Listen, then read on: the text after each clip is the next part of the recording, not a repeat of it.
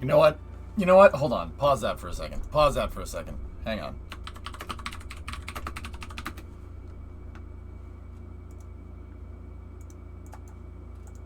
Pause that for a second. We're gonna start up this way. Need some good motivation.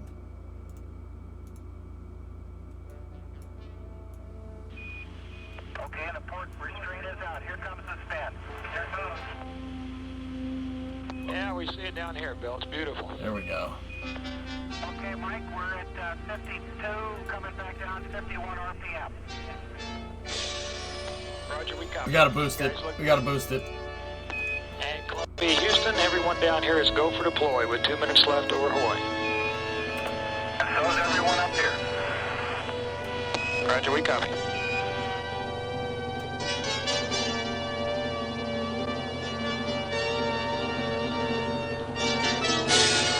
Mike, we hope the TV comes out. It doesn't play back very well on a monitor, but we're relatively sure we got it. And we, by the way, still have that beautiful satellite inside. It's traveling just below it. Roger, we copy, Bill and Joe, and got a lot of happy people down here. You guys did good work. Okay, Mike, we delivered. We got SBS off on time. Badass, man. And if you're interested, I'll read you the pad. Roger, go ahead. That's ace, man.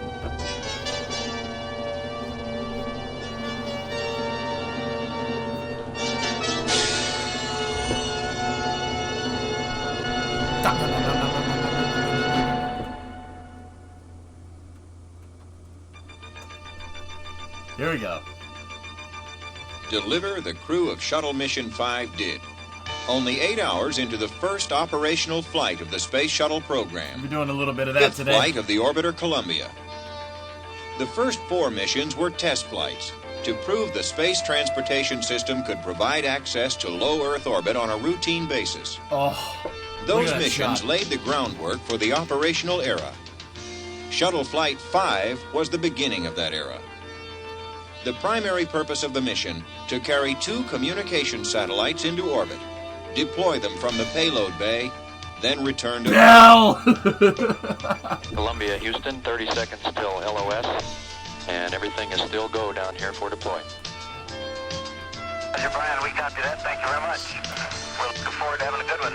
The drums and the bass in this song are so good. Right, Ragu? Isn't it awesome?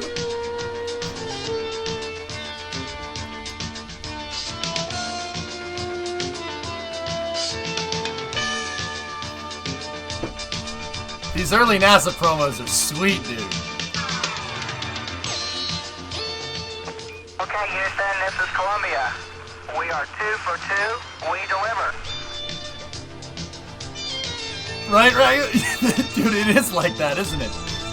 Reminds me of Space Mountain, man.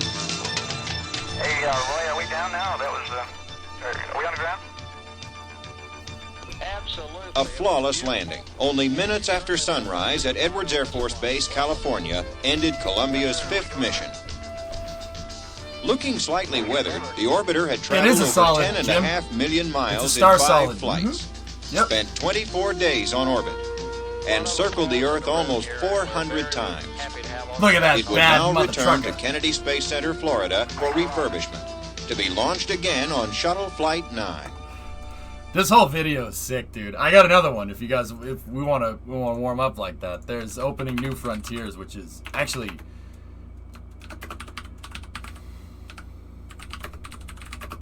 there's a remarkable flying machine. That's a good one. Hold on. Hang on. Right, Concrete? The Dream is Alive. Sunday, April 12th, Private video, it's 1981. not NASA public. Kennedy Space Center, Florida. The Space Shuttle. 14 stories high, 2,000 tons, poised on the pad for its maiden flight. This is Columbia, the spaceship that will orbit the Earth. Its external tank. It holds over 500,000 gallons of fuel for Gallons, Columbia's baby. 3 main engines.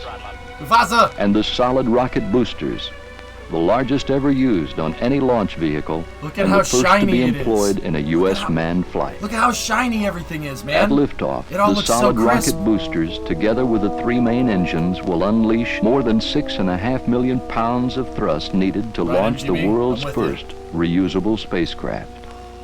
Never before has a winged vehicle been launched like a rocket, orbited the Earth, returned through frictional heating in excess of 2,500 degrees, and landed, A lot of still the footage from Countdown aerodynamically is from this, sound, dude. to be launched again and again. If it succeeds, the space shuttle will truly be a remarkable flying machine.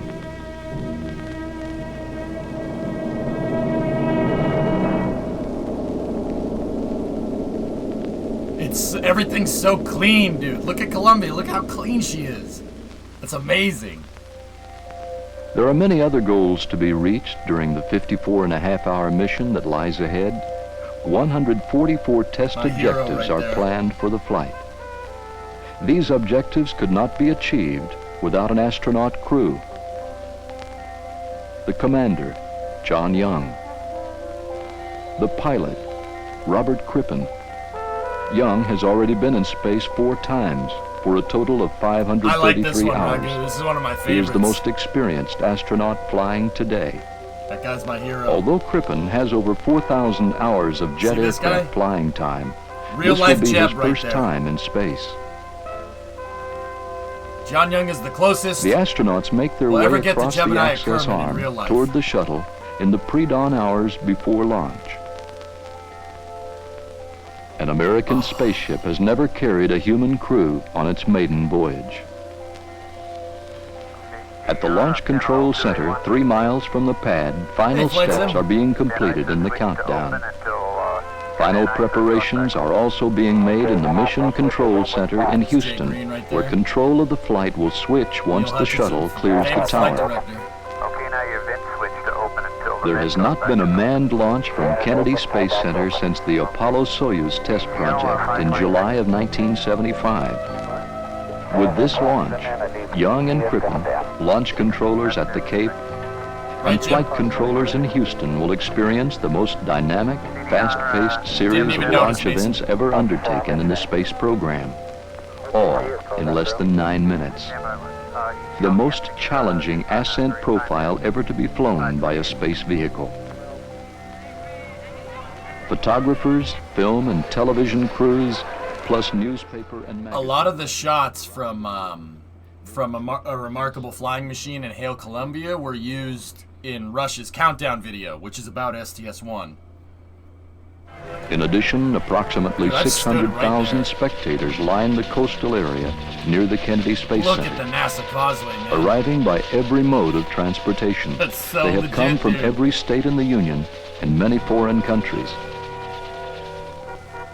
The promise of a You have a deep question. How am I supposed to deal with the fact that I'll never go to space? You don't know that for sure. The future is what we make for ourselves, Ice.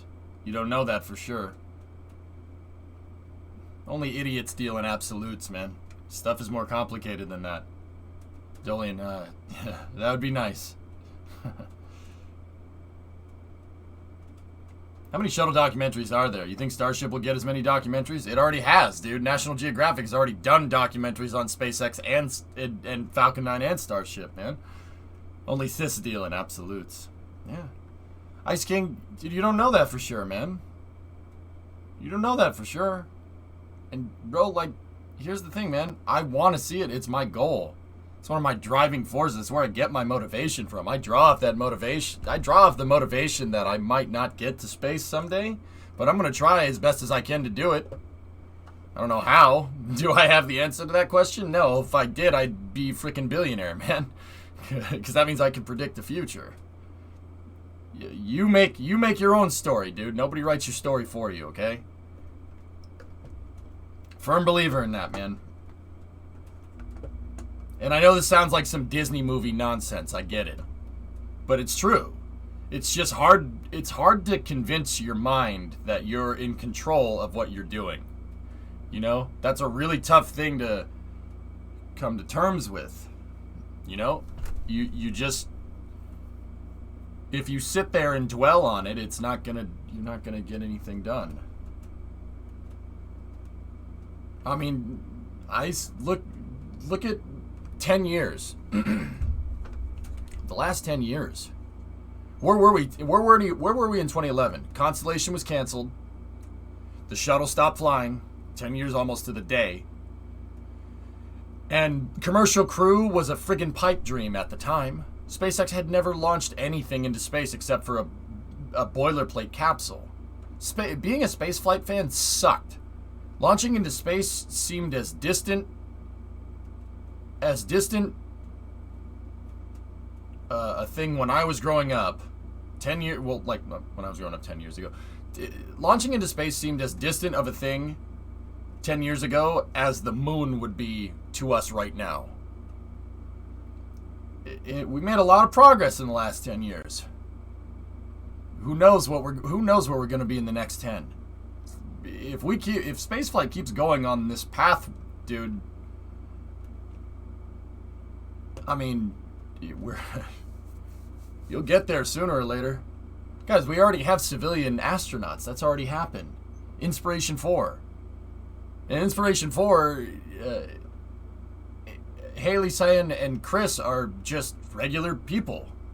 They're just regular people. I mean, Jared Isaacman is funding the whole thing. He's just a regular dude that figured, I mean, Jared Isaacman is a smart man. He's one of the smartest dudes I've ever seen. Guy buys fighter jets for fun. I mean, he win. You win. All right. Okay, you win. You know? So, I mean, going into space 10 years ago seemed like, yeah, that's never happening. Nowadays, it's not it's gotten better. It's not like a definite, but it's definitely better. Dude, look, all right, we're humans. Our brain, we're paranoid. Humans are paranoid in nature, right? Some people are just better at controlling it than others, right? We're all paranoid. Our mind constantly focuses on bad, right? Because if you think about how we came to be on this planet, right? We fought to the top of the freaking food chain, right? Our entire existence was forged in strife and conflict. Why do you think we're so damn good at it? Our brain constantly focuses on the bad, dude. You can't, and it's tough. It's tough to shake this. I say like, oh, just focus on the good. That's not easy to do. That's not, take the small victories where you can. Take the small victories and build up that motivation and build up your confidence. You'll get there if you want to. It's true, Chief. We had Dennis Tito before all these people. That's right. And Richard Garriott. Look, you'll get there, man, if you want to. If you want to. You gotta, look, the other thing is that chance favors the prepared, all right? If you just tell yourself, oh, I'm going to go to space today, or I'm going to go to space sometime soon, it's not good enough. You have to put you have to put yourself in the position to improve. Like, okay, all right. What am I trying to say here? All right, I'll use me as an example. Look, there are a lot of very. Go and throttle up. Hey, Mick. Yes. What's up, my bro? Thanks for the raid, dude. Mick, that Lancia is cool, all right? It's cool because we didn't get it and I want it, okay? All right? It's cool. And I love it. And I want it, and I don't care if it explodes. I don't care if it catches on fire. I don't care if it's a piece of junk. It's an exotic, passionate piece of junk, man. I'll take the Kazi, though. I'll take the Kazi.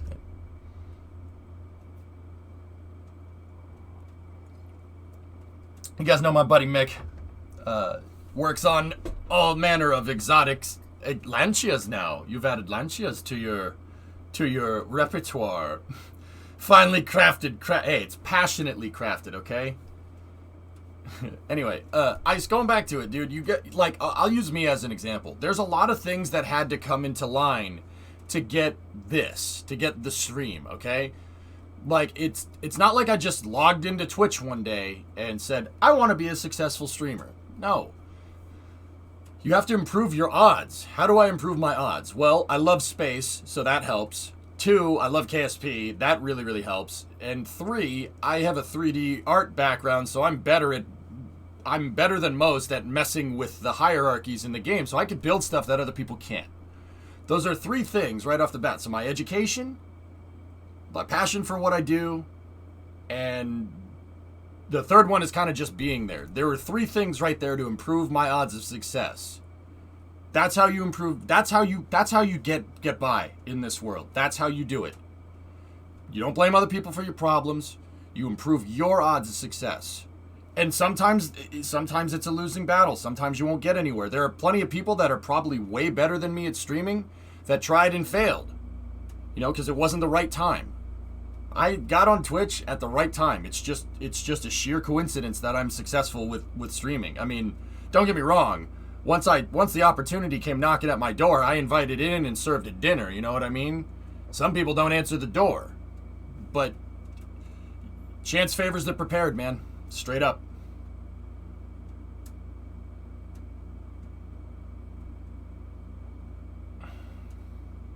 Just use one of the Arnold speeches. If you want to get somewhere, set the goal and move towards it. And you're a down-to-earth person, in my opinion. Yeah, Merkers, all right, look. I grew up on the coast of the United States. I grew up around a lot of people that like to turn their nose up at things, dude. I can't stand that. I can't stand that crappy attitude about things. It's just a real crappy attitude. I don't like that. I don't like it at all. So I'm not... I mean, Merkers, you know good and well where I'm from, okay? You know good and well the people that I grew up with. I grew up with a bunch of yuppies, man. Like, just straight yuppies. I'm not doing that. I didn't want to be like them. You know? Fair enough, thanks, man. Just feels like only a select few gets there. But it seems like it's about to change. Effort is rewarded. I mean, Ice King, look. I'm off to the pub, sir. Guinness is waiting. Cheers, man. It's empty. I drank this the other day. Nick, that's my favorite, dude. And I guarantee you this isn't as good as the stuff that you get because you're closer.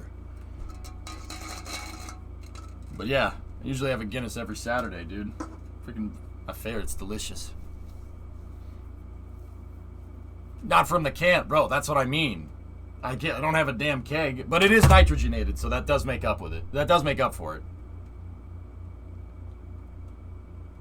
But yeah, Guinness from the keg, dude. Oh, it's delicious, man. I love it. I'm a stout guy, Mick. Stout. It has, like, you have to pour that beer, and you have to take a flashlight and put it on the other side of the glass, and if you can't see the light on the other side, that's how you know it's good. I'll show you how to pour for real. Bro, I'm in. I'm in. When the world isn't as crazy, dude, I will just go down to the airport and be like, yo, let's go. Let's go.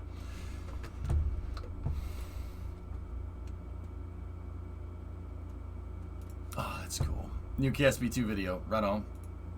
Still got the shovels, Patos. Moment think you got it figured. You're wrong. But anyway, Ice, yo, you just got to improve your odds, dude. And hell, I guarantee you, if you're anything like me, man, I guarantee you you'd be happy being a flight controller or even doing public outreach. I literally get paid to talk about space all day. This is a pretty damn good job, what I do here. I'm not saying that, you know, like, you might be a successful Twitch streamer. I don't freaking know, dude. I have no idea. But, you know, like, going to space is still on my priority list. It's up there. It's a stretch goal by a pretty significant margin, but it's still there. Heck, man, I'm just happy teaching people about this, dude. You know? Hopefully one of these guys that I inspire in here one of these days, you know, invents warp drive or something, and I get to reap the benefits of that, you know? Still got the shovel. Oh, Mick, that's one of my favorite movies. I'm Mark Graves, out past Terra Lingua. Can you confirm that? Still got the shovels. Anyway. Mick, it's good to see you, bro. It's good to see you. Dude, Mick, I had to go tackling the wire harness. under the dash. I finished the engine bay on the truck. All the wires are tucked away. They're all wrapped up with the tape and heat shrink and everything. It looks good. And then I went under the dash and realized that I put repair loops in there because I didn't know what I was doing when I put it together. Rat's nest. Rat's nest. Had to take the whole thing apart. And now I have to zip tie everything and cable manage everything. It's a nightmare. It's a nightmare, but it's one we'll get done. What up, Rob? Quick questions. Replace the rear ABS sensor on the Jeep. Turned the Jeep on. The light went off, then came back on 30 seconds later. The speedometer is no longer working either. Any thoughts?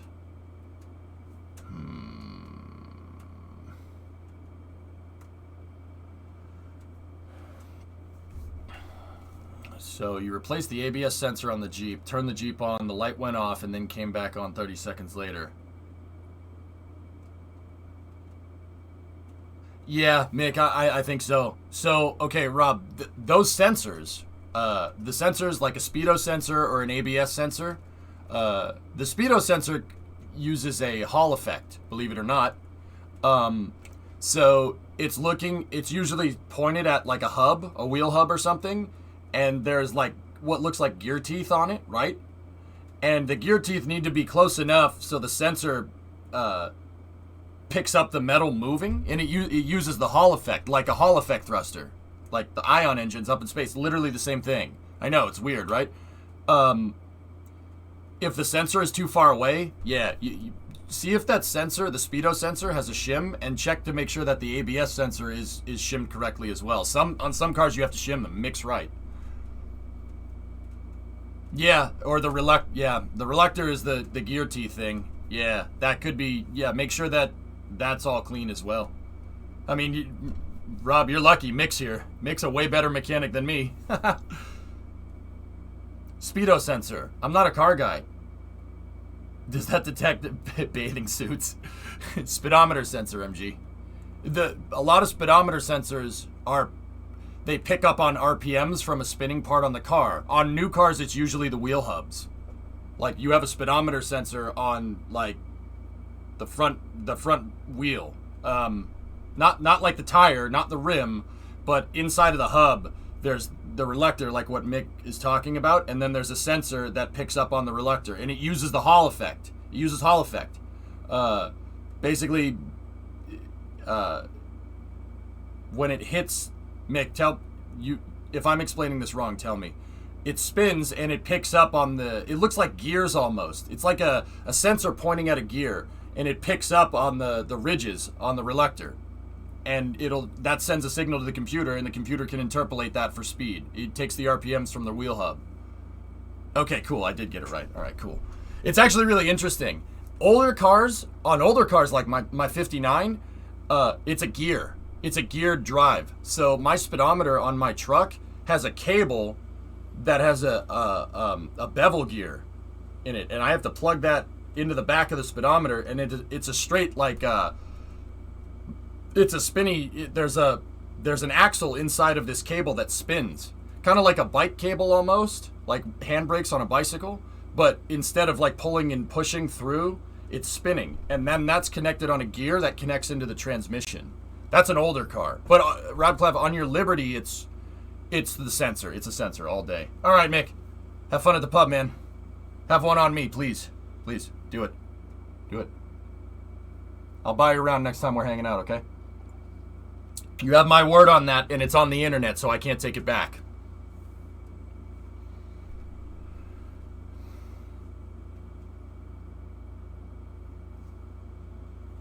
Yeah, MGB. Yeah, like I said, it uses the Hall effect. It's really friggin' cool. Modern sensors on cars, yeah, use the Hall effect. It's friggin' spaceship, dude. Now, personally, I think that's a little overcomplicated, but that's the world we live in, man. All right. Can we watch the launch from our remarkable flying machine, and then we'll jump into KSP? Yeah, Merkers, exactly. Like on my truck, it's on the output shaft. Mm-hmm. Rebirth in America's manned space program and the dawn of a new era I'll in tell you in a space second, transportation awaits.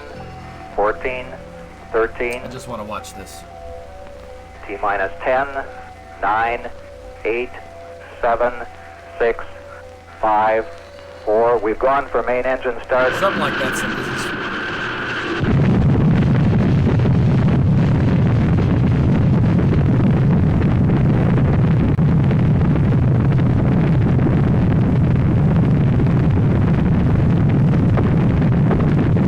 Click. Bolt of fire as it slowly leaves the ground. It tears away with a mighty force. The air is shattered by that awesome sound.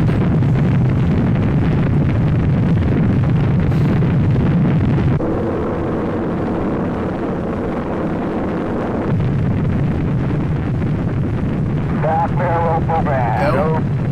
Roger, roll. The roll will put the shuttle on its precise heading toward program an complete. imaginary target in space. Roll program complete. Roger, roll complete.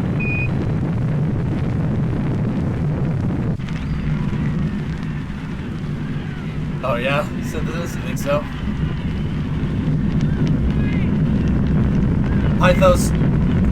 Pythos, the shuttle just wants to break free. I want to break free. God knows I want to break free. Just, he wants to break orbit. God damn it. It's a joke. It looks awesome though. I like that part right there. I'm talking about the Winnebago with the brown stripes. They get a status. Vital. Go. Booster. Go. GNC. Go. Eagle. Go. Go at 40, Capcom. Columbia, Houston, you're go at 40. The shuttle is now 40 seconds into flight. Roger, Columbia, on the nice ride. You're lofting a little bit. You'll probably be slightly high at staging. The boosters were more powerful than they anticipated. Negative seats. Columbia, you're negative seats. That's right, Bonesy. Should anything go wrong, the shuttle is now too high for the astronauts to use their ejection seats. Columbia, you're go for SRB step.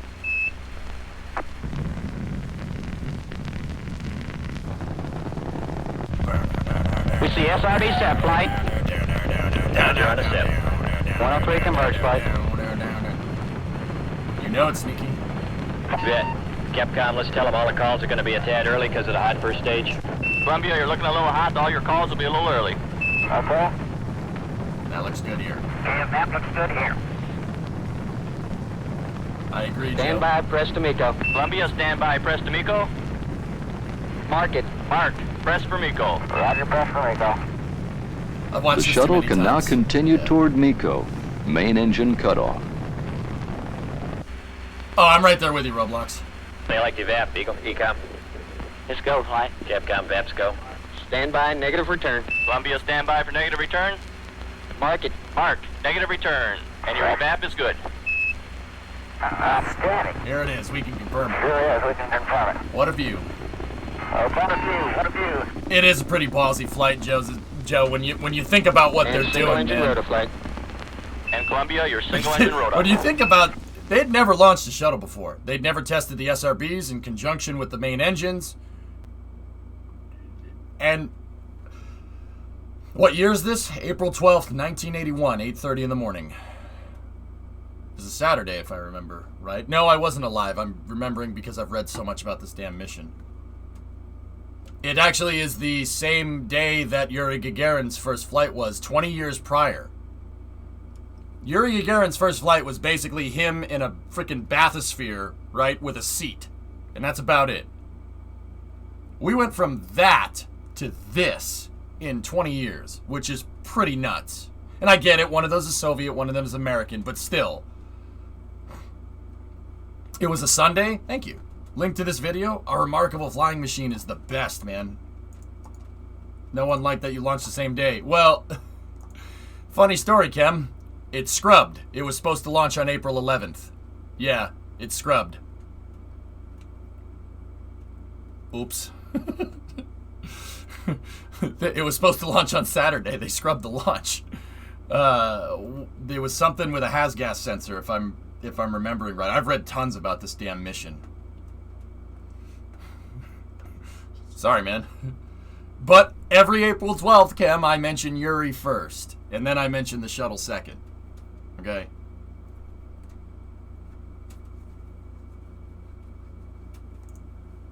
Always mention Yuri first. Because that's, well, because he was first.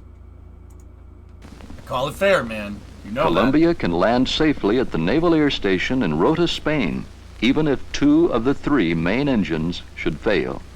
Right now, the engines are generating over 42 million horsepower. It's not really how that works, but all right. Miko 25, 6, Miko. 0, up at 220 Roger, Miko. And we got Miko confirmed. Miko, Roger, Columbia, Miko. Right on the money, nominal. Main engine cutoff. Columbia is now in space, traveling over 18,000 miles per hour. Okay, we got set. Roger, we So just a little bit of a note here on the external tank separation. So the shuttle was still using ground stations in 1981, like what SpaceX does with Falcon 9. TDRS didn't exist yet, right? And it wouldn't exist for in an operational capacity for another 10 years. So the shuttle flew upside down all the way until main engine cutoff. If you look at this, the external tank, right, Discovery, going is being jettisoned with no Earth behind it because the shuttle is upside down relative to the ground.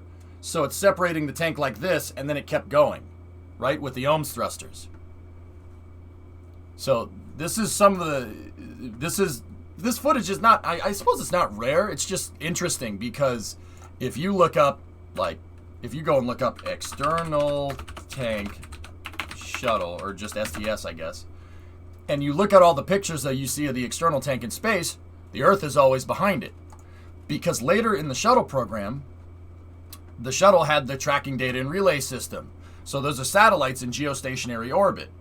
So the shuttle, almost to main engine cutoff would switch. It would go for what's called go for the pitch. It would flip over, and the antennas on the space shuttle would be pointing up at TDRS instead. So it would be like this, and then once it got out of range of Mila, which is the ground station at Kennedy Space Center, right? Once it went over the hill, right, it would flip upside down, and they would have acquisition through TDRS. So the later parts of the shuttle program, basically from the late 80s onwards, the external tank was always jettisoned downward instead of upward. Beardston, 6-month resub. No, not yet, King. I'm just kind of getting in the mood, man. Getting in the mood. But see, if you look at older pictures of them jettisoning the tank, this is literally on film, there's no Earth behind it. See? Yep. Pretty nuts, huh? Also, yeah, once again, shameless plug for STS-1. Literally one of the ballsiest shuttle missions around. That's right up there with Hubble Space Telescope repair. And my personal favorite, Solar Maximum. Solar Maximum was nuts. That's one of the mission control rooms that is now used for ISS operations. During CRS-22, I noticed the STS-1 patch on the wall.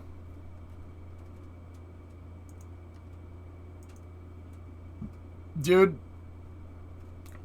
is it bad, Joe, that I hate that mission control doesn't have, like, consoles, but they just have desks with a bunch of monitors and it just looks like a bunch of cubicles? Is it bad that I kind of have a problem with that?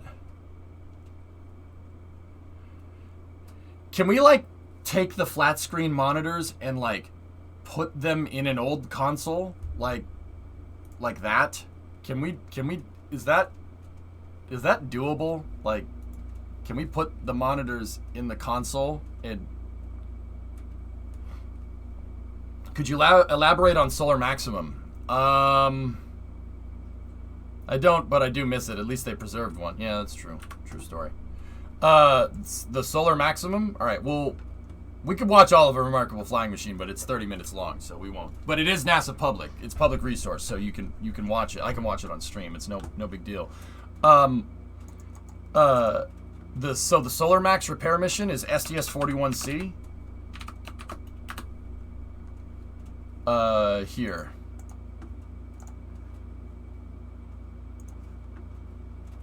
I'm working out of the office today, no one's here. Office space is pretty dang cool. Right on. Yeah, Philaday, I want the consoles back. Just put the monitors in consoles, right? Went on down there. So this is STS-41C. It was a flight in I think it was 85. Or late, no, 41C was probably 84. Because, well, this is, so, Space Transportation System, fiscal year 41C. So, C denotes the third flight. 4 denotes fiscal year 1984. And I forget what the 1 stands for. I think 1 is, 1 means it's launching from KSC. I think that was the naming designation. So if you had STS-42A, right, 2 would be the West Coast launch site, if I'm remembering that nomenclature correctly. They switched back to numerical after Challenger. Yeah, exactly. Touchscreen monitors on consoles, Warhawk. That's what I'm talking about, dude. Like how you, like a Tesla almost. Like a Tesla has the screen built into the console. That, like, that's what I'm talking about. All right, so this is the flight. This was a flight out of Kennedy Space Center. There we go. I think it was Discovery, if I'm remembering right. New KSP2 show and tell just came out. Yeah, I gotcha. Oh, baby. Yeah, Nuggets, how cool would that be? Like, if the consoles in Mission Control looked like that? That would be sick, dude. Right? So, we're gonna load into KSP in a moment here. Yeah, baby.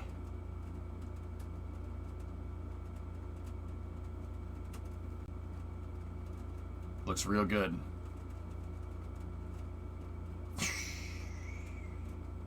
That's ridiculous.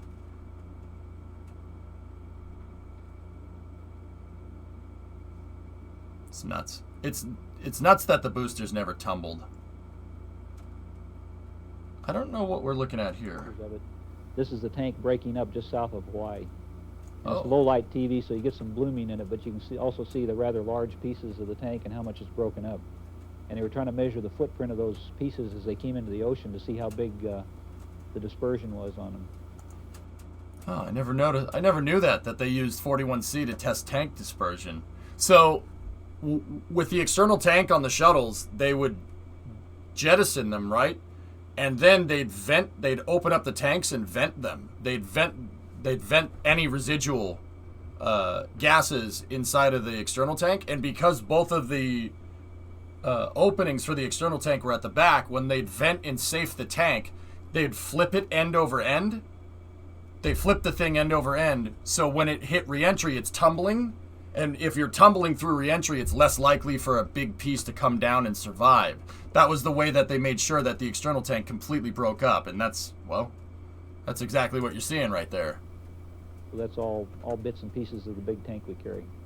Looked like it lit up the area pretty good over there. Yeah. And this next picture is the orbiter coming right along behind. And if it hadn't been for the Ohms burn, we'd been right behind the tank, which we didn't want to do. So. Yeah, it probably would have been bad. Okay, so 41 had Crippen commanding the mission. Same guy as STS-1. He was the pilot on STS-1. So what they did during the Solar Max repair mission, the first thing they did was deploy the LDEF, the Long Duration Exposure Facility. So this is basically an exposed platform with a bunch of experiments from a bunch of different universities. It would be like basically if you had just a big pallet and you put a bunch of experiments on it, like it has just a bunch of CubeSats sitting on it, right? And then a solar panel on one side, right?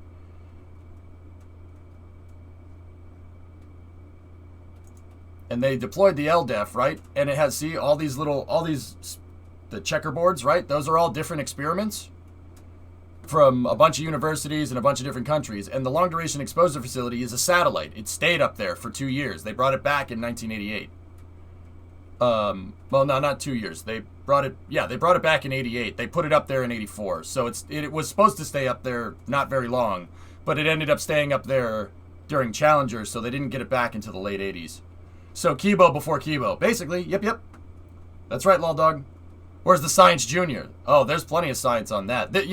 This would be the equivalent, right, of launching a satellite in KSP with all the scientific experiments on it, dropping it in low Earth orbit, coming back down, getting all the science, transmitting some science, and then having the shuttle come back up, grab the thing, bringing it back down, and then getting more science from it when you brought it back down. Stuff that we will probably end up doing with... We'll probably end up doing stuff like that with the SSTOs. So, they deployed that first. And then, the next part of the mission, this is the cool part. This is my favorite. This mission right here was one of the precursors to a Hubble repair mission. So this set the bar for being able to repair a Hubble Space Telescope. Being able to repair the Hubble Space Telescope. Keep in mind, Hubble hadn't been launched yet, okay? LDEF removal from the payload bay. There it is. Yeah, you want to see how big the LDEF is. Yeah. Look at that. And then it has the grapple points in the dinner plate, as I call it. That's where the arm attaches to it. Yeah, look at how big it is. Compared to the dudes. I mean, keep in mind the dudes are in the background, but still. This is inside of the orbiter processing facility at KSC. Look at that. Look at how... Dude, the thing's the size of a school bus. Recovered on January 12, 1990. There you go, Thomas, yeah. I mean, it's freaking gigantic. Thing's huge. And, see, these things right here are the shuttle... they're shuttle latches right there. And any shuttle latch that has this shield thing right there is on what's called an active latch, where you can undo it in space. They have passive latches if there's something in the shuttle payload bay.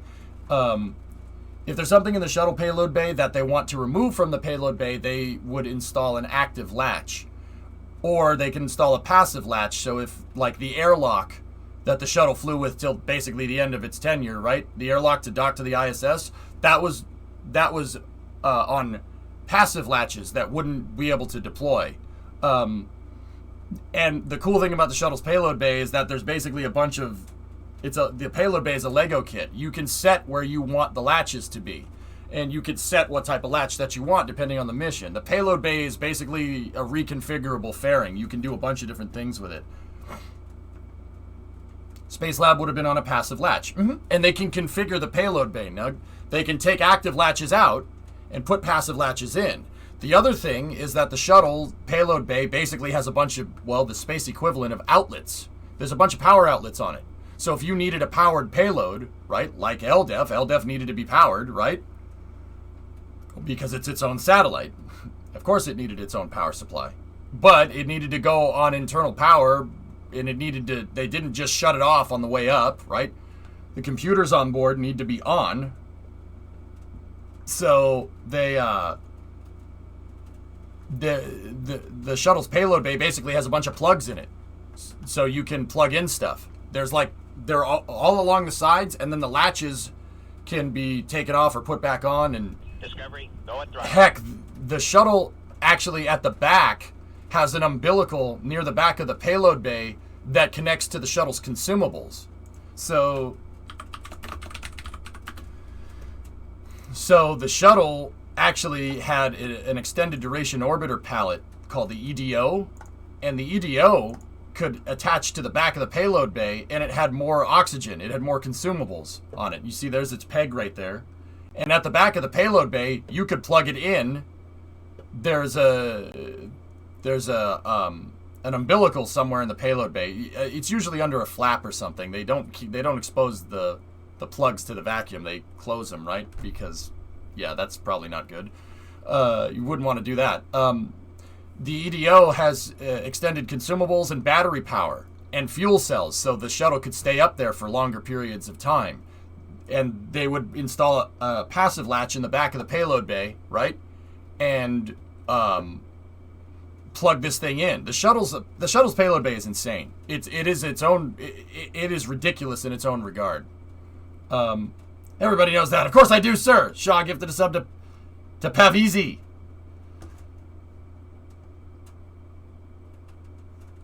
Discovery, go and Pavisi paid it forward to Levisoni.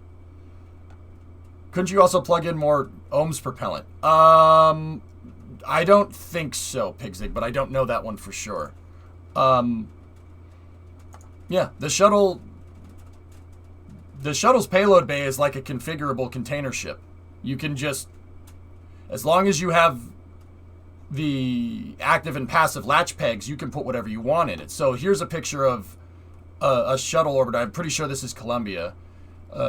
This is a picture of the orbiter configured with an extended duration pallet and a Spacelab module, which is basically an ISS module that stays inside of the shuttle's payload bay, and they don't deploy it because there was no space station at the time to deploy it to, right? It looked like that. It's called Space Hab.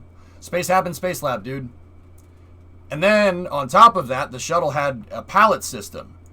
They had basically the equivalent of this, the space equivalent of that. They're called shuttle pallets.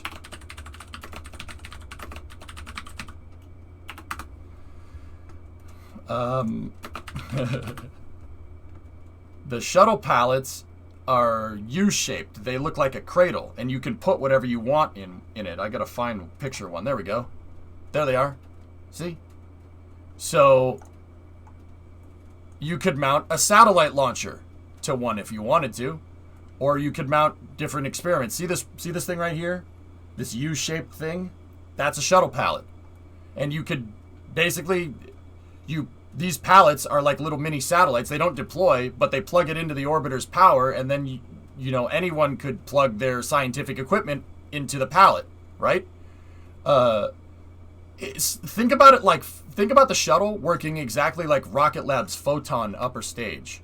The Photon, so the upper stage that's just also a satellite. Yeah, it works exactly like that. So the shuttle could carry, see, there's the passive latches right there. And then active latches are down here. Well, actually, I don't think it deployed any of these. But see that right there? The airlock, which is an APAS, is a Russian docking port, by the way.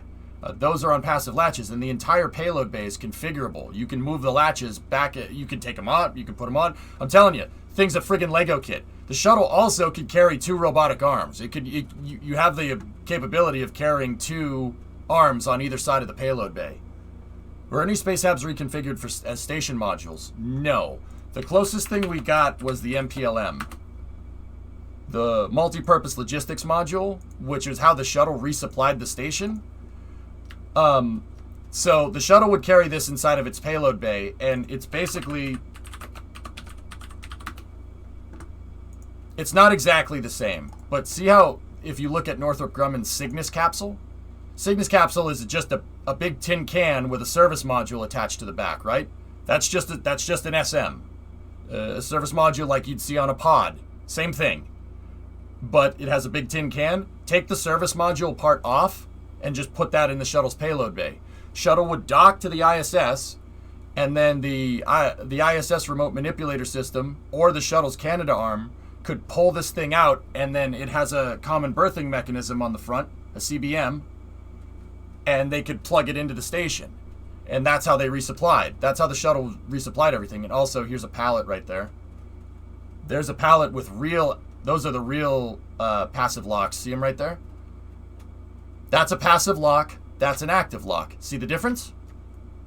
The passive lock is just basically bolted down. It's just basically, it never deploys. It's bolted. You can see the bolts right there. The active lock on the MPLM, that one opens up, and then you could plug that in to the plug. See one of the plugs right there? Isn't that cool?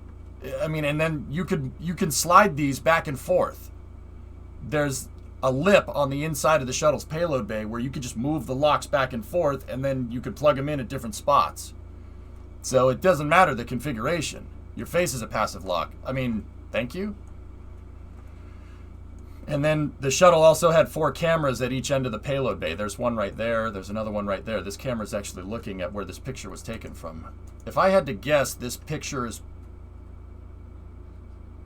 I don't know where this picture was taken from. It could be on the ISS, but I'm not sure. What's up, Taradra? How are you? I have, Havocs. I retweeted it. So the reason why I bring up the MPLM, right, is because at the end of the shuttle program, on STS, 134, they left it there. And they renamed it to the PMM, the Permanent Multi-Purpose Module. It's just basically added storage space for the space station. The PMM is sitting on the forward port on Node 3 on the space station. It's opposite beam. So, like, you have the main spine of the ISS, so Zvezda Zarya. You have Harmony, right, which is Node 1. You have Node 3 attached to Node 1, right? The cupola is right here on the Nadir side. And then you have the PMM here, and then beam here. And then the astrobotic airlock is there on node 3. Yeah, it's attached to Tranquility here on node 3. Node 1 is Unity, yeah. Harmony's node 2 up at the front. But yeah, the shuttle's payload bay is insane. It was such a good idea. I hope that SpaceX is looking at this, because the payload bay never, ever gave any problems. You guys, can anyone recall the payload bay ever having an issue? Payload bay doors never opening? The worst problem with the payload bay is that the radiators right here, the radiator loops, see this is a huge, basically freaking, it's a radiator. It flows coolant through, and the coolant loop goes back through it actually goes through the axle, the hinge, right? On the payload bay, it goes like this, right? And there's pipes that go through that, similar to like a BMX bike's gyro almost, right? And then the pipes go back, and the coolant pump circulators are up at the front. The coolant pumps are near the avionics package, because the shuttle's computers, right? The shuttle's computers are like having a server rack up there. The avionics bay is actually inside of the pressurized area where humans go, so they can work on the avionics if something goes wrong. They had to do that during STS-1. They had to take the front of the shuttle apart on the mid-deck. Funny story. And then the problem with this is, and they solved it, there was an interesting problem with the shuttle's payload bay, that if you look, see there's dents. There's dents and there's patch panels on the radiator. And it's not like you can put stop leak in this thing and it'll start working. Micrometeorites were hitting the shuttle's radiators. And the radiators originally were in series. So it's just one radiator to the second radiator. There's 4 of them, to the third radiator, to the fourth radiator, and then back. It was a coolant loop that was in series. And then later in the shuttle program, they modified them to be in parallel. So if one radiator panel got hit with a micrometeorite and started leaking coolant, they could cut it off and use the other radiator panels. Yeah, when these radiator panels were in series, it never happened. But when the radiator panels were in series, if a micrometeorite punctured that radiator, scrub the mission. Go home. The photo was taken from the ISS. And Nuggets, SpaceX is still recovering fairings. They just don't catch them with nets anymore. Catching them with nets is a pain in the butt. What they did with the fairings, Nug, is they waterproofed them. Seriously, they waterized it. They made the fairings watertight, so when the fairing comes down, provided it lands in calm waters, right? If it lands in calm waters, it just comes down and it just floats like a boat. Yeah, they made the fairings waterproof. That's why they don't catch fairings anymore. And then you just send a ship out with a crane. The crane grabs the parachute, pulls the parachute out, and the parachute is the correct rigging for the fairing, and then they just put it on the deck and bring it back. Much easier.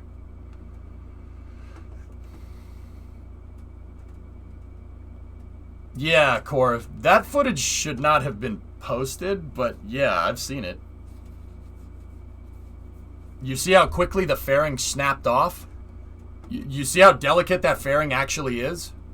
Half of it landed on the catch ship, right? And it snapped. It cracked like an egg. That fairing is only structurally sound when it's attached to another fairing.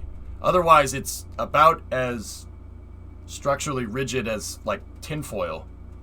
That account doesn't exist anymore. Yeah, that guy probably got a cease and desist or legal action from somebody somewhere.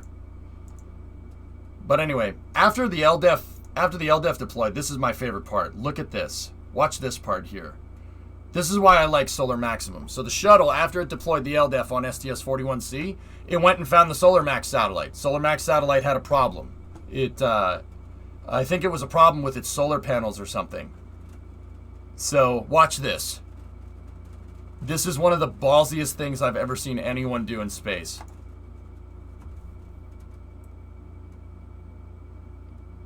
Interesting, Neuro. You got to be kidding me. Untethered EVA with the man maneuvering unit. It's a man maneuvering unit, and there's an astronaut in there. The astronaut in the suit, his name is George Nelson. This is a man maneuvering unit with literally a grapple arm. It has the front of the remote manipulator system attached to the front. This is a grapple hook. That's an MMU with the front of the robotic arm attached to it. Not the robotic arm. It's a specially modified man maneuvering unit. That's a grappler. What George is going to do here, and I've talked to him about this. I've interviewed this guy. I've talked to this dude before. I'm like, so, how did you have enough Delta V to get back to the shuttle with your big brass friggin' balls? Look, see? He's controlling the MMU, just like you would in Kerbal, right? The MMU is a little mini spacecraft. It's a service module for the EMU. So the spacesuit that NASA uses is called the Extravehicular Mobility Unit, right? The white suit.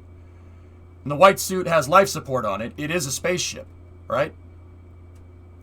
If you attach the MMU to it, it's a spaceship with a service module now. So you can maneuver around. This is a little mini spacecraft. That's what it is. No thermal protection system, though. I mean, there is, but not for re-entry.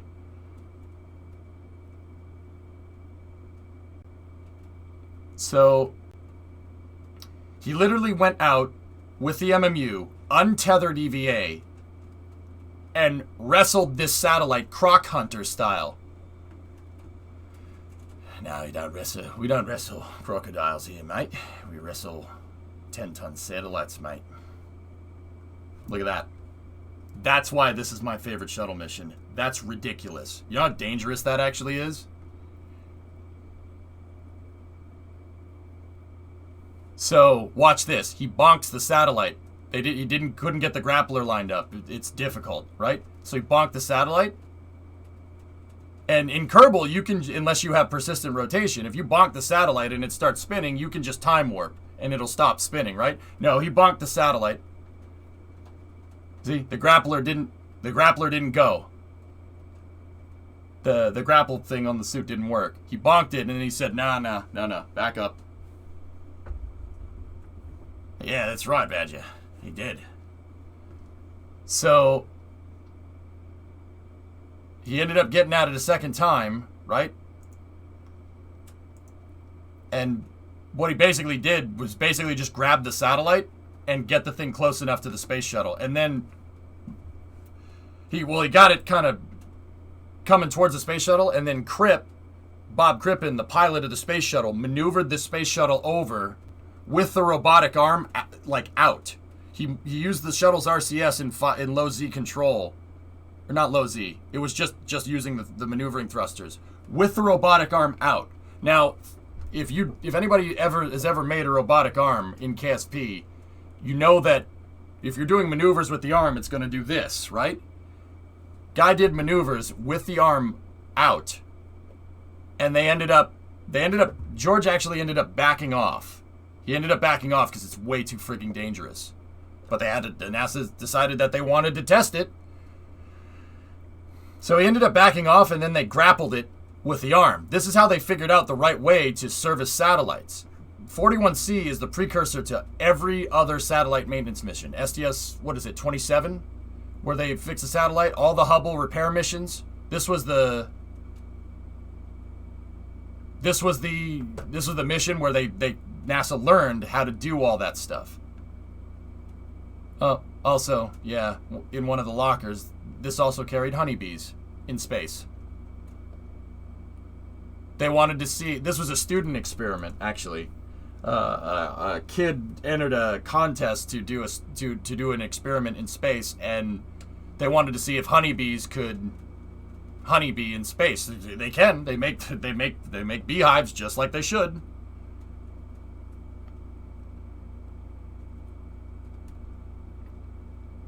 Oh, that's cool, Jack. Not the bees! This STS-41C holds the record for most living things ever launched in one continuous launch. There was 5 humans and like 30,000 honeybees. I don't think that number is ever going to be surpassed.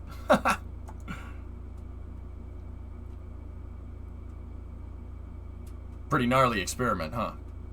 What's he doing there? Oh, space drill. He's taking off a panel inside of the shuttle. This is in the mid-bay looking up at the access way to the flight deck. This is a panel for the avionics. I'm not sure what's going on there. Oh, yeah, there's the treadmill. Shuttle at a gym. Oh, yeah. Yep. How many tardigrades get launched on the last Dragon? I don't know. Yeah, Savvy, it turns out that the beehives, yeah, they don't, yeah, with the way the bees make the honeycombs, I guess, right, is different in 0G than it is down here. The way the beehive looked much more, instead of like a concurrent, like, kind of shape, it just kind of went off in all directions. It's actually a really cool experiment.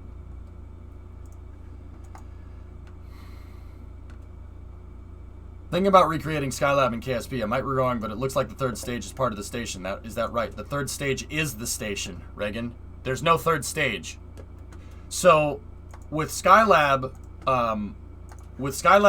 it's called a dry workshop.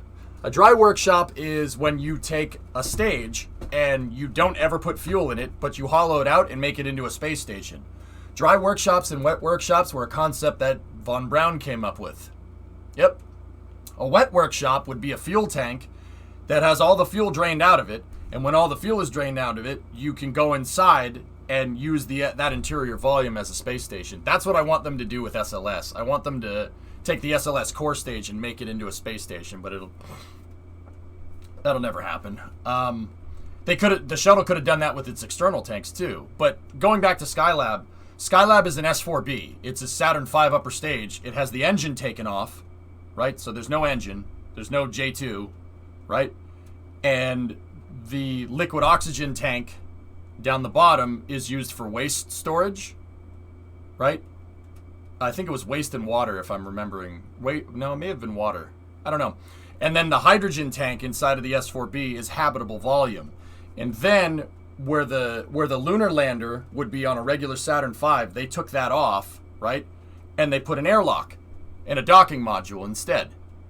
And then, on the very top of Skylab, inside of the vehicle stage adapter, where the service module would be, on the Saturn V, they just put a nose cone up there instead. Yep. Oh, don't worry about it, Beardson. Imagine being a total BA high school kid who came up with the idea to see how bees react in space. It's not a bad idea. Really, it's not. But yeah, and then they went out and repaired the satellite.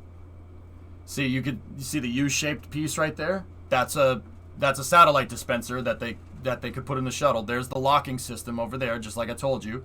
Right there, see the two yellow and black dotted posts right there? That's a active latch. Why would they have an active latch here? Anybody know? Did Skylab get into orbit with a Saturn V? Yep. That's right, T-Man. They have the active latches there in case they needed to bring the satellite back down. Also, that's the leftover active latch from the LDIF deploy. If they needed to bring this thing back down, they would turn the shuttle satellite dispensers can turn 90 degrees down into the payload bay, and they would have secured the satellite, brought it back down. And also this mission, I said this mission was Discovery, it's Challenger. You could see right there. So, in terms of Skylab, here's what they did. So Skylab, once again, is a converted S4B. It's literally, well, this is a bad render because this is from a different mission. That would have been what the Venus flyby looks like, but I digress. Here's a good picture of Skylab. So Skylab is an S4B with some solar panels attached to the side, right? And then up here, where the lunar module would be, right, they had the vehicle stage adapter, and they had the Apollo telescope mount. The Apollo telescope mount is actually on hinges. When it was on the Saturn V, when it was being launched, it was 90 degrees over here. And it covered up the docking port on the docking adapter. And then when Skylab got up into space, they deployed it. It moved into position like this. It's a telescope with solar panels, right? And then they had 2 big solar panels on either side. The hydrogen tank inside of the S-4B was converted for habitable volume. And once again, where the lander descent stage would have been, they had a docking adapter and an airlock. Yeah, only a 2-stage Saturn V. How this thing went into space is Skylab 1, right? So Skylab 1, which was the launch of the module, there's the module right there, they actually had bad problems. The vibrations from the Saturn V shattered one of the solar panels. Yeah, it broke it on the way up. They had to fix it up there in space. It was basically Skylab originally, when they got it up there, it was DOA. But what they did was they launched this and they put. It was actually similar to how the Chinese put Tianhe in space. The Saturn V second stage and Skylab flew all the way into orbit, right? And then they jettisoned the S2, the Saturn V second stage, and Skylab was in a decaying parking orbit. It was in a decaying orbit. If they just launched Skylab and they left it there, it would have come back down. And then they launched the first Skylab mission on a Saturn 1B up into space, right? So there's the Skylab launch. That's Skylab on the way up. It looks like a Saturn V, but instead of people at the front, there's just a nose cone. And then they launched the Saturn 1B right after it on the same pad with the same mobile, well, not the same mobile launcher, but a similar mobile launcher with the milk stool attachment here. They launched that, and then the CSM could boost the station, just like Soyuz could boost, Progress can boost the ISS. Same thing, same concept. You can see an extended version of the EDO palette in the shuttle payload bay in that For All Mankind picture of Skylab.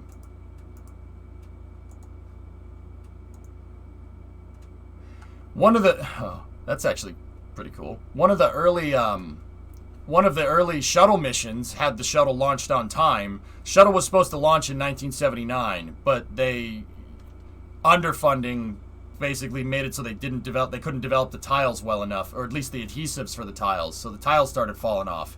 Delayed the program by 2 years. So it ended up launching in 1981. But had the shuttle launched in 79, if they had funded it correctly, it would have. Had it launched in 79, one of the early missions was to go up to Skylab and boost it. The shuttle was going to install a booster module onto Skylab's docking port, and they were going to boost the station up into a stable orbit. Never happened. Skylab ended up decaying and crashing back down into Australia in 1979. Yeah. See, they had to install... Skylab had problems. Saturn V shook it to pieces on the way up. And one of the solar panels basically fell off. Yeah, that's why if you look at the actual pictures of Skylab up in space, there's only one solar panel deployed. So it had power problems basically out of the gates, and they had to do... Skylab 1 had to do an EVA to fix the dang thing.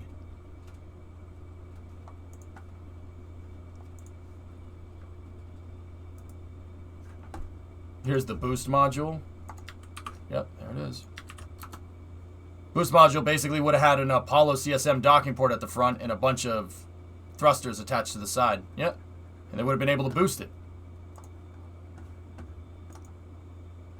And the coolest part about Skylab, guys, is that Skylab was part of what's called the Apollo Applications Program. So it's the AAP. Apollo Applications Program could have led to some insane ideas, like this one, for instance. This right here is a little bit of a different thing.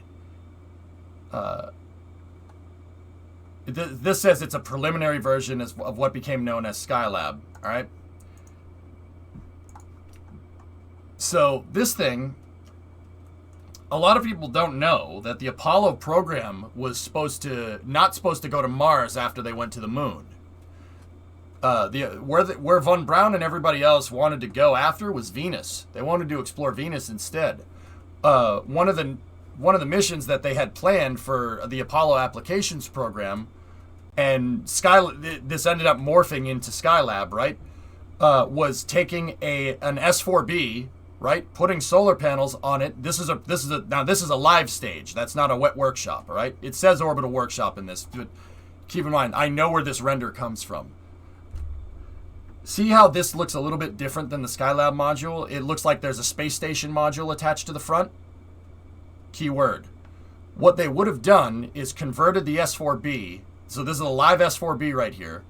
And you can restart that J2 as many times as you want because it's a spark igniter, right? As long as you have fuel in the tank, you can ignite that thing. They were going to take a space shuttle, not a space shuttle, basically a space station module, put it on the front, just like Skylab's, right? But instead of having an airlock going in here and making a wet workshop, this would have been a real S4B. They would have launched it up into space, right? And because there's no Skylab in here, there's just payload at the top, the S4B would have been fully fueled on orbit, right? And then they would have launched a CSM, or they could have had the CSM just on it on a Saturn V. CSM turns around, docks to the docking module right here, and then they fire the engine, right? And this would have put them on a Venus flyby. It has the Delta V to do it. As long as this module doesn't, and the telescope mount don't weigh as much as the LEM, yeah, you could shoot this on a Venus flyby. And that the CSM was already designed for long duration flight. And it would have been powered off of these solar panels, and they wanted to do a Venus flyby. That's where the Apollo program was going to go. Welcome back. Missed your widow's peak. Hey, Doom. Thanks.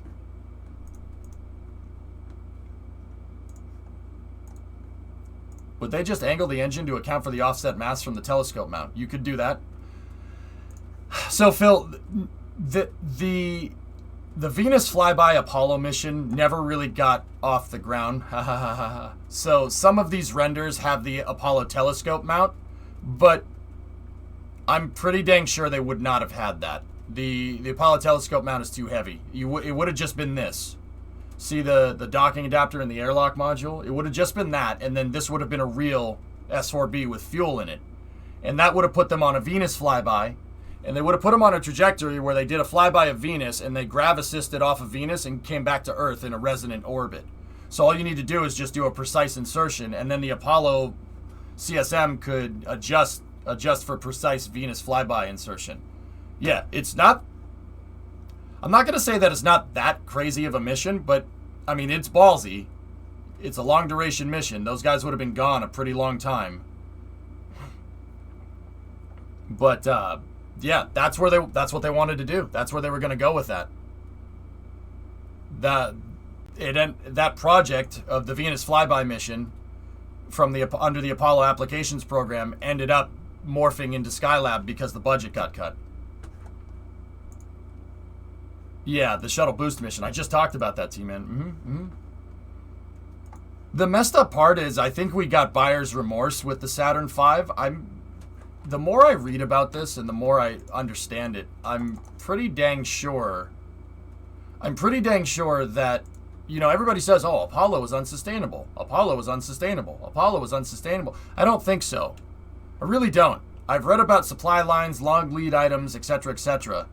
Even if you kept operating the Saturn V and the Saturn 1B in an expendable capacity, i.e. you don't even bother looking at any type of reuse, no capsule reuse, no nothing, the operating costs and manufacturing costs of Saturn V's are not that high compared to the development that it took to make it. Everybody says, oh, the Saturn V was so expensive. The Apollo program is so expensive. You know why it's so expensive? Because we only went to the moon 7 times to try and land, right? If we had kept going with it and we ended up going to the moon 100 times with the Saturn V, well, it wouldn't be as expensive now, would it? We basically paid to get the technology, and that's the most expensive part. And then getting the return on investment is what justifies that large cost. Operating the Saturn V and still going with the Saturn V, and once again, hindsight is 20/20. I have the benefit of this. If we just kept going with the Saturn V and the Saturn 1B, like what the Russians did with Soyuz, right? we would have, I mean, we wouldn't have had as awesome of a vehicle as the space shuttle, right? But we would be a lot further in space. So, I mean, and this is bringing it up to modern day kind of analogies, I guess. This is why I don't mind that there's shuttle engines on SLS that have flown into space. I don't mind, because trying to make a reusable spaceflight program and going to the moon is an extremely difficult thing to solve. Now, the beauty of that is that we have a guy that's trying to figure that out. Actually, we have two guys trying to figure that out. Arguably three with Jeff Bezos and Blue Origin. But we also have a sustainable program that's similar, not similar to Apollo, right? It's different, and Artemis is different in its own regard, but we're basically able to have the Apollo program and the shuttle program running at the same time. But the shuttle program is Starship, right? So there could be a time in the future where we have all the benefits of the space shuttle actually doing what the space shuttle should have been doing, and also a Saturn V. We have super heavy launch capability and reusable super heavy launch capability on top of each other. Now, some could argue that that is a redundant capability, and I'd agree with you. But competition and redundancy is what paves the way to a sustainable economy. So, I mean, take that for what it's worth. Did you see the video talking about how we possibly detected many pockets of liquid water under the Mars surface? No, but that's really cool. Falcon 9 is proof of this with how cheap it is after 100 launches. Correct, Sneaky. Yep, that's right. Falcon 9 taught me a lot of things, dude. But what Falcon 9 taught me the most is that it doesn't matter how expensive the rocket is.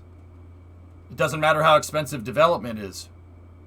What matters is that you get your money back. And the getting your money back part is the hard problem to solve, all right?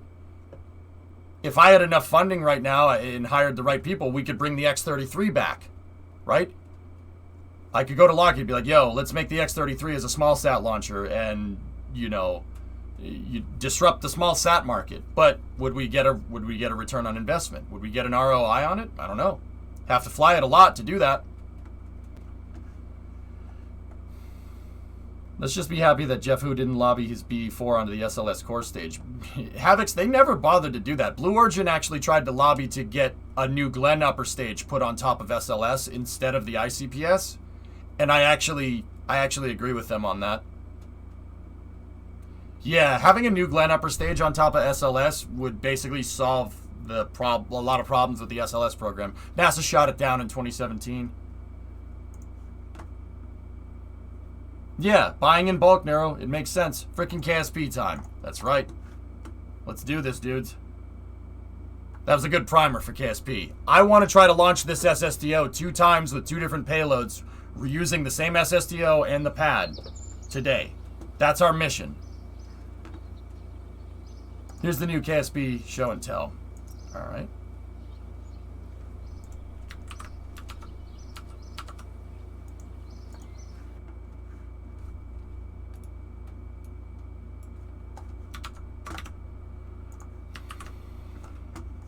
Give me 1 second. Sometimes Synergy doesn't like copying links back and forth.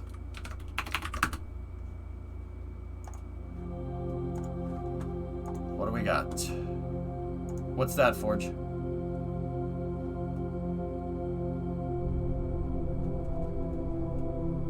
Oh, savage. Alright, hang on, let me rewind this. Discovery, go at throttle up. See? Remember how we said during the last show and tell that these are test scenes in Unity? They added that. See? Called it. Called that one. Test scene for asset reviews. That's exactly what I said, man. Your boys still got it. Hey, Blue Tie, 16-month resub. Info is in the description, okay? Gerdama is a young terrestrial planet that's still experiencing heavy asteroid bombardment, much like Kerbin did billions of years ago. Still to come, a thick atmosphere and a very close, i.e. inside the ring's moon. All right.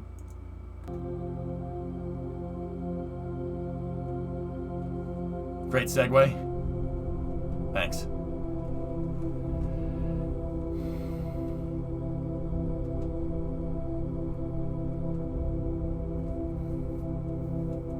Gordama. Gorlami. Well, we got early building blocks of life right there.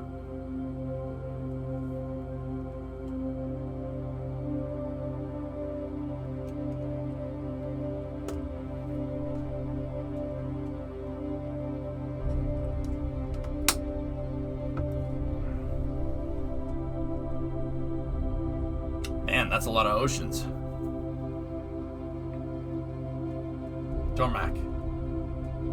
Darmok and Jalad at Tanagra. Gordama, meteorite impact.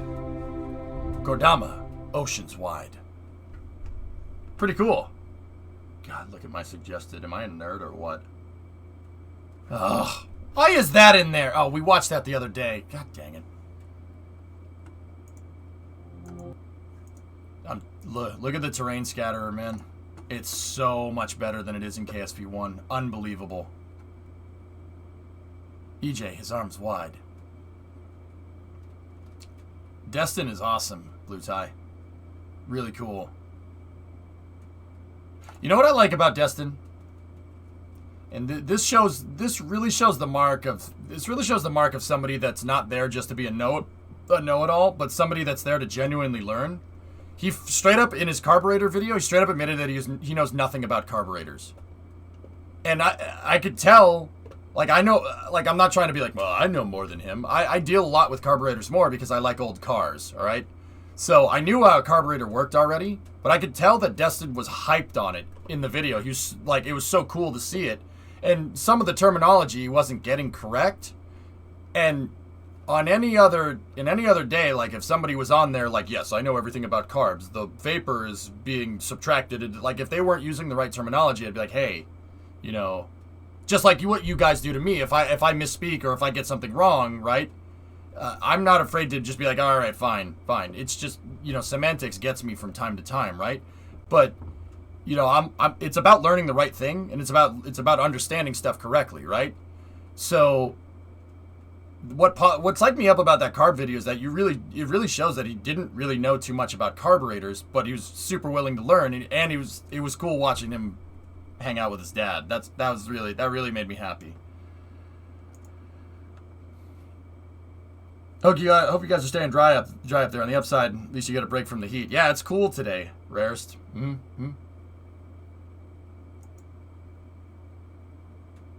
Looks like it's time to upgrade the computer. Well, it's still in Unity, Havocs. It shouldn't be that big of a deal. If it's a baked water simulation, then yeah, you should be fine. Baked. All right. A baked water simulation means that it doesn't work like the water in GTA 5. That actually it's a under exaggerated fluid simulation. If the water is just like it is in KSP 1, then yeah, this shouldn't be too taxing on a GPU. It really shouldn't.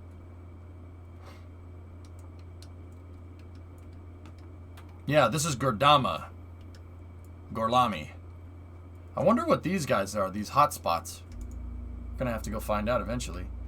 Can we have ray tracing? I don't know if the newest version of Unity supports RTX. It might, but I don't know off the top of my head. Someone's gonna have to go and look. It does. Cool. The moon is specifically supposed to be in the gap in the rings. That's cool. Volcanic spots. This looks like proto-habitable here. Earth looked like this at one point. A long time ago, Earth looked like this. Heck, you can still see some of the craters. You could still see the Chicxulub crater on Google Earth. Oh yeah, you could see that. Where the asteroid that dinosaured the dinosaurs. Wait, what? Dinosaur is a verb? Anyway. You can still see it. It's over here somewhere. See that? See it right there? Impact.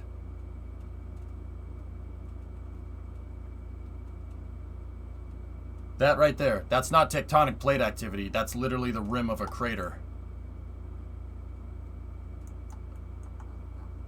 You don't think that's it? Are you sure? Discovery, go at throttle up. Not it. Okay, so where is it then? East further. It's further east on to the Yucatan. All right. I'm sure we can find it. I know you can see it. I thought that was it, but I'm not correct. Let's see. Where is it? Where is it? Where is it? Where is it?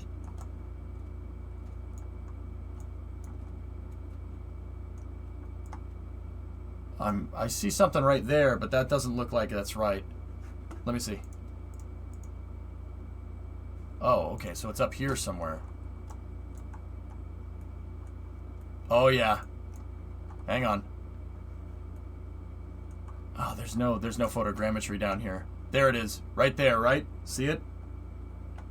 That right there? Is that it?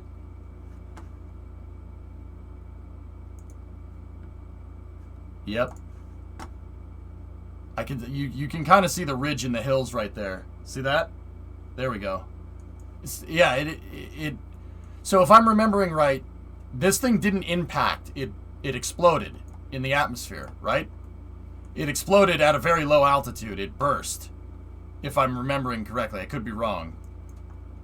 I didn't didn't even know where it impacted. I gotta brush up on my asteroid game, man.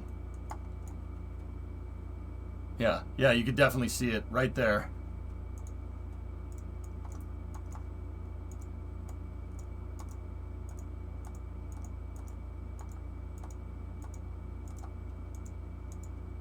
Oh yeah. Oh yeah.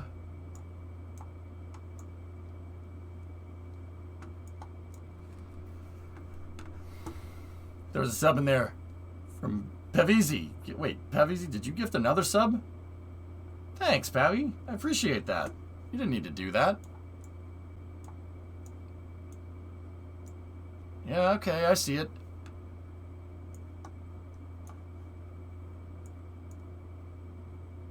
It impacted, but most of the basin has filled with sediment. Yeah. So it did impact.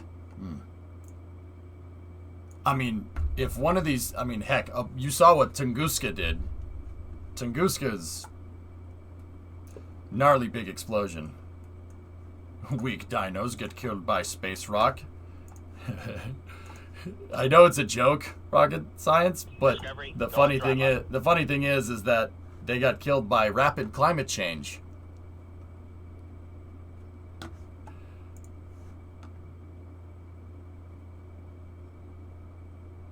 Asteroid impacts are something we should probably worry about because you want the climate to change really quickly. That's how you get the climate to change really fast. You want to heat up the Earth real quick? That's a good way to do it. Yeah. I mean, some people could sit here and argue about, what we're doing to this planet, but an asteroid will certainly change something. Yeah. An asteroid will really, yeah, we should probably do something about that.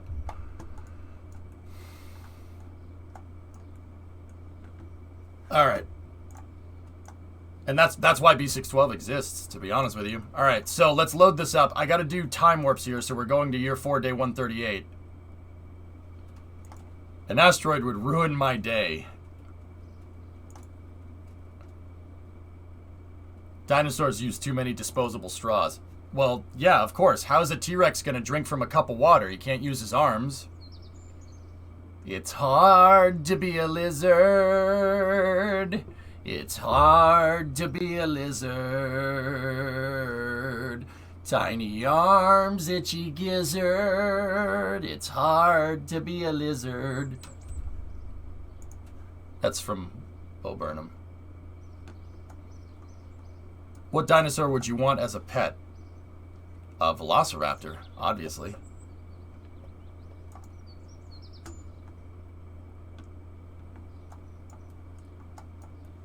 Volcanoes can, yeah, Neuro. Yeah, we gotta be careful, man. We're rolling the dice, dude. I mean, yeah, Nero, I'd rather go and, like, check, like, find out better ways to monitor freaking volcanoes and stuff. Yeah, you know, just because I don't think that's even a point of contention. We know volcanoes will screw the climate up in some way. Actually, my favorite dinosaur is Jeff Type R. Some of you guys won't know what that means. All of them are Pythos. If Yellowstone goes, Droya, we're done. If Yellowstone goes, we're done. That's it. There's no... We best be figuring out how to live sustainably real fast. Yeah, if Yellowstone goes, that's it. We lose. Game over. You lose.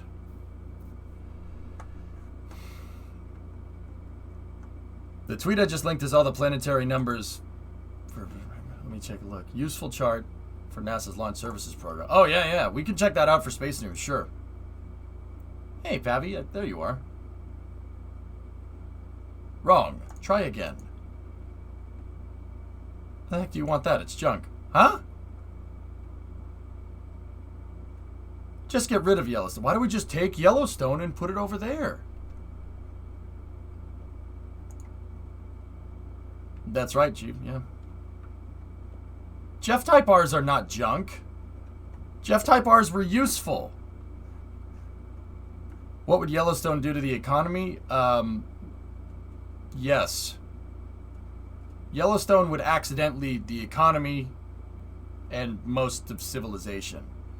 Lemprod, they said that just the cloud of smoke that Yellowstone going off would remember when that volcano in Iceland went off and it disrupted traffic across the Atlantic?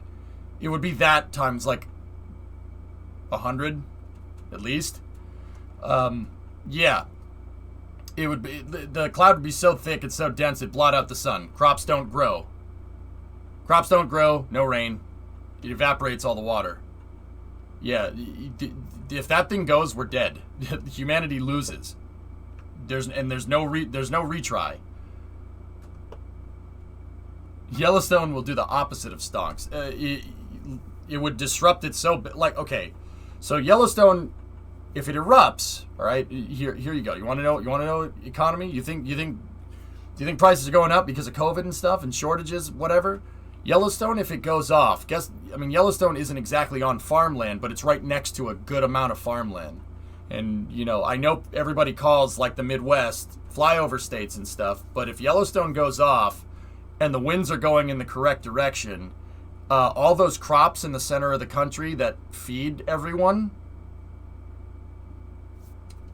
bye-bye. And if the crops go, the livestock goes. If the livestock goes, no food. Hope you guys have greenhouses. And yeah, then we can't sustain it. People go hungry. And yeah. Yeah, that's game over.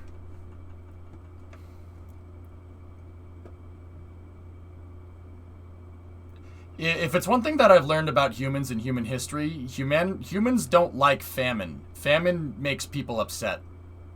Like, really upset. There was a famine in Russia in 1917. Yeah, that didn't end well. Yeah. We are anti-famine. That's right. I saw a dude on Mars eat potatoes forever, yeah.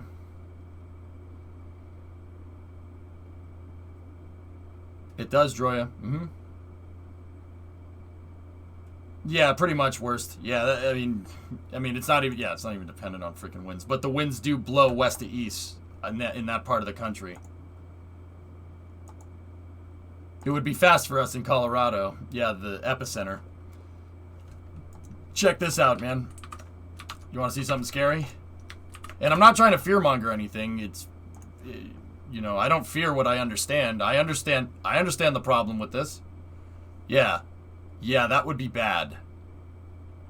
Okay, don't cross the streams, Egon. Alright, good safety tip. Nuclear power could help, but remember, this thing is going to, yeah, water. Nukes need to stay cool. I mean, nuclear power could get us through sustainably, but how is nuclear power going to grow crops fast enough?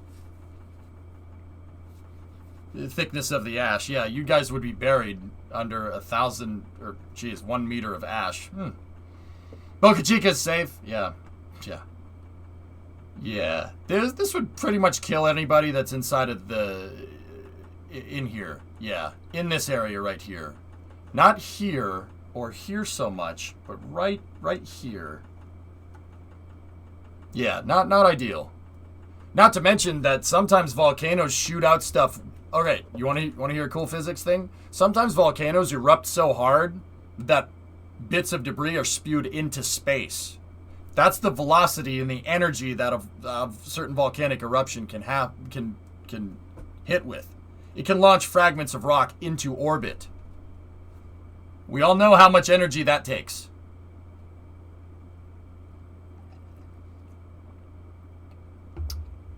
We all know how much energy it takes to accelerate 1 kilogram of anything into space. That's a lot of power. And volcanoes can put tons into space. Literally a super heavy launch vehicle. A single stage to orbit, super heavy launch vehicle. You know? On the upside, ash is used to make soap. We'd be really clean. Oh, yes, yes. Do you think that manhole cover that shot up during the nuclear test made it into space? It probably burned up on the way up, most likely. Nuclear energy does grow crops. The power it provides can provide UV lamps that act like a substitute for the sun. Yeah, Savvy, if we had enough of it. We don't have enough of it right now. And this is why people say, oh, we're insustainable, we're insustainable, we're insustainable. We're insustainable because, you know, we have to pick stuff up out of the ground and put it into a furnace and spin a turbine, right?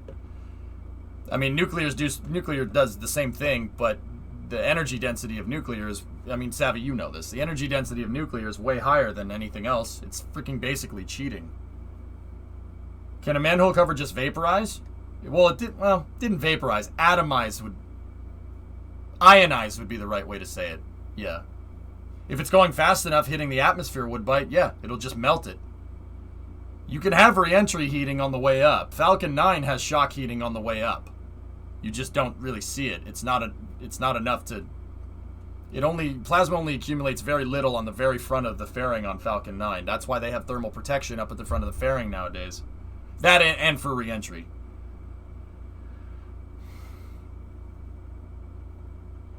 The manhole probably moved so fast that heat wouldn't transfer. The heat wouldn't transfer fast enough. I don't think that's how that works, O-Force. And if I'm wrong, please correct me.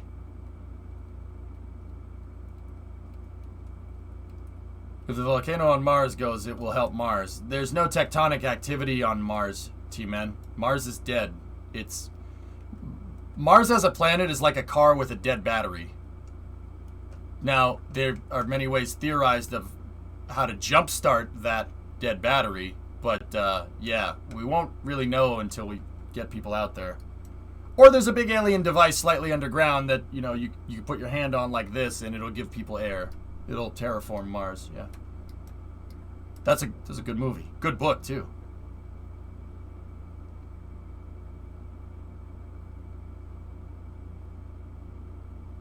Chivo, nice. LS swap Mars, there you go. I mean, not even an LS swap can get around a dead battery. This is what the Santorini supervolcano... Yeah, it basically blew an island in half. Yeah. Where do you think Kerbal got the idea from Crater Lake, Chief? I know all about that. They need the air. Cohagen, people need the air. Alright, let's go. Alright, we had a good enough primer there. Let's do this.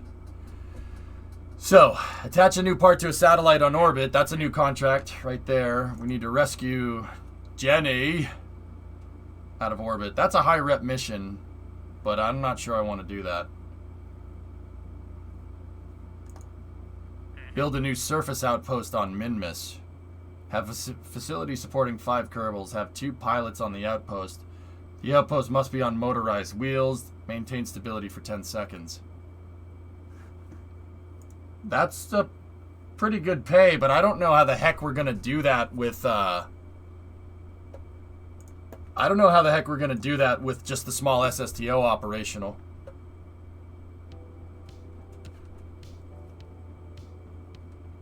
I missed the last 3 KSP sessions. What did you get up to? I finished the pad in the first one. I did a test flight of the SSTO in the second one. Deployed the satellite. Deployed a satellite for money. We made profit. The SSTO made its first profit. Don't get me wrong. In terms of P&L, we're still in the red with the SSTO program by about 3 million Kerbucks. And it's probably going to be 3 million more for the big one. I'm not going to lie to you. Yeah, we're doing okay. And then yesterday, Drummer, I made the gantry crane to be able to pull payloads in and out of the SSTO when it's on the pad. And I tested all the systems. They should work. Extract 1,100 units of ore from the moon. We've detected some ore on the moon. Extract 1,100 units of it. Okay. Rescue Gen A. Easy. Just hook some interplanetary jumper cables. Of course. I mean, Reagan, pretty much. You need to put enough energy into the core to get the iron core to start melting, and maybe that combined with gravity will do something. I don't know. I don't know enough about plate tectonics. You need to talk to Rocket Sage about that. FYI, the Orani eruption in New Zealand 26,500 years ago was the last supervolcano eruption with VEI8. It is very likely the cause of the most recent ice age. Yep, volcanoes cause pretty hard climate change. Meteorites, asteroids, bad climate change. Oh yeah. How much would that actually suck? Like if we transition to a sustainable energy, right? We did all this work getting to sustainable energy like wind, solar, hydro, and nuclear, and then a freaking volcano erupts. That's something we need to monitor, or an asteroid hits. This is something we need to monitor and something we need to be cognizant of, because if we're not, right, how much would it suck to do all that work to prevent the planet from heating up, right? And then an asteroid comes and heats up the planet anyway. That would really suck.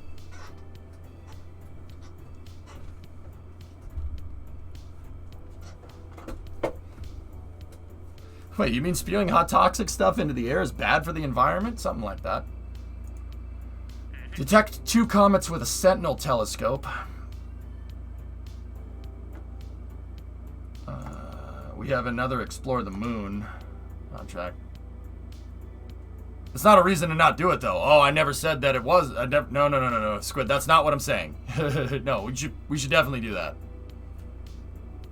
Yeah, yeah, definitely should do that. Squid, what I'm trying to say, the gist of what I'm trying to say from that is that we should do all of those things. Like, we should go and we should have better ways to monitor the planet here. But simultaneously, we should also go further out into space to help safeguard it. To help safeguard ourselves so, one asteroid is not an extinction event. You know what I mean? If we figure out how to do things better up there, that can help us with asteroid deflection, for instance. If we have the Saturn, like say for instance we had the Saturn V, and the Saturn V have been operational for 50 years and it was still going, do you think asteroids would be a problem? Asteroids do not concern me, Commander. No, we would have probably figured out a way to deflect them by now easily. So the gist of what I'm getting at is that, we can work on being sustainable down here, right? But we also should be cognizant of the threats that we face, and some of those threats we're gonna need spacecraft to figure out. Satellites monitoring this planet here, satellites monitoring other planets, Mars, Venus, figure out what the heck happened over there. So, use those as controls. We might as well send people there while we're at it. What's poppin'? Hey, Butseam, how are you? Hello, I'm new here. Smoke, how you doing?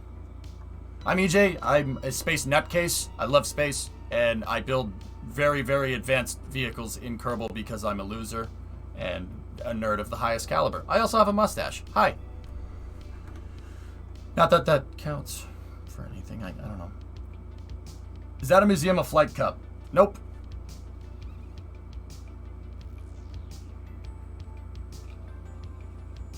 It has my all-time favorite astronaut saluting on the moon next to an American flag. Frankencrane is being extended with a 12-meter segment right now. Cool, cool. All right, so I'm sad to say that humanity will end itself before a volcano or a space rock, I'm afraid. Yeah, Robert, we're a little more resilient than that. Yo, White! 69-month resub. That's the number. That's the number for the meme. That's the meme number. Spodrum, happy Friday. Nice. So I assume you're the guy to go for new people trying to understand and play KSP? Yeah, Smoke, you can ask me a question anytime, dude. I try to pay attention to chat as much as I can. I don't care if there's 5,000 people in here, 500, or 5. The chat, I'll give you my same attention because rocket science is a pain in the butt and it makes you want to pull your hair out. See what I'm talking about? I've done a lot of rocket science. That's how you can tell. See what I mean? You can tell that I've done a lot of rocket science. Pulling my freaking hair out, man. Yeah, if you have questions, just ask. Now, my gameplay with KSP is a little bit more on the advanced side. I try to do insane stuff in KSP to inspire people. Like, the current project that I'm working on here is building a single stage to orbit launch vehicle, right? So it's called an SSTO. And basically, Smoked, what that means is I put it on the pad all the way up into space, we deploy a payload, come back down, land it on the runway like the space shuttle, and that's normally where run-of-the-mill KSP gameplay would stop. No. I have an airport tug that can go and grab the thing, tow it off the runway, bring it back to my own custom-made launch pad, reintegrate the thing, put new payloads in it, turn it upright, fuel it, and launch it again without ever hitting the recovery button. This is part of my mission mode rules. You see over there? This is part of my mission mode rule guidelines. If you type !M rules into chat, you can see my rule set. I play Kerbal by a very, very stringent set of rules that is very difficult. I do that to challenge myself. I've been playing this game almost every day since 2012. Yeah, it's a long time at this point. I've been streaming it almost every day since 2012. It's very rare that I don't play Kerbal on a stream, you know? In everything but space, he has bad taste. That's all you need to know. Oh, come on. Toto, 9-month resub. I like the Frosty Nuggets. White. Will there be a separate version for the crew where the crew pod just drop into the cargo bay? Drop into the cargo bay, JuiceBot, is my plan right now. That'd be easier, because then I don't need to re-engineer the vehicle for a crew variant. We just put the crew variant in there.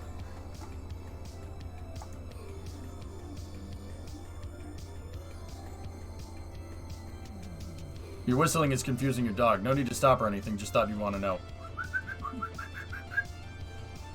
Do you actually study rocket science? Have a degree, or do you just play this game a lot? Well, okay. Look, when I first started playing KSP, dude, I mean, I love rocket science. I'm not an engineer by trade. I'm a 3D artist. I can make models for video games and can make stuff in CAD, right? I know how to do that. That's what my formal schooling is. With that being said, I found out that rocket science and engineering is, I went to school for 3D, but engineering and getting into the nitty-gritty details and proving what you made with math is something that I like a lot more than just doing 3D art and basically making, in video games, making the equivalent of set pieces. I like figuring out how stuff works. I have a tinkering mind. That's just how that happens. So it started with playing Kerbal a lot. I mean, I started really getting into space flight around 2009, 2010. I've always liked space for what it's worth, right? But I started getting into it right around 2009, 2010. Started reading about the space shuttle because I've always loved the space shuttle, right? And Then my buddy showed me Kerbal, and then that was the end of that. So Kerbal just made it worse. It was a gateway. Gateway. Nice. There is gateway news, by the way, today. Gateway into really wanting to learn more rocket science. And then as I started streaming it more and more, people kept asking me questions about stuff that I didn't know the answer to. People still ask me questions that I don't have the answer to this day. I don't know everything, but that basically made me want to get better at this and learn it more than what I already did. So everything that when it comes to engineering, I'm self-taught. Engineering, mechanics, dynamics, forces, stuff like that, statics, aerodynamics, hypersonics, transonics, supersonics, orbital mechanics, all self-taught. Yeah. Kerbal didn't really teach that to me so much, but it helped visualize it for sure. But yeah, I'm doing this for the better part of 10 years, man. So the thing about space is that it's literally an infinite rabbit hole of information. Smoke, you ever like play a video game and you're really into that video game and then you beat the game and you're just like, all right. You never beat the game when it comes to space flight knowledge. You'll never win. There's infinite amounts of stuff. There's always something new to understand and something new to learn. It's like an endless tap of new information and dopamine hits, you know? So I've just kept going with it. And I can talk good enough to be able to fool engineers into thinking I'm one of them. I can fool them. Day 360. They still haven't realized that I have a liberal arts degree. You know? But, yeah. It's fun, man. Love what I do. Good evening from Europe. Hey, Nemetko. Another YouTube treasure you could skip forward to around the 12-minute mark. Well, guys, I got to get into test flying. We're going to... Oh, no. Oh, I hate these videos. Don't climb. Nemetko, don't touch the damn thing. Oh, you're breaking... Oh, gosh. No... Don't get me wrong, it's cool seeing Buria. Nemetko linked an Urbex video about Buria. But I can't look at this thing, man. It's so freaking frustrating, dude. I don't care if it's a Soviet shuttle. No shuttle deserves this. It's a piece of spaceflight history, and it helps tell the story of humanity's quest to go into space. I can't stand seeing it like this. It really, really bothers me. Anyway, and we love you. Thanks, White. Alright, so, let's go. That's pretty cool. No wonder you have so many viewers. You're actually very interesting. I try, Smoke. I try to show people how crazy this rabbit hole actually gets. But, yeah. A lot of people are here for the Kerbal gameplay, so let's go. The EJSPCA, yeah, right? Alright, so let's see. Are there any contracts that the SSTO can do? So I just made a small sat single stage to orbit vehicle. I've been developing it over the past couple of months. And it has a 2-ton capacity, 2,000 kilograms or 4,400 pounds payload capacity to space. I'm trying to see if there's any missions here in particular that it could do. None of these missions really seem to be a small sat mission. Yeah, Kev, I know.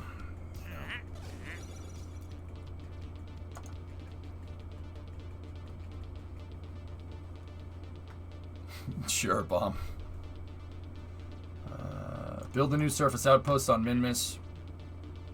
Yeah. Have you built a space station? Many space stations, Smoke.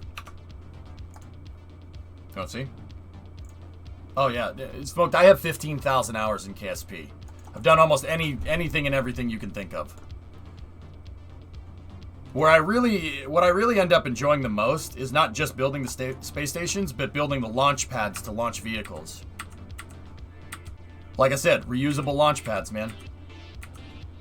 Let me see if I can find a good picture of the space station. Yeah, see, this was an outpost on Minmus that I built one time. Yeah, see. Well, the pad broke in that picture, but... nope.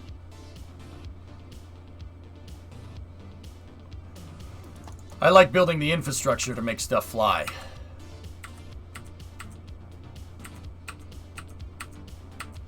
and then going and testing it.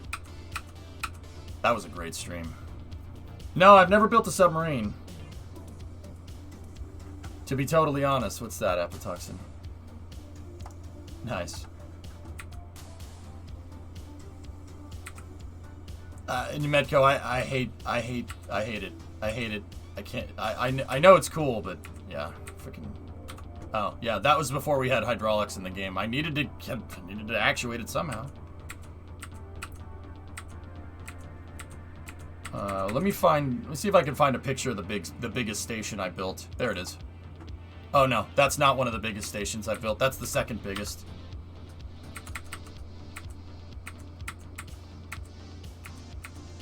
No.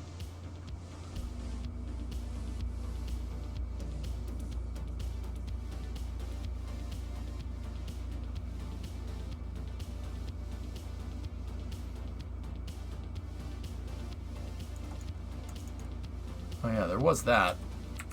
The K-90. That's an awesome plane. Yeah, I don't play 8 hours of KSP though anymore.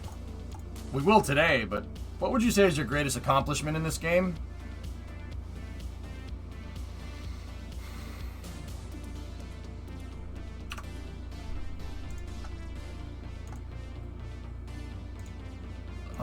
It's probably my space shuttle that I engineered, dude. I back-engineered the space shuttle and built it in KSP. And it's not just, oh, hey, I made a shuttle. No. What I did was, I took my space shuttle, I took the space shuttle, I studied how it flew in real life by reading endless amounts of stuff about the space shuttle. And I engineered a shuttle that flies and works as close as I can possibly get it to the actual real thing. So I took how the shuttle flies in real life. I took the real life aerodynamics, and then I built one in KSP, and I figured out a way to make the shuttle fly like it does in real life in KSP. My shuttle stack right there is about as close as you're ever going to get to how the real shuttle flies in KSP. It is one of the gnarliest things. It took me 6 months to engineer the stack. And the shuttle is reusable. If I ever built the cranes and everything for it, you could take this shuttle, put new payloads in, stack it, and fly it again. It is reusable. And then, well, there's the SLS, right? Built an SR-71 there. Don't ask. Collins is probably... We did this on May the 4th a couple years ago. Collins is probably... Oh, there's the big space station. Yeah.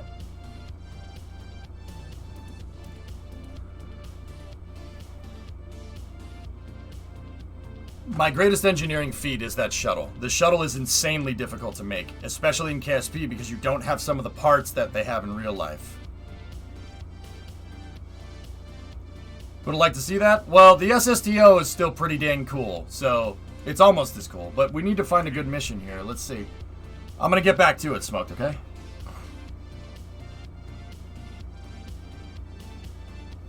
We need surface-deployed mystery goo observation science from the surface of Minmus.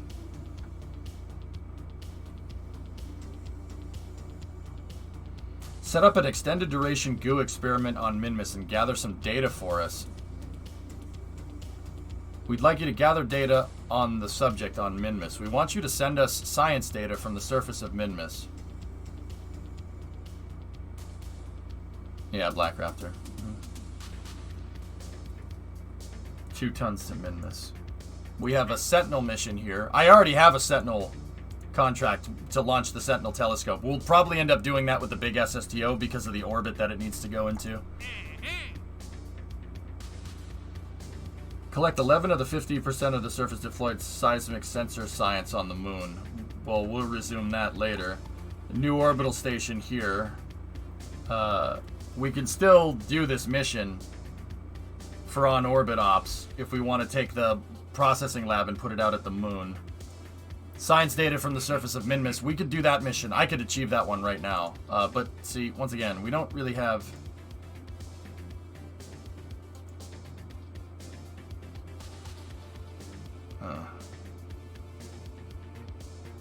Attach a part to a satellite. Attach a rechargeable battery pack on the aging Kerbin STX Satellite 2VM spacecraft. See, you need Kerbals to do this. That's the problem.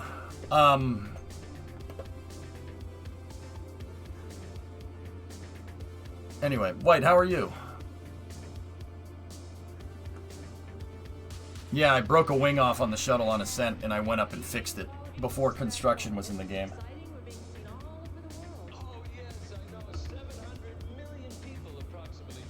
Yeah, Droya, I know. I took the rep hits. All those freaking rep hits took away all my satellite launch contracts. We could launch a telescope on Freedom 10. The problem with that core is that I took Freedom 10's pad and I put it... We put the SSTO's launch pad where Freedom's pad is. So, I don't know how I'm going to do that. Oh, the one where I hit the station rarest, yeah. About to go on vacation, freaking excited and ready for a break. Right on, man. That's cool. You going anywhere, or is it a staycation?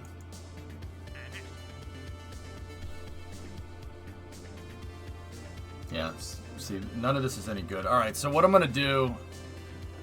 Here, let's go check on the vehicle here. Hopefully it doesn't explode. Could you launch Freedom from the SSTO pad? It's not really designed to do that, Kick. I'd need the gantry crane.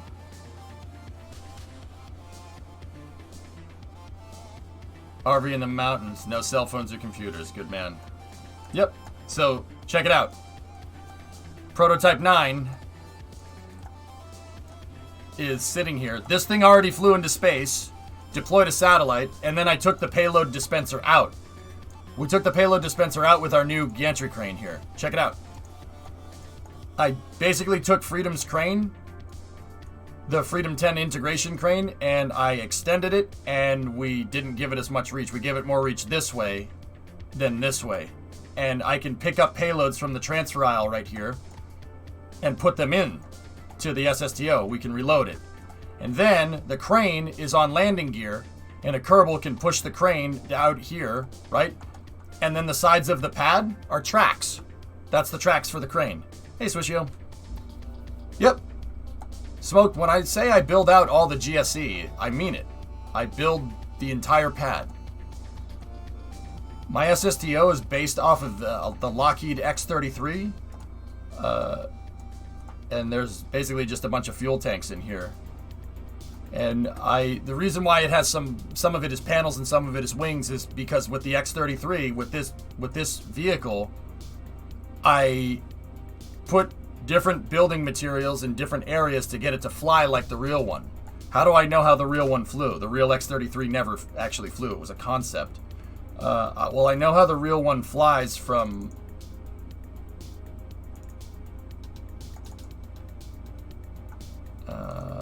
NASA's Technical Resource Archive.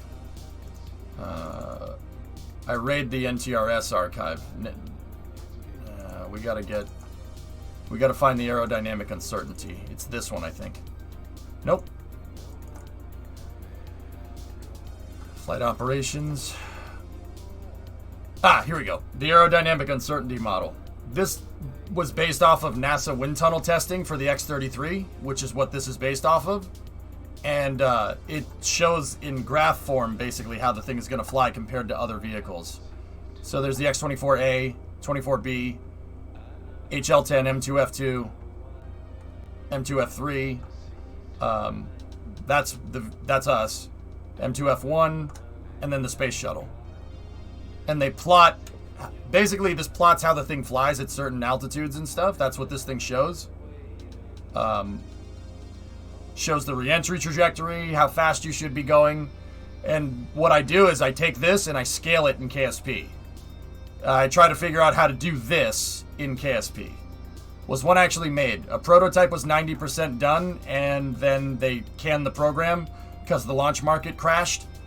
And they had some trouble with the hydrogen composite tanks.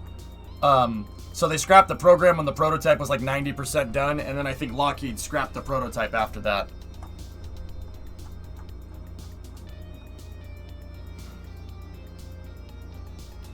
Why is the shuttle's line straight? Okay, so what you're looking at here, angle of attack as opposed to airspeed.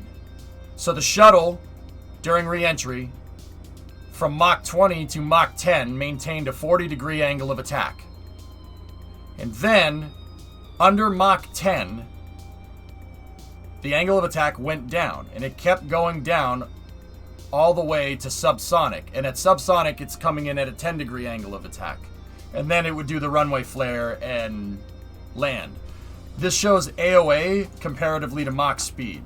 So the shuttle basically came in belly first like this, and they used the bottom of the shuttle and with the nose cone up front pushing the plasma out of the way, and the tiles working as a heat sink to make the shuttle into a giant air brake to slow it down. Right? It did this, it decelerated, it did the majority of its deceleration up in the upper atmosphere, and then peak heating would have been somewhere around here. And then at Mach 10, this is when you'd get out of the fiery stuff for the most part. There would still be some residual heating down from 10 to 5 in the hypersonic regime. And then when you enter supersonic, yeah, there's no heating over here. Is it possible to build the Hermes? Yeah, of course.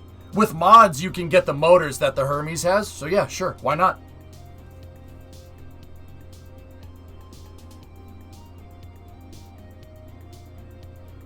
The X-33 would be a little bit different. The reason why the X-33 is a little different is because it's not a blended wing orbiter like the space shuttle.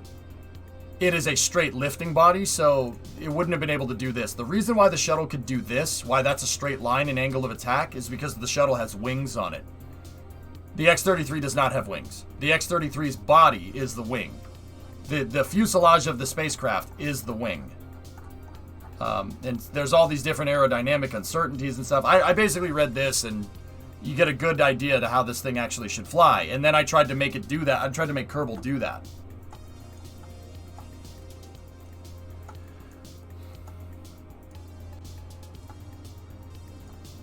Yeah, you can, yeah, Kerbal has a huge modding community behind it. That's part of the reason why it stayed popular this entire time, Smoked.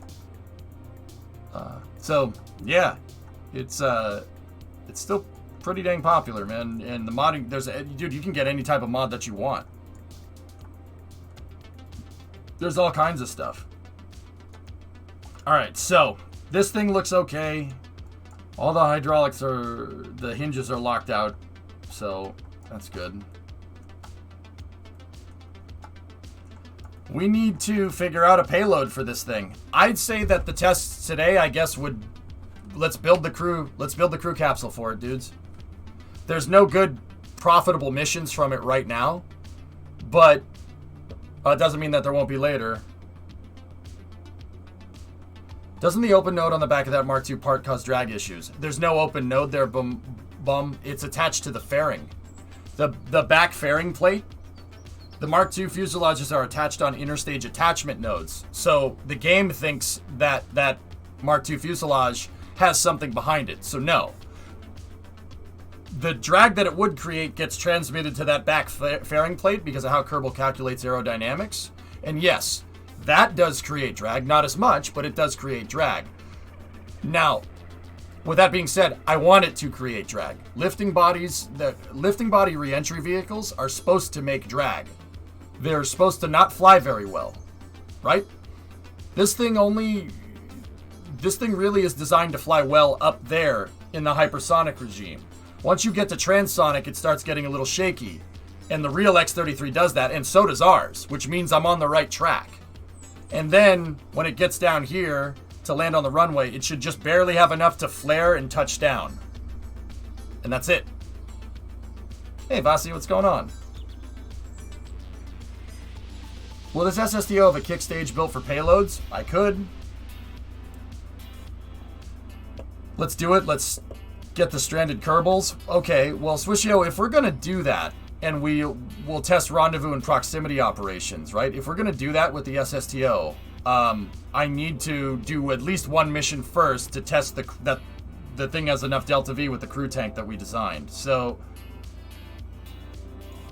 I'm going to go to prototype 15 here, And we are going to make a new craft file today. So prototype 15 is basically our baseline.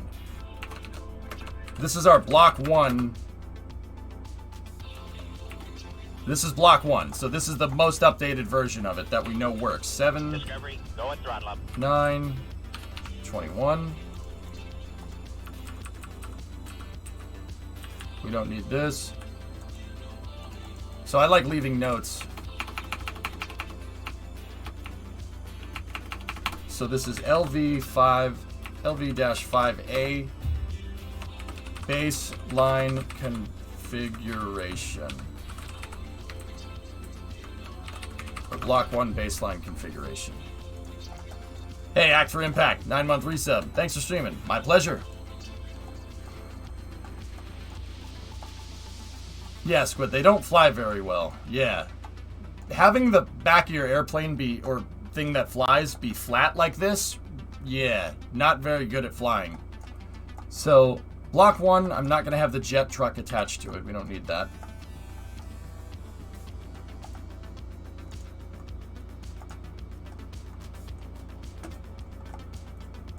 And then I hate having the fairings expand because I don't like that. I have the fuel tanks that are inside of the aero shell. Those are inside of fairings. So the game it helps the game understand that there is a shell around these things. And because they're attached on fairings, all the aerodynamics would get translated to the back of the vehicle like a regular rocket. The back of this thing creates a lot of drag, and that's on purpose. All right. I'm going to add a new category, LV5.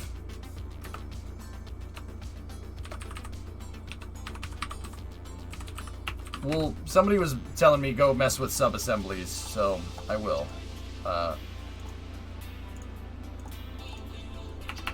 This is the LV-5A small sat dispenser. This is an old version.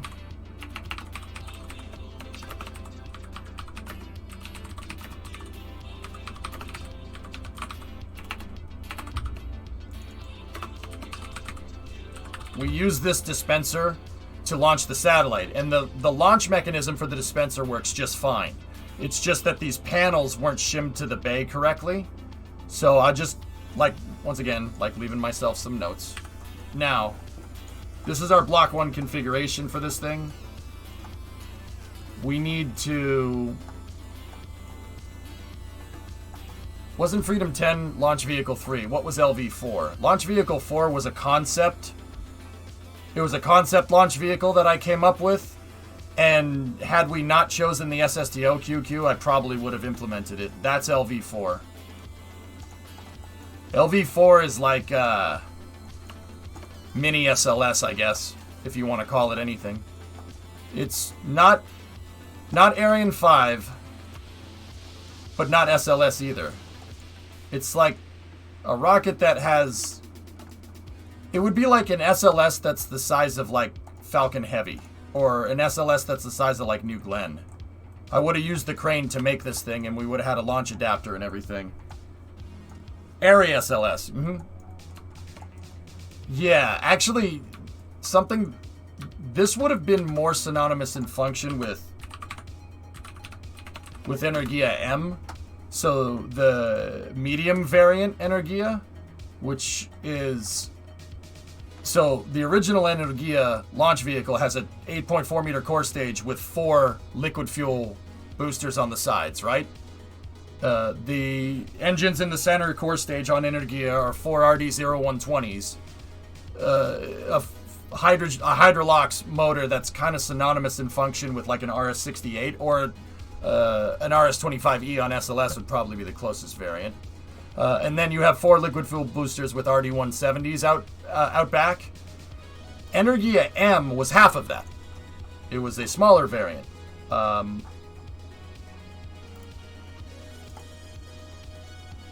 See? It was a core stage that was basically half the size with 2 boosters instead of 4. could have launched from the same pad. It uses the same umbilical carrier plate. The cool thing is that this is the stage right here. That's the hydrolock stage, and then that's the fairing up here. Yeah. So when the boosters separate, and then from this black line forward, that's the fairing. Yeah, it's actually a pretty cool. This would be the closest one in function. Yeah. It doesn't look like it. It looks like SLS, but this would be the closest. Yeah, Energia M. There's a mock-up of it sitting in the building next to Buran. Yep. There's a mock-up of it sitting in the MIK building next to the abandoned orbiter. Everybody goes and sees the orbiter. Nobody goes and sees this because they don't understand what it is. Yeah, Ralph Merebs took this picture. See? Structural mock-up. So this is like a Pathfinder. And the cool thing is that you have potential mounting points, so you could put 4 boosters on this if you wanted to. Never had a chance to go anywhere, Kim. Yeah, that sucks. Yep, there it is on the TUA. And it uses the same launch plate as Energia. So not only could the Energia launch with the shuttle, it could launch with Polius, it could launch with a payload fairing sitting on the side, or you could have a smaller version, the medium variant, like that, and the same launch pad could launch basically 3 different configurations of the same rocket, which is pretty damn impressive. This is why I say Energia is probably the most... ignore these things over here. There's M, there's Energia Buran, Energia Polius, and Energia with a cargo fairing, and then there's the Zenit rocket. These ones over here, the same launch pad could launch all this stuff from the Energia M over. Yeah, it could launch all of this. One launch pad. Forget these. These never got made. These were just pipe dreams over here. This stuff is the stuff that actually existed on paper or in real life. Yeah, there you go, Thomas. It's sitting on the reaction frame. Yep. That's the launch table for Buran Energia or Energia M.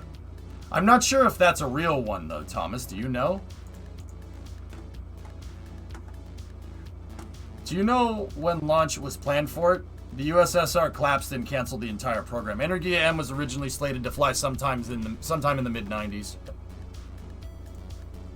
Buran was supposed to carry people in 1993 on Buria, the orbiter that everybody goes and explores. The one that's abandoned was supposed to be the first orbiter to carry people. Yeah. That's why, and that's the other reason why I think it's so damn important. It's man rated. That's like the one that flew into space was basically a Dragon 1. It wasn't finished. It didn't have any life support. Right? It wasn't a completed orbiter. Buria, the one that is still around that didn't get destroyed in the hangar collapse while not ever flying to space, is a fully completed Buran. Yeah, that's why I revere that thing so much, because it's real. It's a real space shuttle. Hey, Alucard. Yeah, Manned Flight was supposed to be in 1993, and it was, Kim, it was Igor Volk and... I forget the other guy's name. Igor was supposed to fly, and...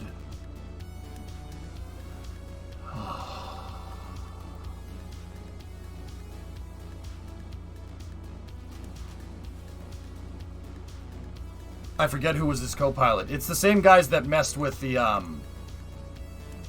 It's the same guys that messed with, that OKGLI. Buran was designed to service Mir. Jim. Yep. Mm-hmm.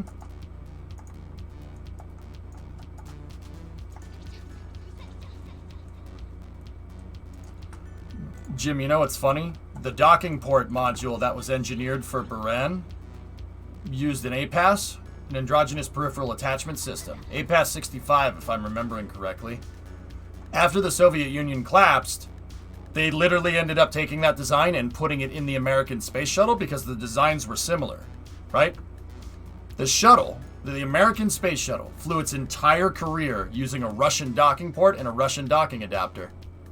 Why change it? It works. Funny story.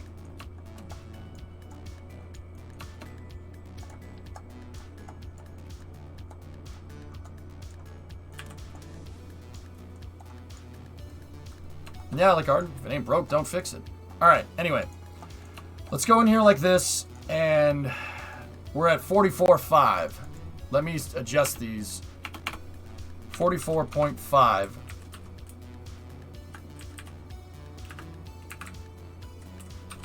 Tons dry. And let me just get some baseline numbers here.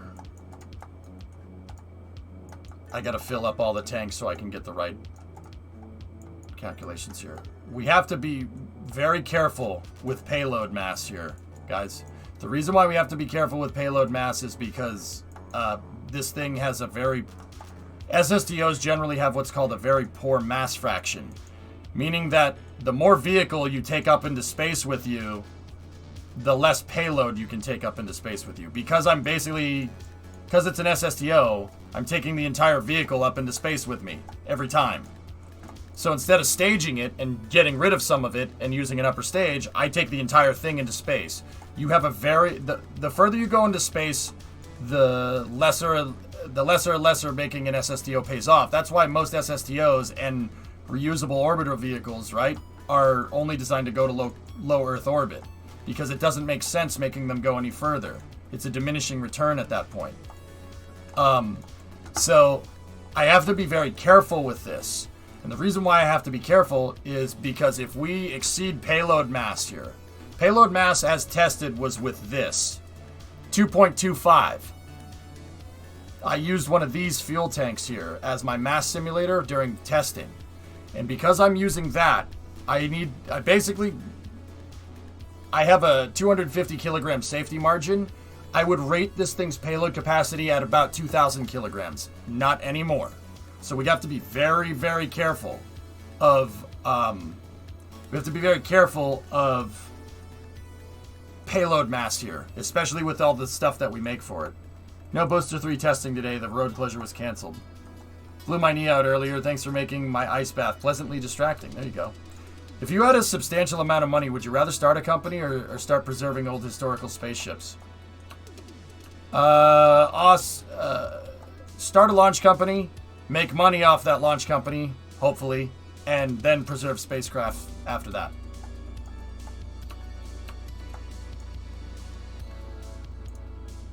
Alright.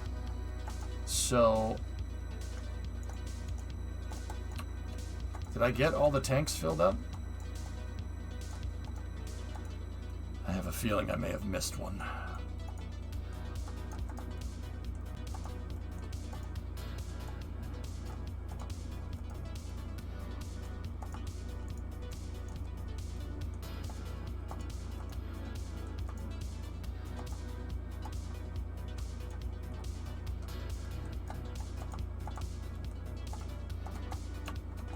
See last, please.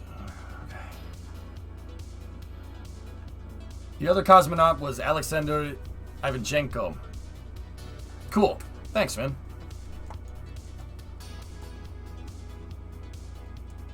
No, one decoupler and a strut, Dolian, is what you want. Put your decoupler up at the top of the vehicle, so when the booster separates, it pushes the front away. Instead of like at the bottom where it would push the nose in. Decouplers up front, strut down the bottom. Yeah.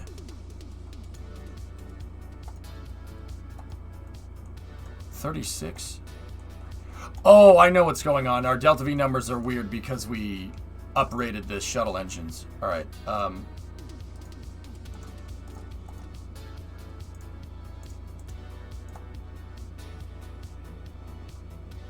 Alright, so here, let me just do that.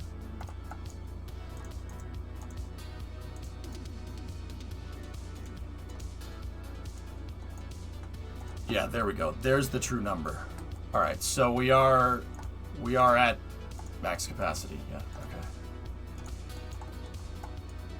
Okay, I have all the fuel tanks filled up. I need to figure out its dry mass so we can write down the baseline numbers here first. Wet is 180.5 tons.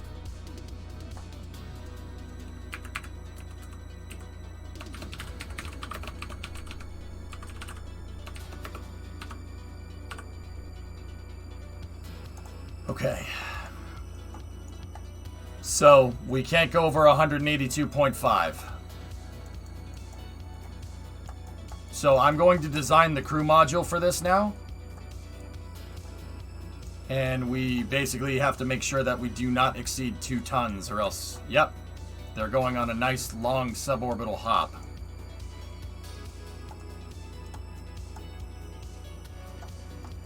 I gotta take all the fuel out of the fuel tanks here.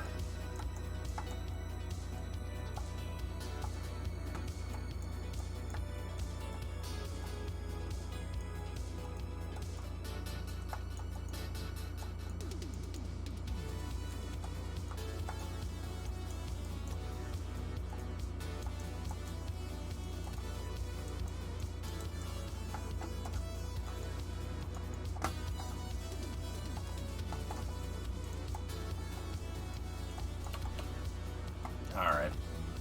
So make sure we're at 44.5. Yep.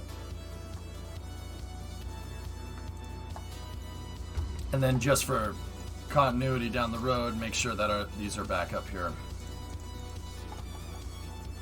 Test flight went really good, Evil Race. We still have to figure out how to fly this thing when it comes out of the re-entry heating.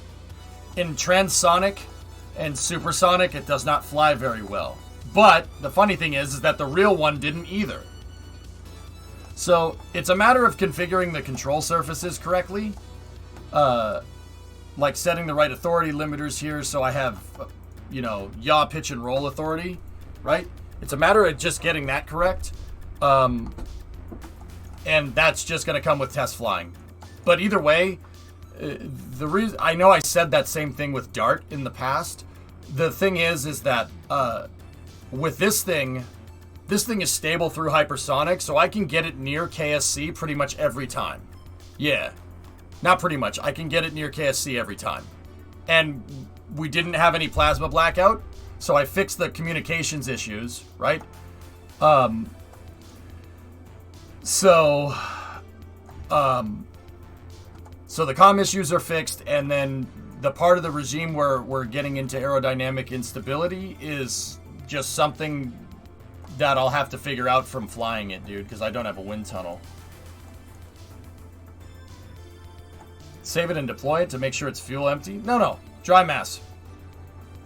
That's why I wrote down the dry mass. I knew it was empty. It's 44.5 tons full. 180 when it has a full tank of gas. 182 with payload, with maximum payload capacity. So, we need to design the crew tank. That's what we're going to mess with today. So, let's do this. Yeah, I designed inside of the SPH because of the better camera controls, but my VAB is fully upgraded, so even though we're running into constraints here with part count and sometimes size, I can deploy stuff out of the VAB. Roger's right. Alright, so will the crew module be like a payload? Yeah, pretty much. No, Colonel Sanders. Roger's wrong. Mama's right. Alright, so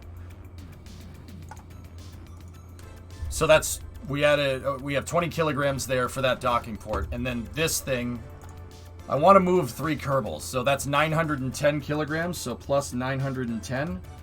So we're at 930. And I want a Kerbal to be able to have a control panel, so like a pilot could fly it. So I need kind of a flight deck here.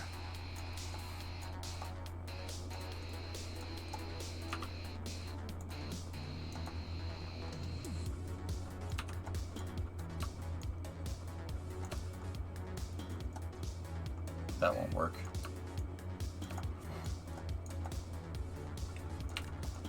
Does that fit? It does fit, but it won't. See, this is the problem that I was afraid of running into yesterday. Yeah, we also have to include Kerbal weight. Kerbals with equipment, if they're carrying equipment, I think Kerbals with their spacesuit are 45, and then with equipment they can go up to 60, if I'm remembering correctly. So 930 plus 60 plus 60. So we're at 1.05 ton right now. And that's if this thing is it 95, Thomas? Why not replace the cargo bay with a Mark II crew and Mark II cockpit? One, I have to re-engineer the vehicle, Swishio. Two, a Mark II crew and Mark II cockpit is too heavy. Too heavy. Adding this in lieu of a payload bay. So the payload bay takes away 500 kilograms. We're taking away 500 kilograms, and then we're adding 1.8 plus the Kerbals. If that goes over 2.5 tons, then it's useless. It doesn't have any use to me. Yeah, I don't want to re-engineer the vehicle. I want one baseline design at least. And, you know, if you're not convinced in that regard, I want to try to make one vehicle do everything. If I have to make a crew variant of it later, maybe I will, you know? But, yeah. When including the parachute and the jetpack, a Kerbal has a mass of 93.875. Okay, Thomas, so I did 60, so we need 30. We need to plus 33.875. Okay, so now we're at 1.17. Good number. All right. Hey, Nebula, what's going on? So, I'm going to try to put this in here like that. And then I don't need monopropellant in this thing, so we can get rid of that. How much monoprop are we carrying? 176. 136. So we had 40 kilograms of monopropellant. So we're going to add 706 kilograms plus 706 is 1823 plus 93.875 is 1917.6 kilograms.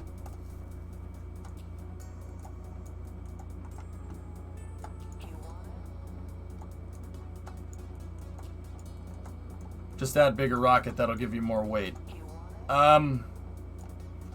Jolene, if it was that easy, NASA wouldn't spend billions of dollars. NASA and Elon, by proxy, I guess, wouldn't spend billions of dollars on engineering vehicles. It's not that simple, dude. It's not just adding more rockets or adding more boosters. With an SSTO, gotta remember, I'm taking the entire thing into space.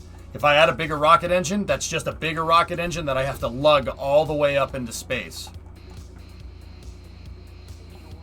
It already has an emergency deploy right there. But I don't think we'll have the mass margin for parachutes or anything, Scuzz, to be honest with you. I don't want one configuration. I want all configurations. Did we see this Antonov vid?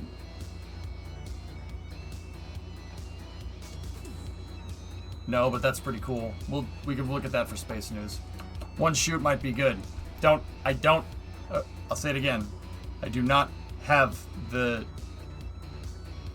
No, I don't have the payload capacity. We have 83 or 82.375 kilograms left over for payload capacity. I literally can't add a chute.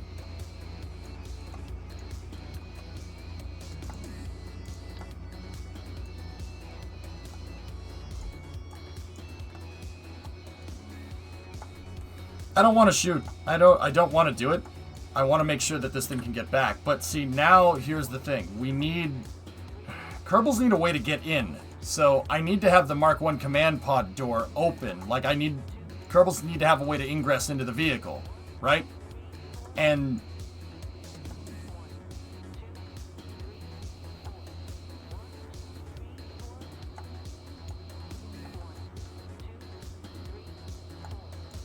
I'm thinking.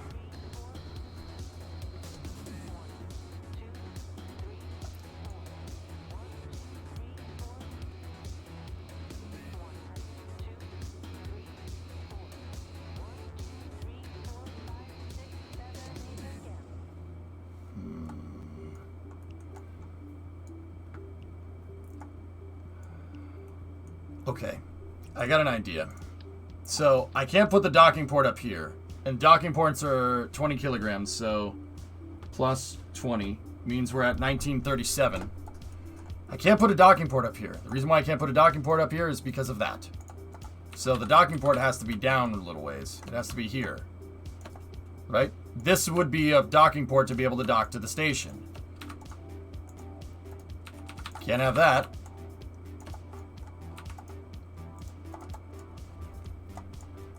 So now what do we do?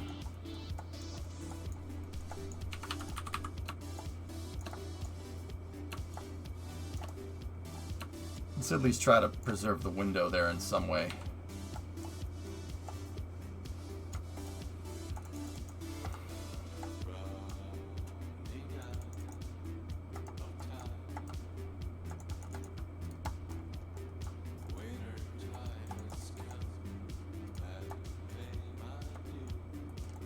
Small lander cam won't fit Neptune. I'm worried about maybe like hitting the solar panel or something. We still have the window so the Kerbals can see out, and then they can ingress to the station this way. We can dock to the station right there, which is actually kind of, that's good.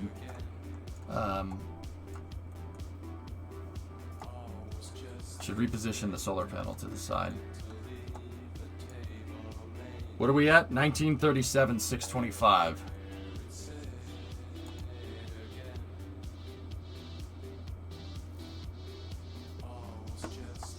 Could you attach the lander can so it's horizontal? It won't fit that way either, Kick. I'm wondering if, can we put this thing sideways? Oh. Oh. We can. Huh.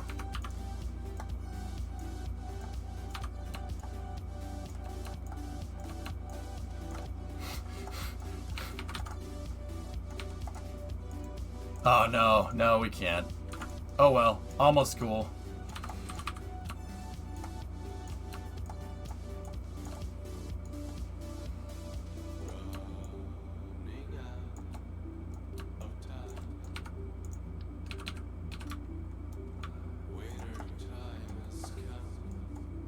How about using Kerbal chairs? I don't know. No, Jim, I don't. I mean, Kerbal chairs would be good, but I don't want to do that, man.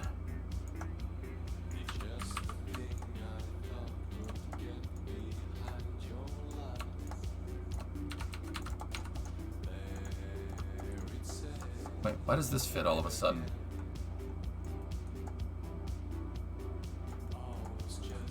Oh, I moved the whole thing backwards. Oh, yeah, okay. I don't know why I didn't do that before, but...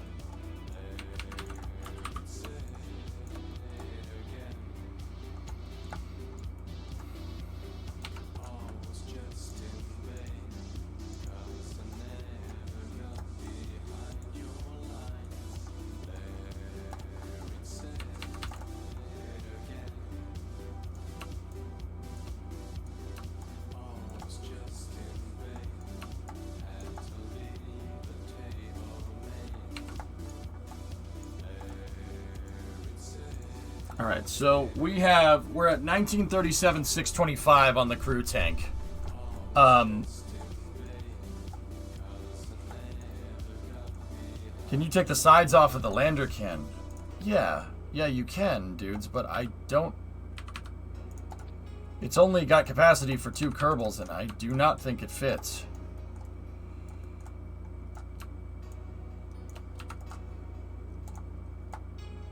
No. Nah, not even close. It's too big. Gotta be careful here, dudes.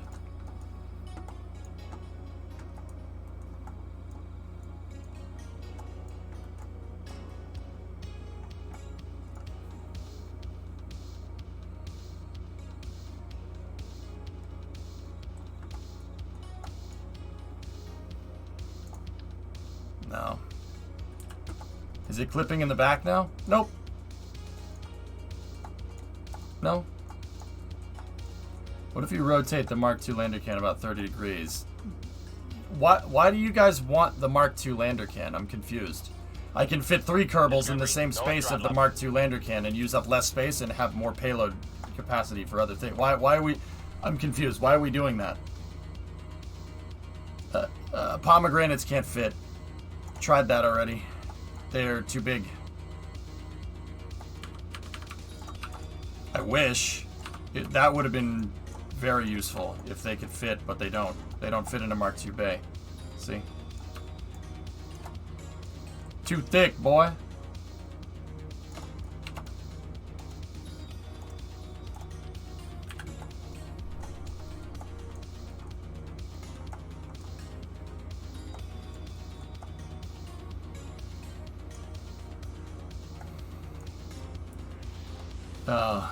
Well, that's frozen on the SSTO that's out there, Core, so I'm going to design around that for now.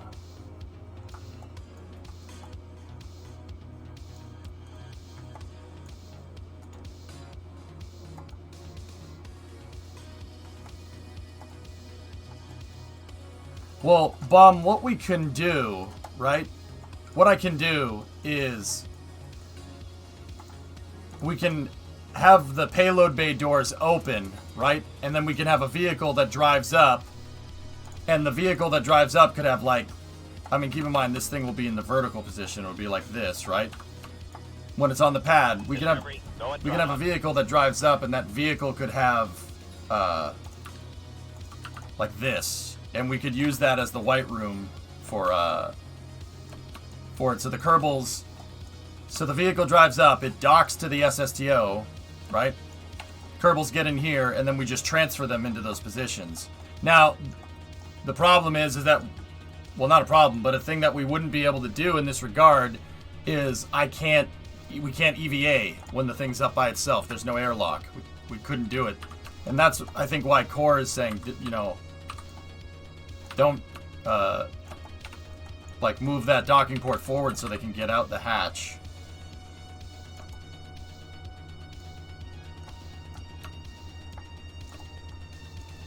Why not have the Kerbals in the capsule when you integrate capsule to the SSTO?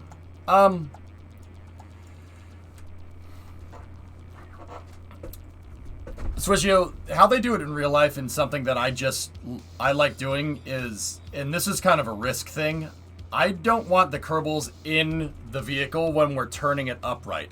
Remember, we put the payload in when it's horizontal, right? I don't like putting Kerbals in there when the vehicle's moving. The reason is because you're adding risk. What if something goes wrong during that operation, right? You're adding... That's just another way that Kerbals can get hurt. Or Kerbals could get killed. Or humans, if you're talking about real life. You want to try to basically put people in at the very last second. The humans usually go on board last. Spaceship first, cargo, fuel, and then people. Or SpaceX does it a little bit different. SpaceX does cargo, people, and then fuel. But, yeah, either way. You know, I don't want to introduce unnecessary risk like that.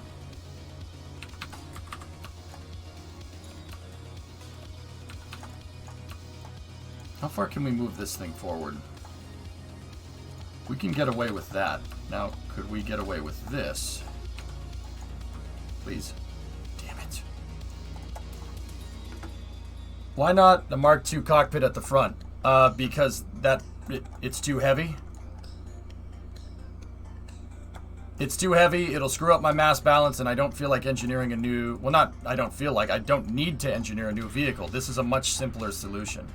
Don't get me wrong, if this one doesn't work how I want it, I could go back to it eventually, but I'm not going to. Don't really want to do that. Core, this would be a good way to do this. Honestly.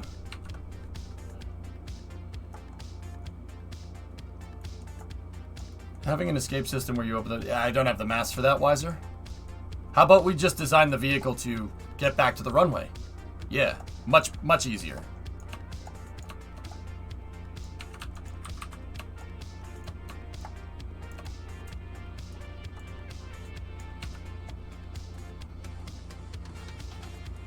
Could you put Dart's body without wings in there? It's a 1.8. It's based off of a 1.8 fairing rig, and it won't fit. You really need the pod? You could use the inline port in its place. I want a...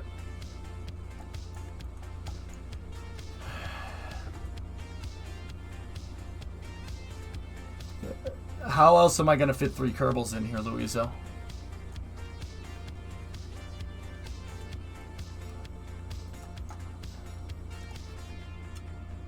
I want this in here. The reason why I want this in here...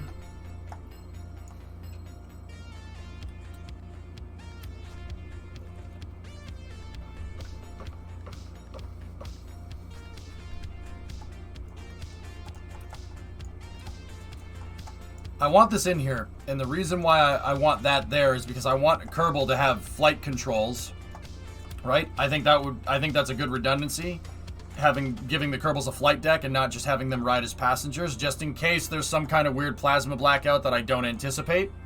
It shouldn't be a problem, but just in case there is, right? It's better to have these controls and have a pilot at the helm, because if Kerbals are just riding in a crew tank, and for whatever stupid reason we get a plasma blackout, the Kerbals can fly through it. I want that redundancy.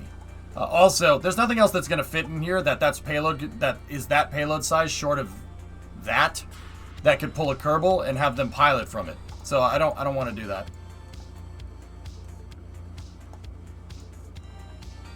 Could you attach a hinge on the bottom to rotate the crews in and out? What do you mean? Have this thing do something like that?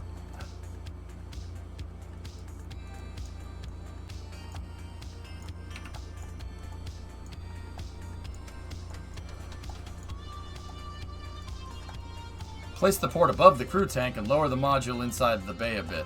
I don't really have any downward space, dude. What if you put the pod in backwards? I generally want the thing that the Kerbal is using to control the vehicle, potentially, to be facing in the right direction, man. What if you made the crew tank the station docking adapter?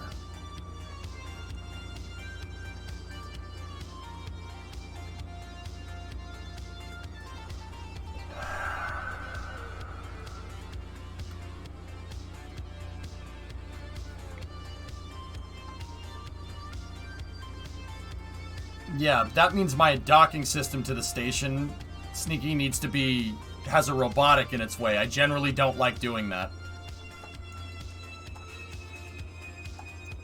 How much do Separatrons weigh? I'm not adding a launch escape system, guys. Not doing that. Launch escape systems just take away from mass, and they rob the vehicle of capability, especially with what we're trying to do here. Remember, not a rocket, airplane.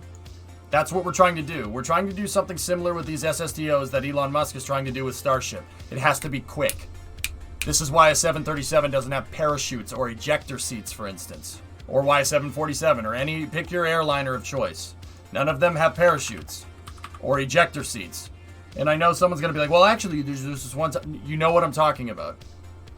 You achieve safety through reliability, and that's what I plan on doing with this. And because I can re-enter this thing uncrewed with nobody on board, we can get a lot of flight testing done. And that's the flight testing that I want to get done today, but so we die like heroes then. Man, you guys really suck at this engineering thing. Holy crap.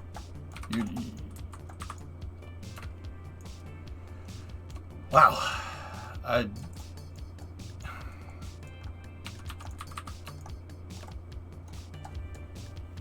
Yeah, no, that's not how that works at all. I could use Kerbal construction to move the solar panel out of the way, but where? Where am I going to move it? I guess we could move it off to the side. It's pretty much out of the way over there.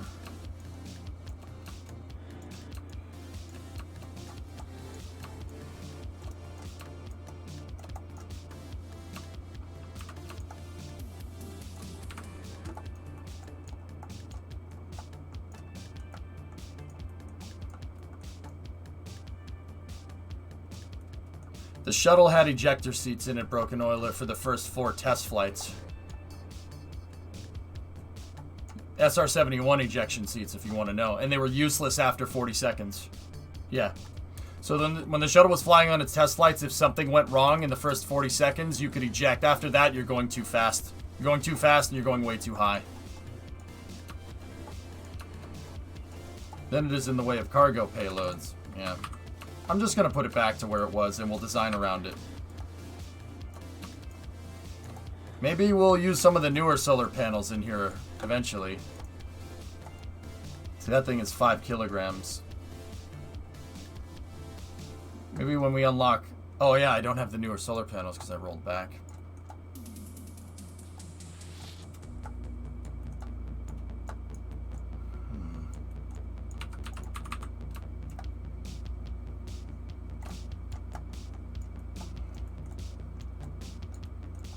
We can get away with that.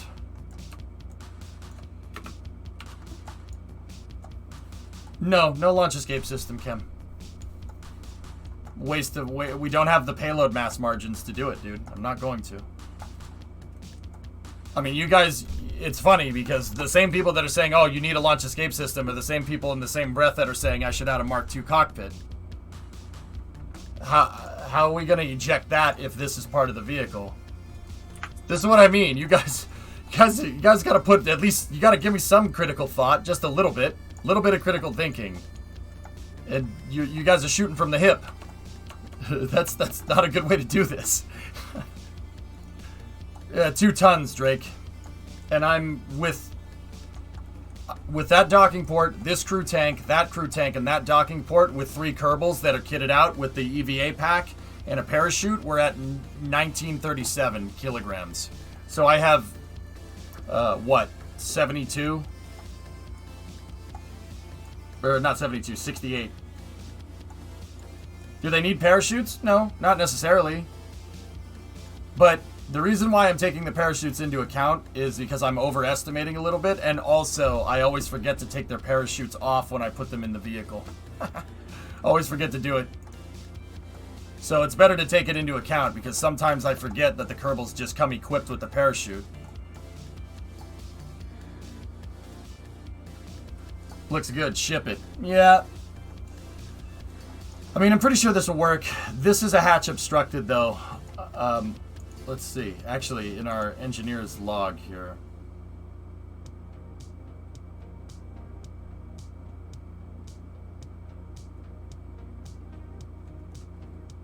No, it doesn't say that it's obstructed. Strange.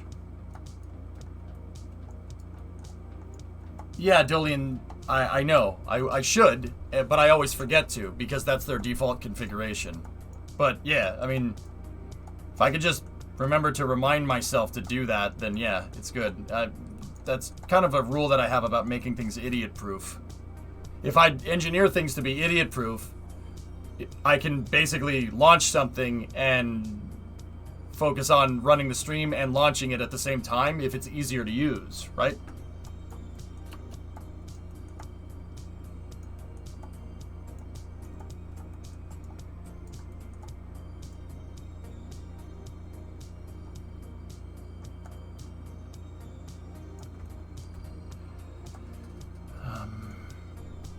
Okay, anyway, gotta keep going here. So, some of you guys were suggesting doing something like this. If I take that and move that there, do we have enough room for that solar panel? Or do we have enough room this way? That's the maximum that thing is going to go. And we don't... yeah, no, that's not going to work.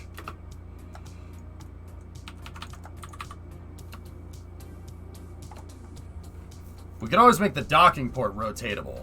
But then again, that means when we go to dock to the station, we're obstructed. You know what? Executive decision time. I don't mind if the hatch is obstructed. The bigger SSTO will give us... We'll have... I'll put an airlock in it. The bigger SSTO, I'll give it an airlock. Yeah. That's what we'll do. So right now, once again, we're...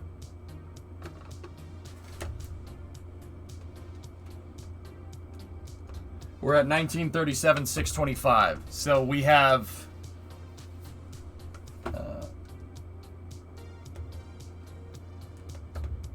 62 kilograms left over. Why can't you put the docking port on the crew cabin? There's no space. No space to do it, dude. How's the crew going to enter? I'll open the payload bay and we'll dock a vehicle to this docking port, Reagan. And I'll have like a lander can right here. And then the Kerbals, when they ingress into the vehicle, I can just transfer them into the positions. They won't get in the hatch like they did with DART. Can't rotate the capsule. Why would I rotate the capsule, Mason?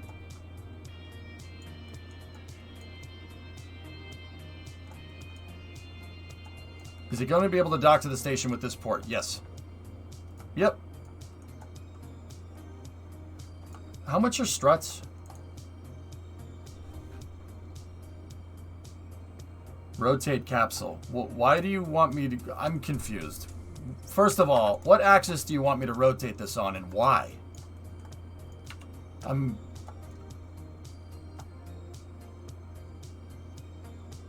If you rotate it to dock to the station, then there's no need to EVA, but being able to rotate it out of the way would be way better.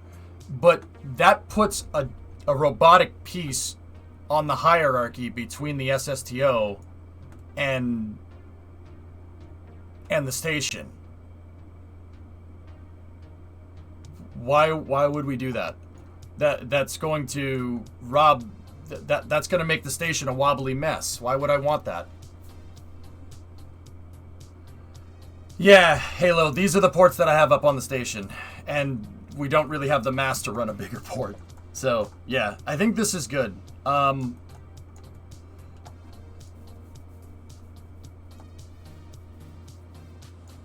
Roll it a bit so a port doesn't obstruct the hatch.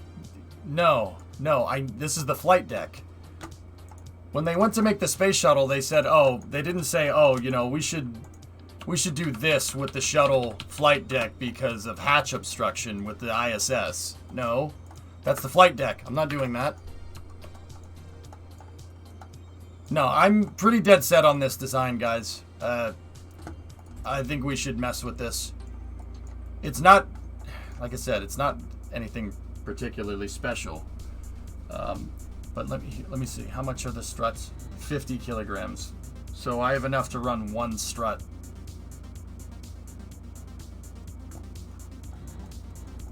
Put the port over here.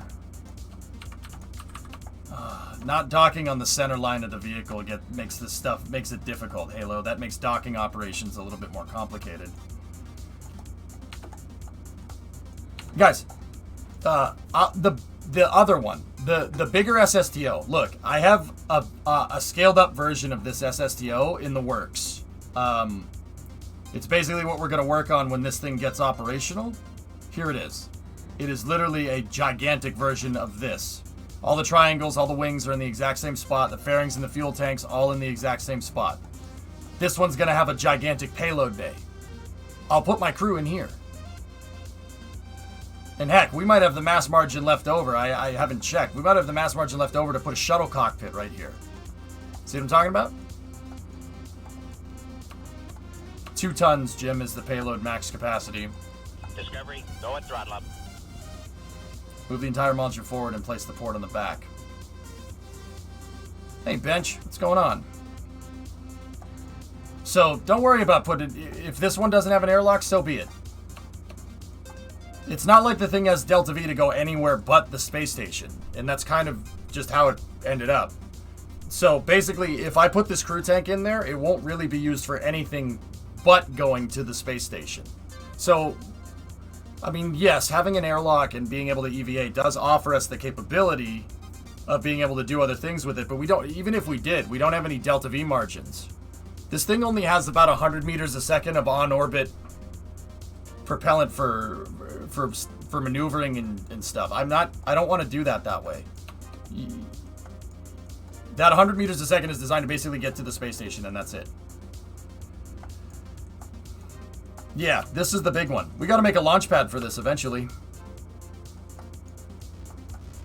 Gonna be nuts. But once again, it's just a scaled up version. The wings are just double the size. The wings are 4 times the surface area. The triangles are 4 times the surface area.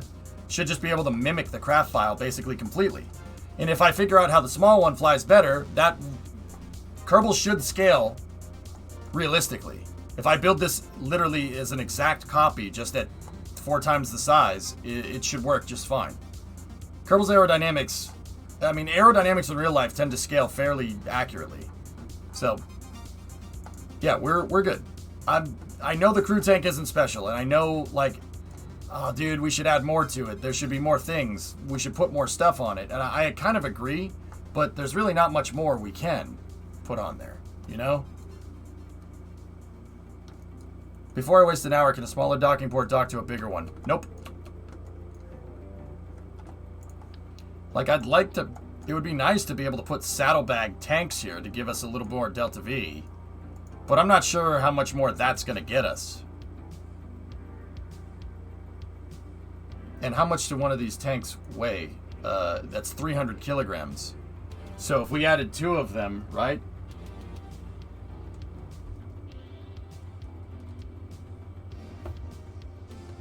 It would be 600. And that would give us 2.5, which we'd be way over the mark. Luizo suggested adding donut tanks somewhere in the design, but the donut tank is still 33 kilograms. Or no, not 33, it's 337.5 kilograms. Not doing that. Also donuts, yeah. Mm-hmm.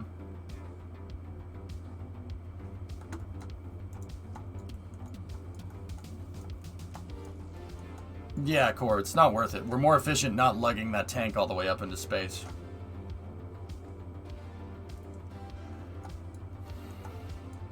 Yeah, but it is fuel we can use. That's right, we will increase our Delta V. I'm not sure by how much, but say we added 2 Oscar Bs.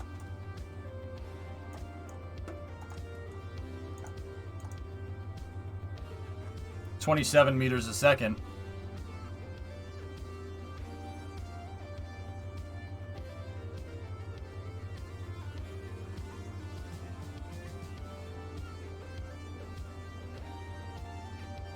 It's an extra 27 meters a second, man.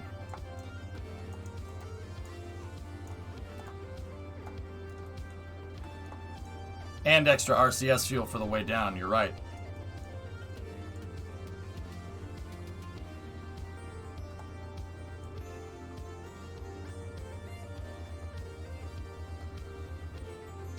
I'm going to test it without it first. I'm not trying to solve any particular problem, Bench. I'm just coming up with a good design for a crew module for the SSDO, because that's what I've decided we're going to test today. Happy Nunavut Day from the Great White North. Hey, Nazalik. Yeah, we'll test this in a baseline like this, and we'll see how it performs. Yeah, I'm happy with that.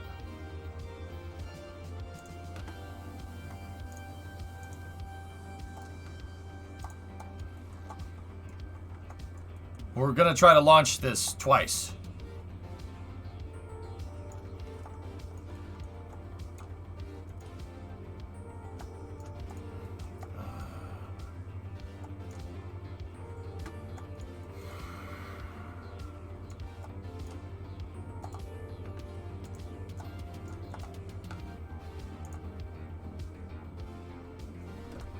We still have 60 kilograms left over for stuff, but I'm just not sure what. Can't add a parachute. Too heavy. Could add lights, not that we would need it, but... Underglow, baby.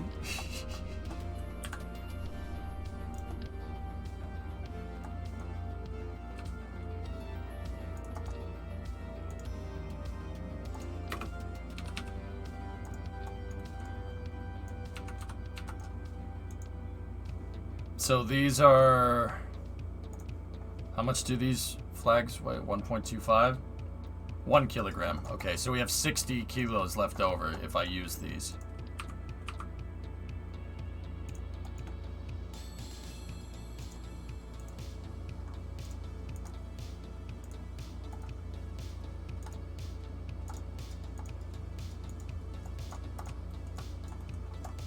look like Dookie being that far apart from each other.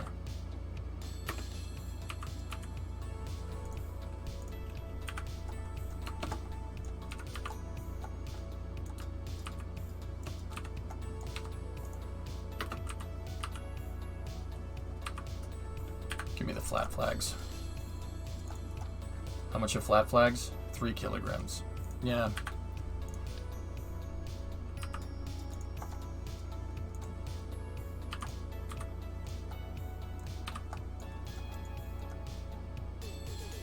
It's not going to rescue. I'm going to use this for station rotation and crew access for the most part.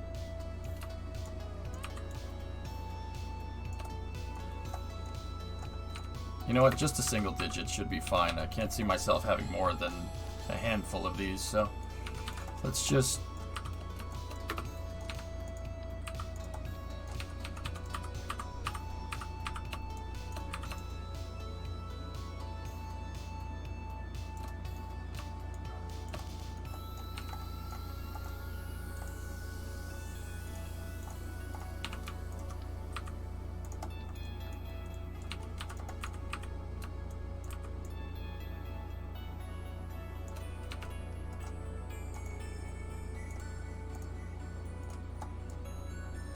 Crew tank number 1. Do you have any fuel on the station? We got plenty, Jim. Yeah. In case something goes wrong, as long as I can get it to the station. That's what I'm not sure we're gonna evaluate that on the first flight. I'll probably send this up and then just get up into space to verify that we did our math correct. Bring it back down, put it on the pad again, launch it again, and then the second flight would probably be to the station. Is there a monoprop in the pod? No. That's right, Swishio. Can you put googly eyes on it? I wish. How did you make a custom flag? In Photoshop, you can... If you go into Photoshop and you just check the res of the flags in the game, they're in the Game Data Squad Flags folder. So Kerbal Space Program, Game Data Squad Flags. Go in there, see the size of the flag, or just copy one, bring it into Photoshop, make your own, put it back into that same folder, rename it, obviously, so you don't overwrite a stock flag, and put it in there as a PNG at the right res, and yeah, it'll show up.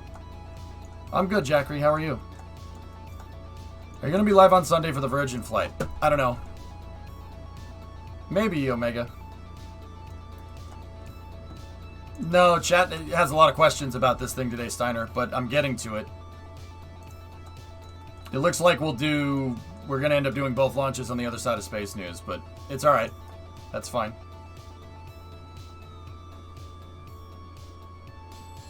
Is the Mark II cargo bay larger? This is the Mark II cargo bay, bud. Alright, so we'll save that.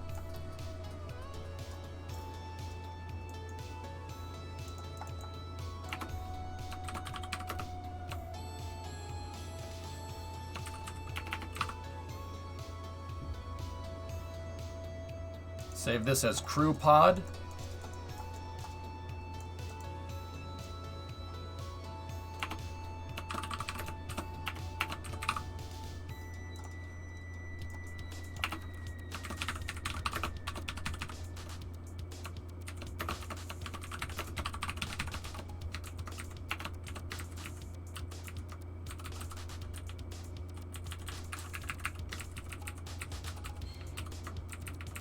Payload mass with Kerbals is 1937.875.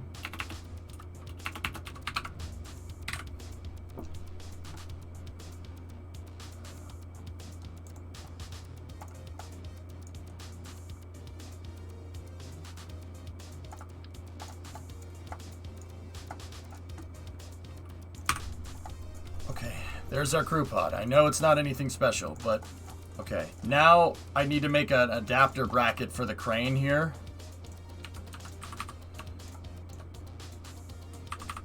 So we can tug on the center of mass with this thing last. Wait, so you're launching 2 uncrewed missions? Yes. Launch 1 to make sure that we can get this thing into space, bring it back down, land it. Launch another one, get it to the station, bring it back down, and land it. That's what I want to do today. That's my goal. This will prove that this thing is pretty damn reliable in terms of getting to the station, coming back down, deploying. We already proved that it can deploy payloads just fine. So, is the hatch still obstructed? It's going to be, and I don't care if it is.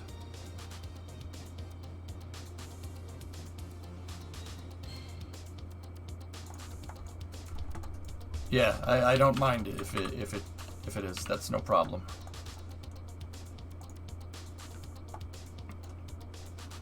So let me get a flag here real quick. Take that off, and we'll find the center of mass on this.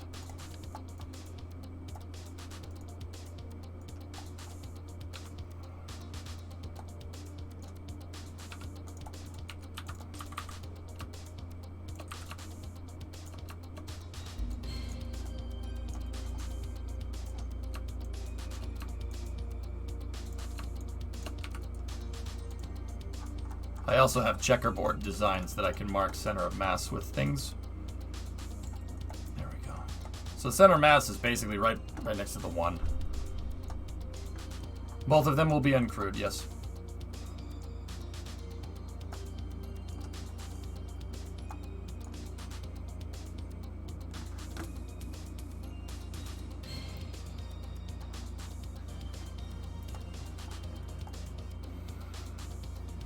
Absolute snapping. It's for spacing purposes. I use the world grid for orientation, Steiner, so if you snap on the invisible grid, you'll know that that docking port is a certain distance from origin point. So if I'm trying to line something up with it, if I snap to absolute, I'll know it's perfectly lined up. Yeah, Stone, it's definitely tough, man. I was getting frustrated with it yesterday, dude. I was like, I hate this thing.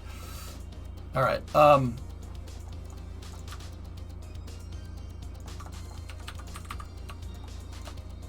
Another thing that I do with this is actually, whenever I place this docking port, I leave a little bit of space.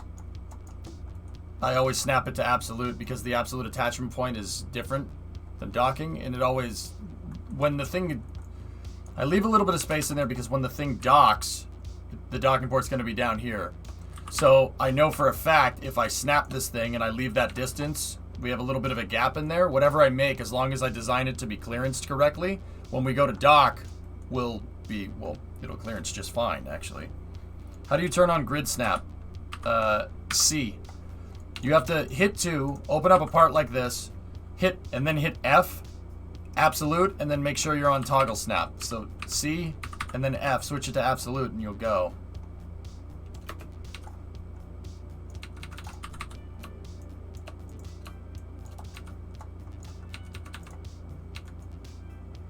All right.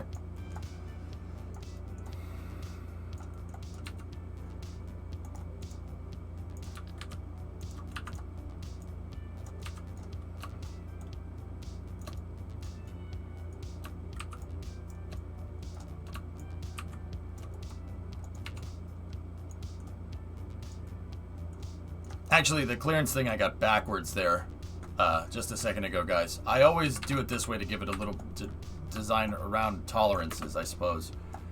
Because like I said, when the docking port attaches, it's here, right? They actually clip into each other a little bit when you go to dock in KSP. So, I mean, I want to absolute snap to keep things nice and aligned, but I always try to design more clearance in. It's not a safeguard for it so much as just it's a way to make sure that we don't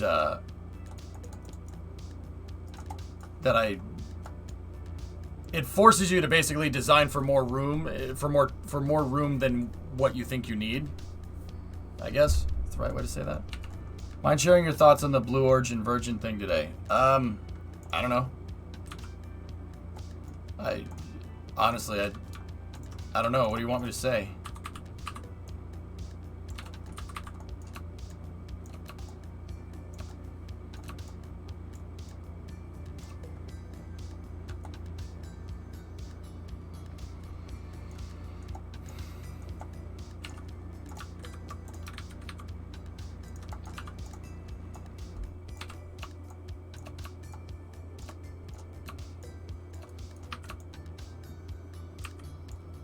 So with this, I don't want it snapped to absolute. It's more about getting this on the center of mass. There we go. Like, guys, I think both the systems are cool. In terms of like, oh, who's gonna get there first? I don't really care. I think they're both neat, and I can tell you right now, the fact that these flights are coming days apart is just a coincidence. There's no way you can plan a mission with that kind of accuracy, especially when you're engineering a new vehicle like that. It's just a straight coincidence. I mean, Blue seems to be annoyed about the marketing hit that they're gonna take because of it, you know, not being like, ah, dang it, I screwed that up. I got rid of my marker, dang it. But once again, we can talk more about that during Space News. Hey Boris, 5-month resub. Hi, do you plan to ingress Kerbals into the capsule on the launch pad? Yes. I'll attach a vehicle that has a pod that they can get into, and then I'll just do crew transfer. That's the right way to do it. Okay, there we go. There's our attachment bracket. Just seen it. It's very spicy.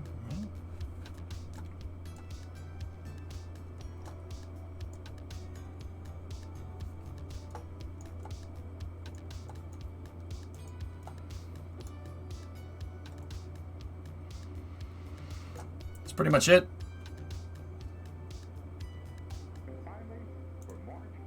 Alright, so we have the crew. I think now we need the payload transfer vehicle.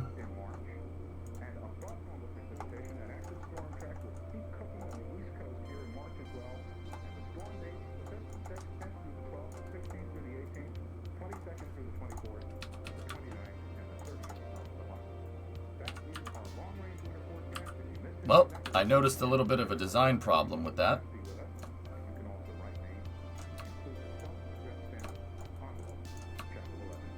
Yeah, last time when we went to do this, these legs weren't deploying. One of them wasn't deploying, and it's because that was attached to it. Sure, that's good for it.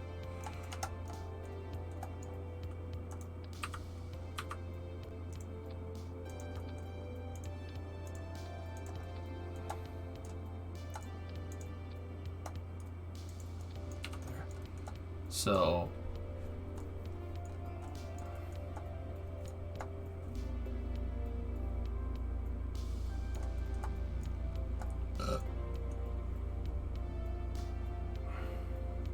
that's a satellite dispenser. I'll just leave that in there. That's a satellite dispenser that works. That's the one we tested in space. I know that one works.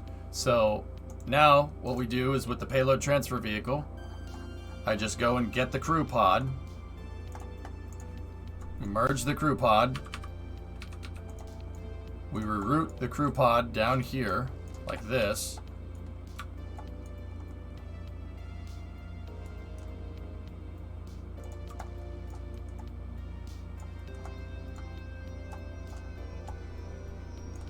And yeah, there it is.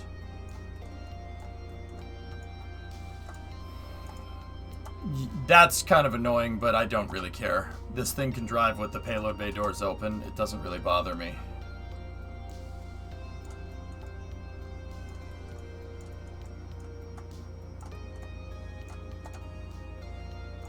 The reason why I have two payload bays, guys, is so I can take dispensers out of the vehicle and place them on this truck and recover them. But then it won't look like an oil truck. Alright, fine, there you go.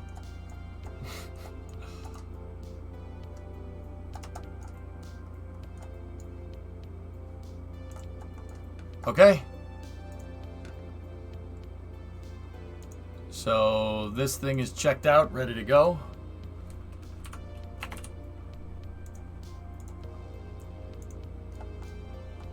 Hey, Midge.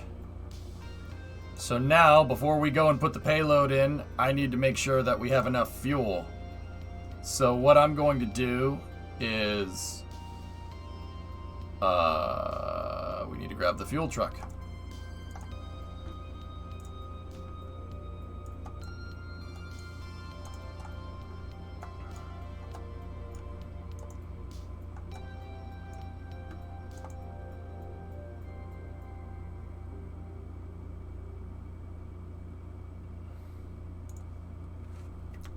Midge-chan. You can't put Kerbals in the crew tank. I can dock a vehicle to it that has a crew tank that's able to ingress and egress out of. So we'll dock a crew tank to it, and the Kerbals will get into that. And then they'll,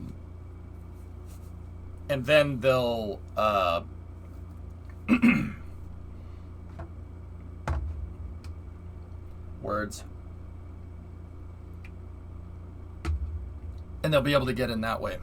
It does kind of suck because that means I can't make it into a, I can't make it into, they won't be able to EVA out in space, but that's okay.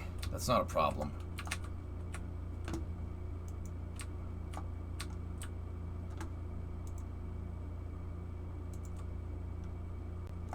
Thanks, Mark.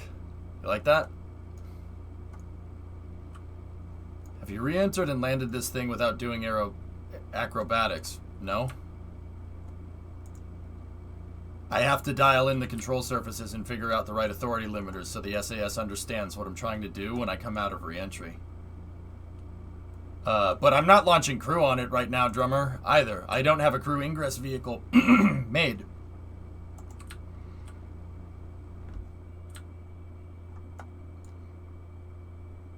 There weren't many commercial missions that popped up in the mission thing that the SSDO can do effectively. I mean, there's something that would be, there's some things that I guess I could stack across multiple launches, but I don't want to. I don't want to do that.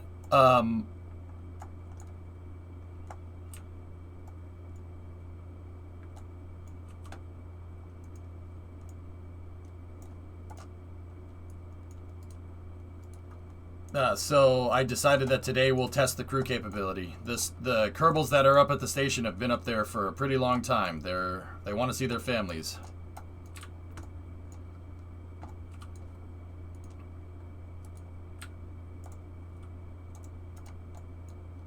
Okay, ship beats rover. I mean, to be honest though, they haven't been up there for too long. It's longer than they would have been up there with just Dart. And they could probably get home. I could probably get them home with Dart. But I don't want to risk it. Yeah, I'm not risking that. Morale up there is low? No. No, not really, Karate. We sent them up there with the equivalent of like a Ford Fiesta, and what's going to come pick them up is the equivalent of a freaking Rolls Royce, man. Nah, it'll be good, man.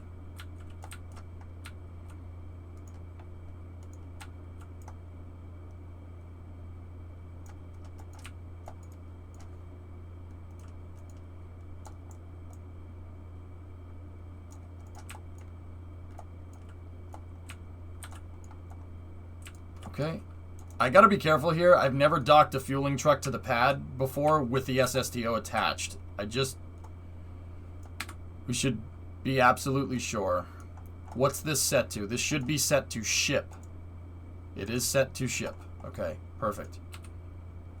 And then crane should be set to base. Buttery. Okay. And then the truck should be set to rover, which we already checked. Okay, we should be able to fuel this thing just fine.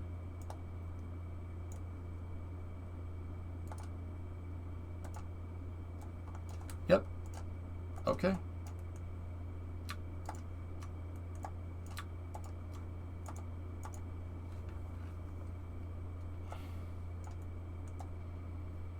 Will this be the first time you've made an operational SSDO? For the most part, yeah. I mean, I don't know if Grissom counts. My Grissom Corvettes are designed to fly up into space by themselves, but even then they had drop tanks. They're designed to fly up into space by themselves, and they don't come back down, though. They're a reusable interplanetary space cruiser, I guess. Yeah, Jim, for sure. Been a year since I frequented this channel. Why is Burt Reynolds in the chair? You're saying if... So, wait, hold on. Captain... First of all, hi, Sky Captain. Second of all, you're saying if... if I somehow got Burt Reynolds, you know, if he was alive, and I somehow got him to replace me, you would be upset? Is that what we're getting at here?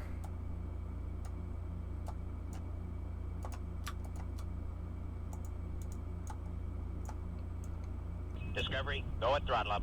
And you got gifted a sub from Jackery. Thanks, Jackery. Because he wouldn't know anything about KSP. But what if he did? That's the thing. What if he did? What if he did?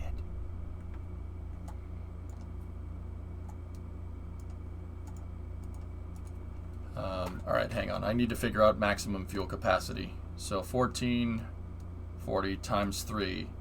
The fuel truck carries 4,320 units of liquid fuel. And we have 1, 2, 3 orange tanks on there. So that's 2,880 times 3.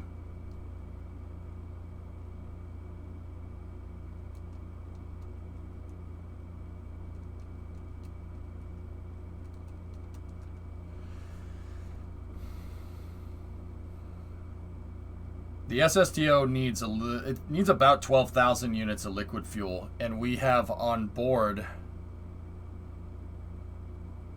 13,000. Yeah, we have enough. Okay, cool. We only needed 1 fuel truck because the pad had some leftover fuel in it. I put it out there with fuel on it, to be fair, because the pad that I recovered from the other day's test flight, the pad that I recovered, I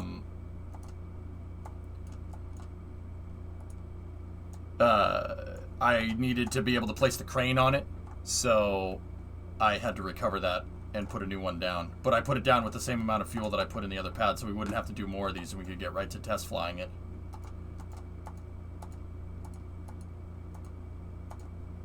So these things carry about 1,500.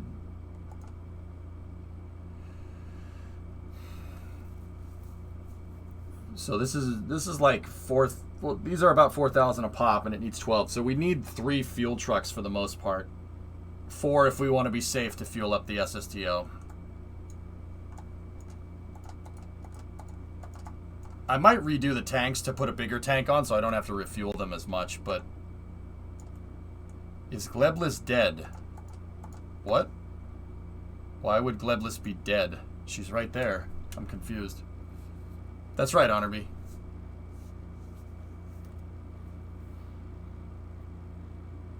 Look at her.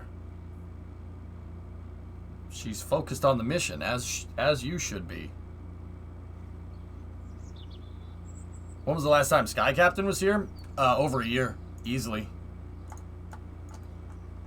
Not that I keep track. My brain I just know. Like, I don't know why. Like, it's not. I'm not trying to be like, oh my god, you haven't been here in a year. Like, that's stupid. EJ, I may have missed what you said. Are we sending Herbal up? Not sure, IQ. Not sure. Alright, now let me get that payload truck out here. I've been counting the days. Why did you leave me? Why did you leave me? Why? Ah! Why did you leave? Why did you leave me? Yes, yeah, yeah, Rocket Guy, that's fine. Burt Rutan, yeah. Mutton chops, yeah, that's totally okay.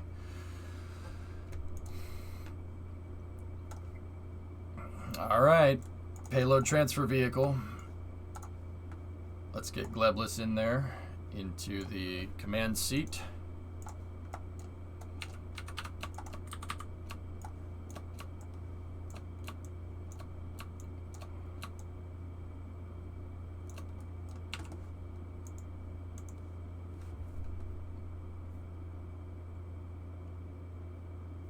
Well, Swishio, if we can launch to space easier and quicker, yeah, I don't see why not.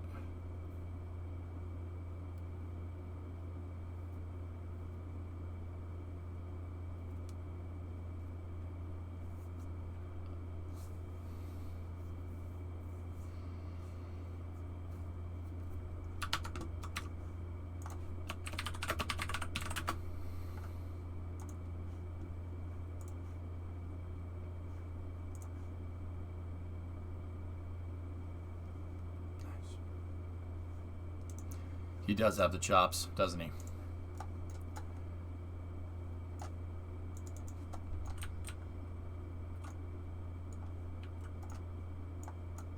Okay, payload transfer vehicle is out. We'll basically get this mission all situated for flight. And then we could pop into Space News. We'll do the double test flights on the other side of Space News. Yeah, we really... Space News really can't be long today. But then again, this thing is supposed to be able to be turned around pretty quick, so...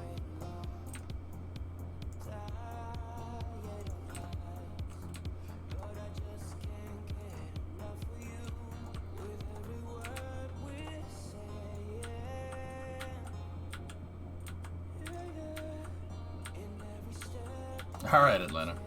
Let me get the crew tank situated inside of the SSTO, move the crane out of the way, and basically get this thing ready to go vertical.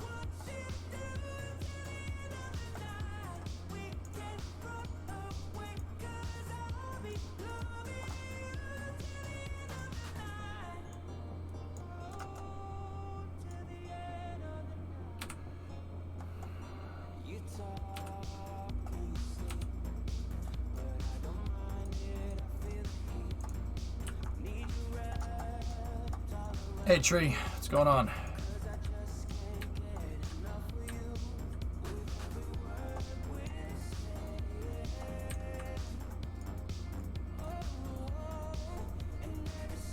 I agree, Havocs. Well, putting the posts right here on the launch pad makes it so I can time warp through fueling. So that's a plus.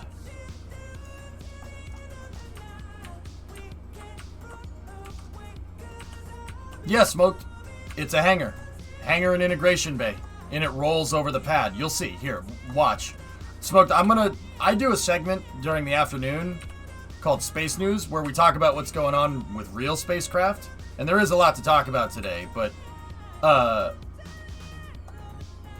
the other side of Space News, we'll do this, but I'm going to get this thing basically configured for flight, and we'll launch it on the other side of Space News.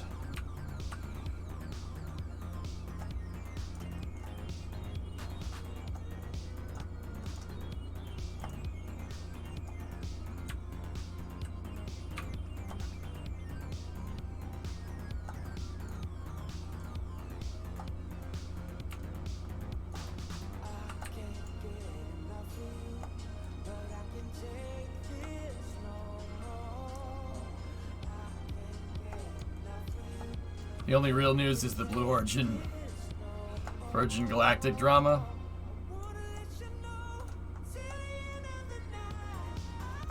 I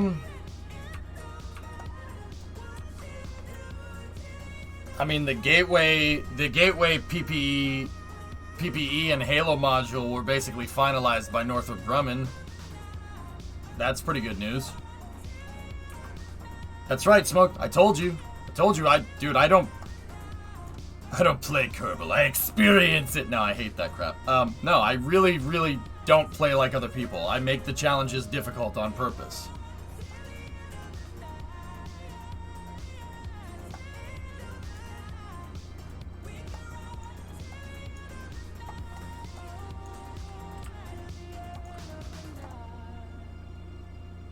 Gotta be careful. The crane started to bind up just a little bit. When it reaches this far, it really binds up. I'm controlling the crane right now, yes. Mm-hmm.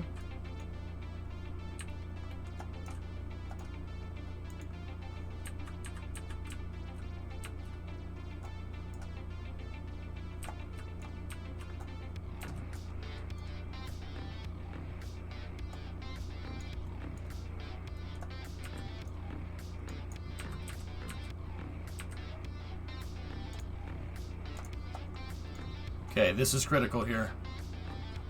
What's the crane set as? Crane is set as base still. Good.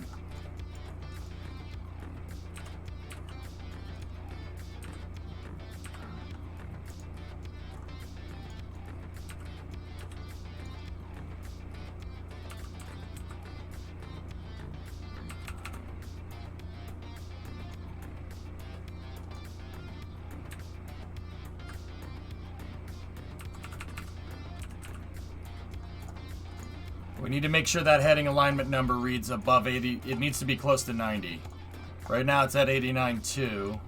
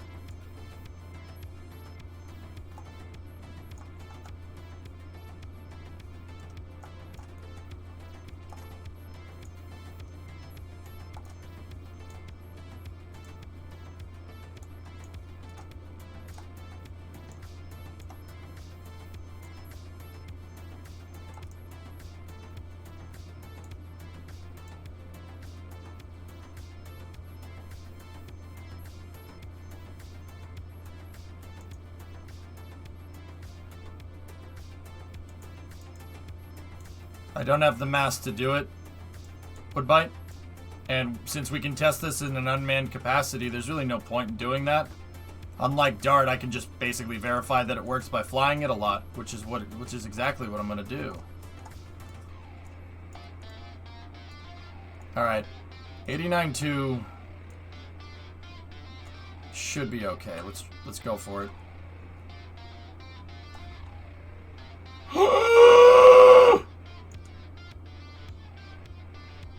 89.2 was in fact not okay. We just dodged a bullet there.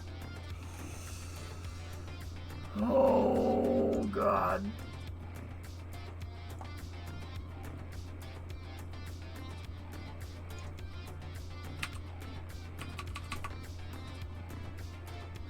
Oh, that's dangerous. We gotta be careful with that, dudes.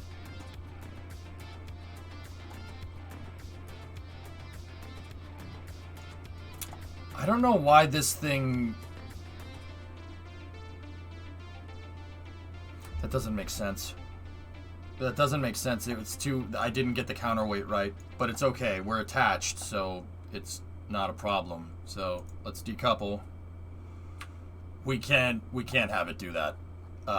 Yeah, it can't do that. What happened? I had a little bit of a snap dock, Dolian. Basically... the thing that likes making Kerbals explode, or things in KSP explode, almost made this explode.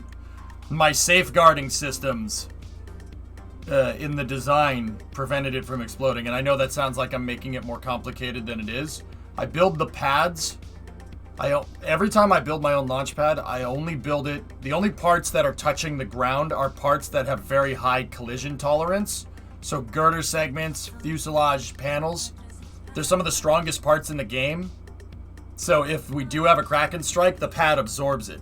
And the pad just bounces like what it did. If we had anchored this pad with anything but that, like if we had anchored it with just regular fuel tanks or something, or even an SRB, the pad just would have exploded. Yeah, it would have, like, very exploded a lot.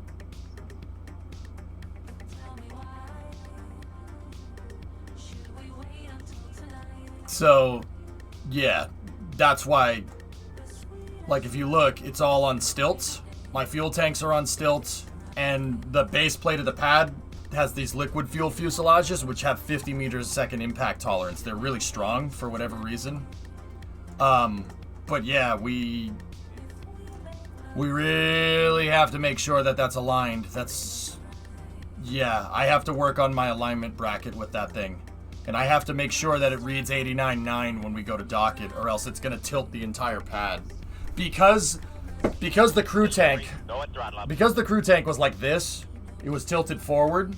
When I went to dock it, when we docked the pad to it, the entire pad tried to do this. And then it fell onto the ground, which is exactly what you saw. That's why the back of the pad over there jumped. So, Yeah, I just got to make sure, because we only have a docking port on one side, I have to make sure we have a nice counterweighted bracket here. Can you lower docking acquisition force? Yeah, of course, cool. Of course I can. But that's not really going to help me in that particular scenario.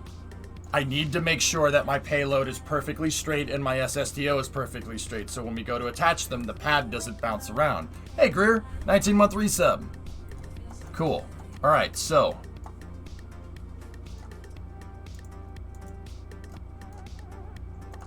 we need more lights on the crane. The next version of the crane, I'm going to put a couple more spotlights up here so we can light up the SSTO.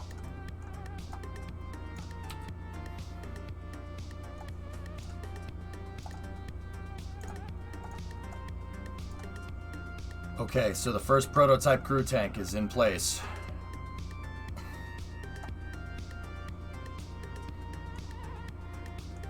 Discovery, go at throttle up. Hey Max, 44-month resub. Thank you.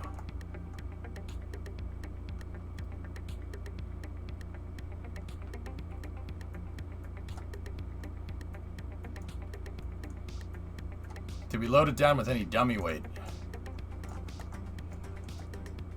I didn't, Loopy. No. It's just an empty crew tank. The Delta V margins up in space should make up for the 300 kilos of Kerbals, 300 and change kilos of Kerbals that we would have. It should make up for it. We figured out that Kerbals are 93.8 kilos with a fully loaded spacesuit and parachute. And once again, I'm using the parachutes to overestimate. So, yeah, we're missing about 300 kilos, or about, what is it, 620 pounds of Kerbal in spacesuit. Do we actually need the wing panel walls on the hangar? No, but it looks cool. Today's the 59th anniversary of Starfish Prime. What the hell's Starfish Prime? 45 without any of the suit. Yeah, okay.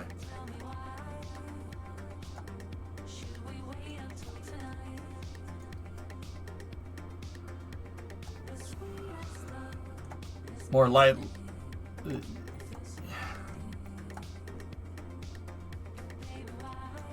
I like them there, Chief. It makes it look like a hangar. I think it makes this thing look a lot cooler. I basically kept the top open so I could see what I was doing, but yeah.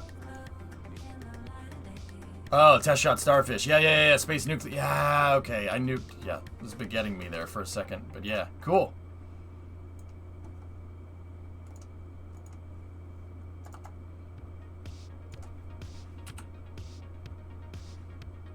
Alright, so here's what we're going to do.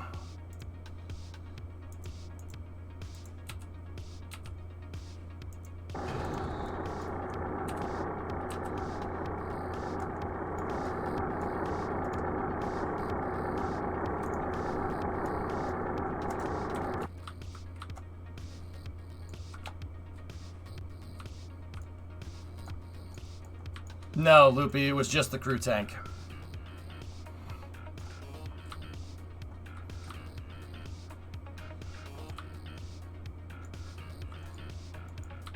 Glad this is going to do this the old school way.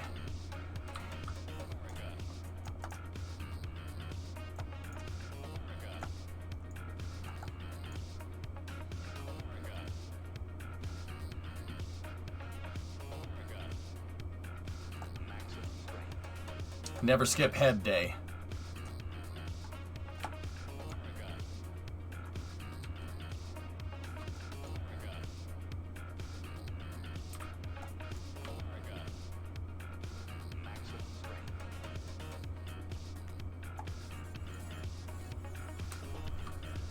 Yeah, Loopy, we weren't getting very many contracts.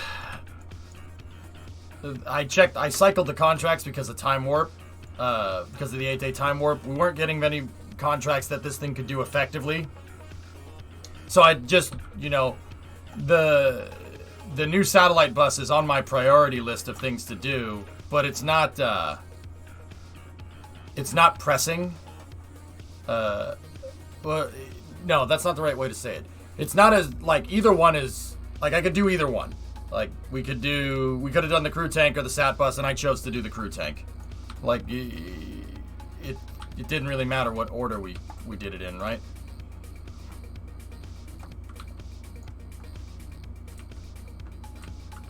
I'm gonna aim for 2 flights today, Loopy.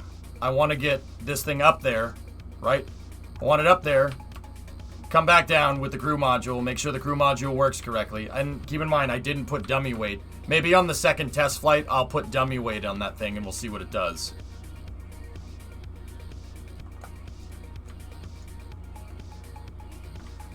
Heading to Boca. What's that, Thomas?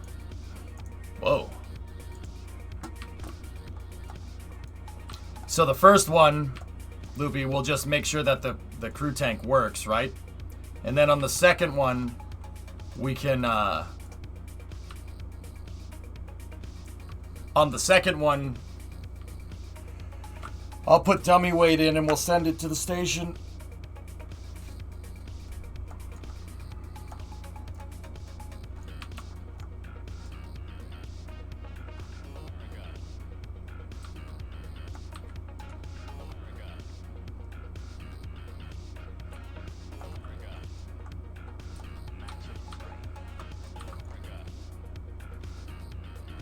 Yep.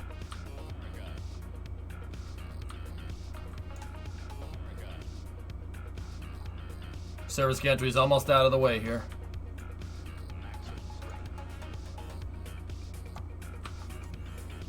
And then I think we'll put her vertical here. Yeah, I'll get the payload transfer truck out of the way. We'll put the thing vertical and we'll go.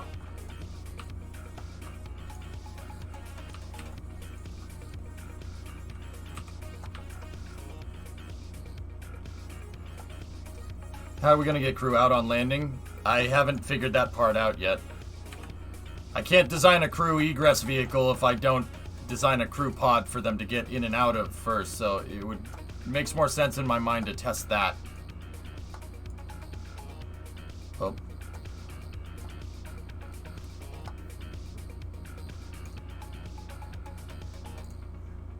She got to go a little bit more.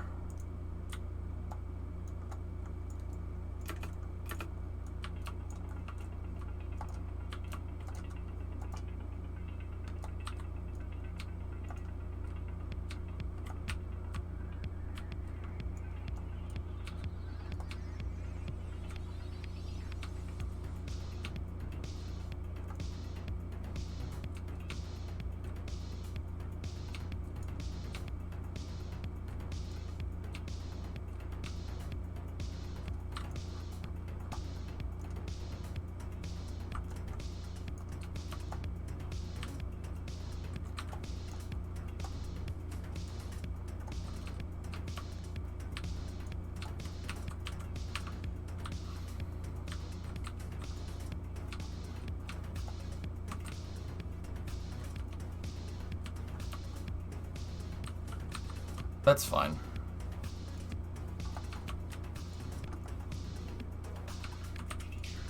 Well, you can't drive it, Greer. There's no, because it needs to change its ride height, basically set itself down. There's no rover wheels.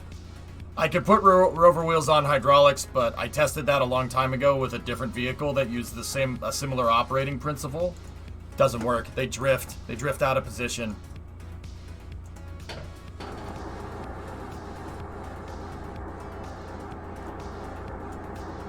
They are 2 separate entities.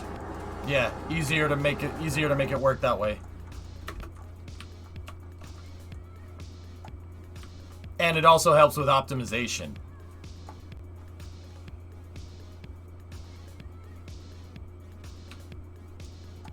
I don't know why the front landing gear on that thing is up in the air, but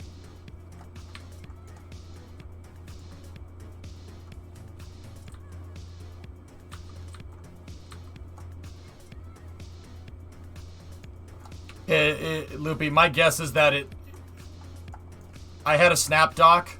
I put the crew tank in there right before you came in, and I put it in at 89.2, and the entire pad jumped way up in the air, and the only thing that saved me is everything on high collision parts touching the ground. Is the only reason I didn't die.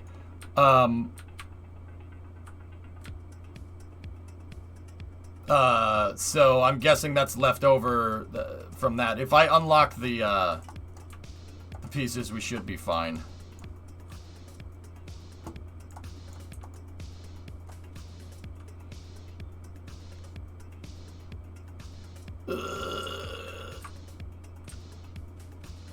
Tight squeeze. Yeah, the ramp was probably... These fuselages were up there, and it slammed back down, but the high collision pieces saved me, or else we would have lost the pad. We were that close from losing the whole thing. That's why you have to make sure everything is plumb when you go to dock it, or else, yeah, you're gonna have a bad problem.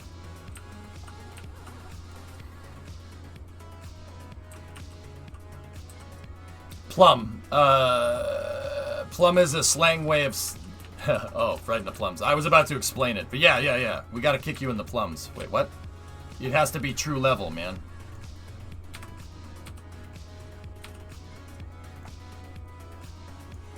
Yeah, no, it took me a second. Here, if I unlock this, that should fix it.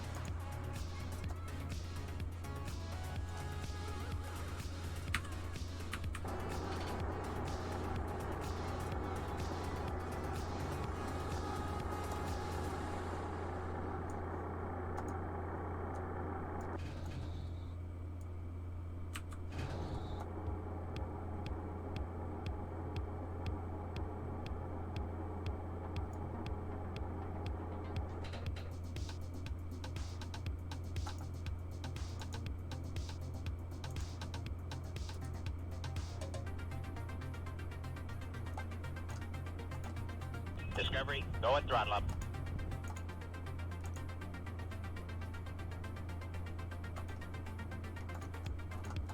Hierarchies backwards.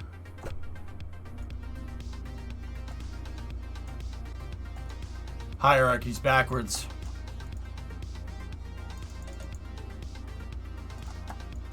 Hey, first, tier 255. No, Loopy, the hierarchy is backwards.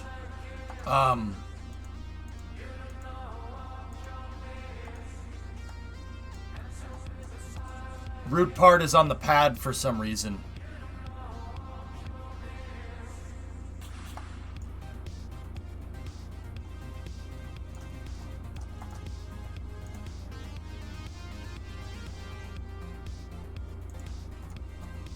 Shouldn't be like that. Root part is on the pad, so the parts on the launch frame that I have set to root part are strutting downwards. They're not strutting to the SSDO. That's why when I do this, if you look at the docking flange, watch. Thank you for the bits. See all the movement? See the fairing sagging? That's no good.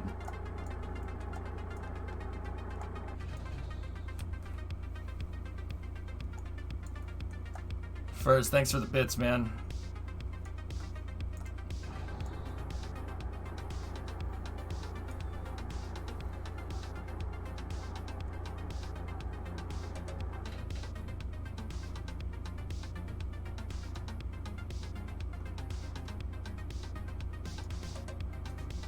I think so, Loopy.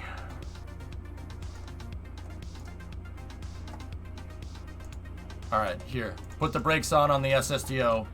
If I separate this thing, and when I separate this, it's gonna default control to the pad, not the SSDO. Ready?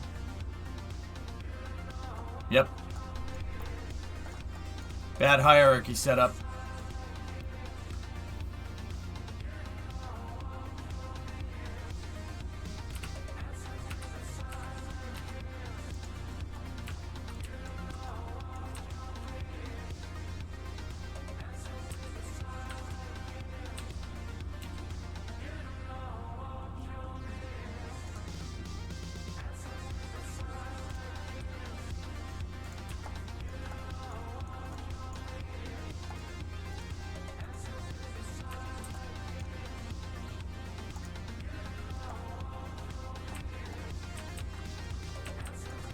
Yeah, I got you, Loopy.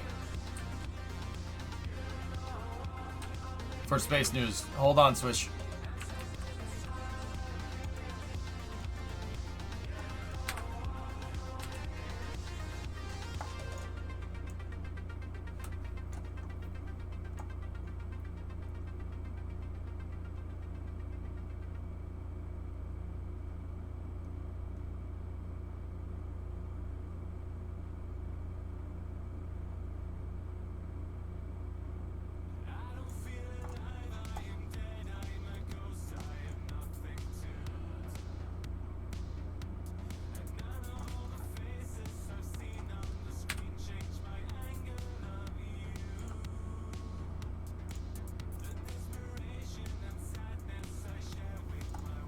Strange.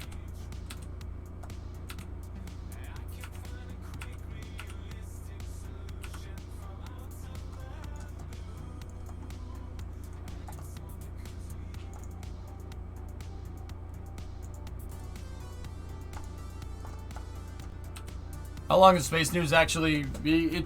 I try to keep it 2 to 3 hours. It usually sometimes goes 3 to 4.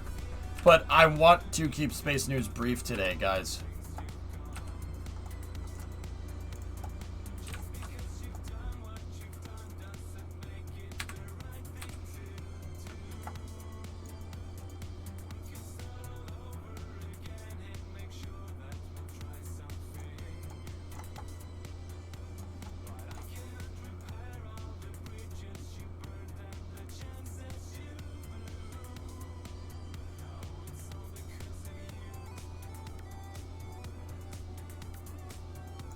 Oh, well, it docked.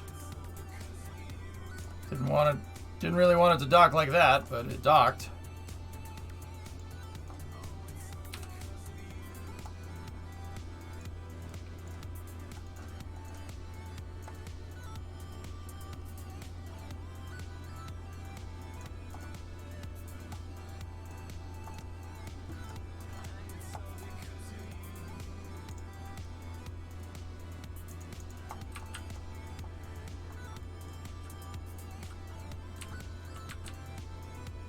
Okay, Atlanta gas.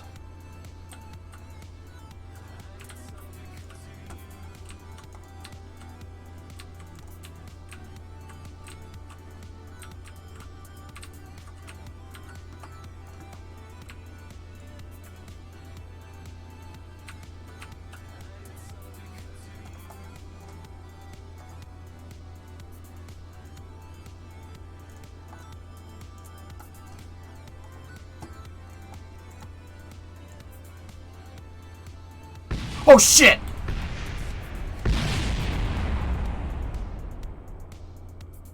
We got a double snap, Doc. God damn it.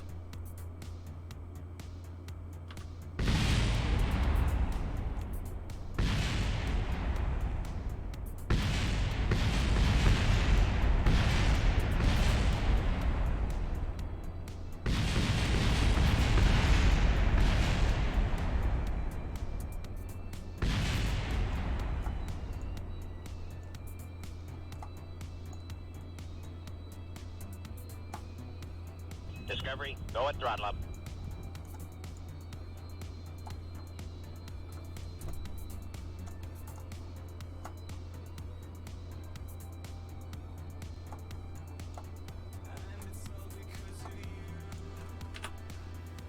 Excuse my language, I have to time myself out.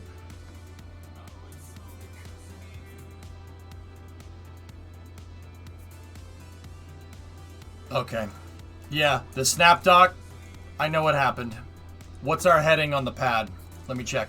I bet you the heading is not 180 anymore. Yep, the heading is 179.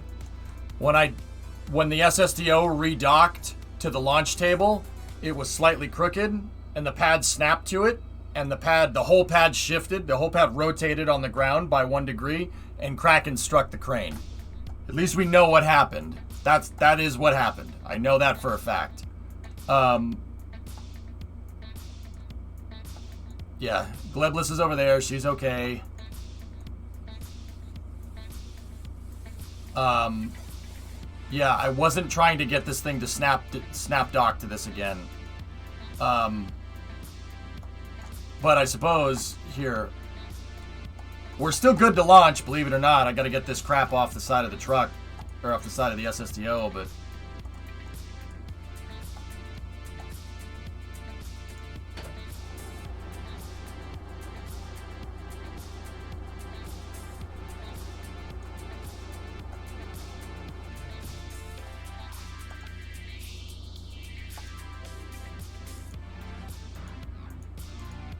hierarchy's still backwards.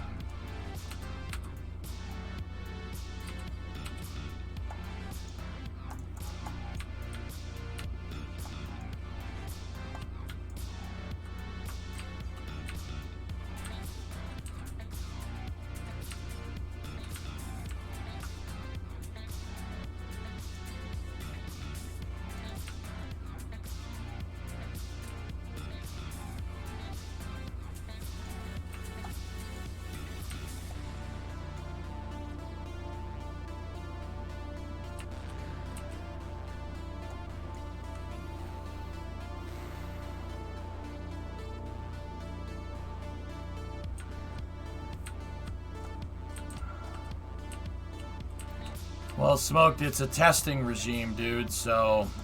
Yeah, look. Wow, the entire pad's crooked. Look at it. It's... Oh... That's not ideal. How did that get under there? It's attached to that piece, Loopy.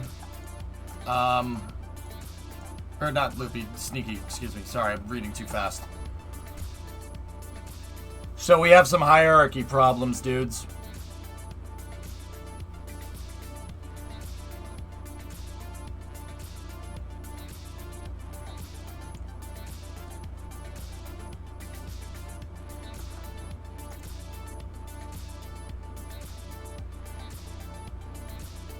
Whoa. Nice. All right, let's start space news.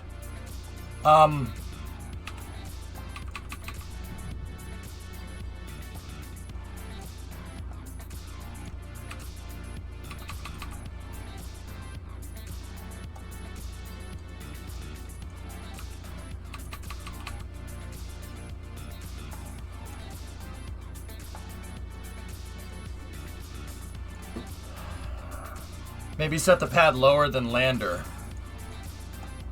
It can't be too low, Loopy, because it has to be able to dock fuel trucks to it. So... I don't know what that's supposed to be attached to, but...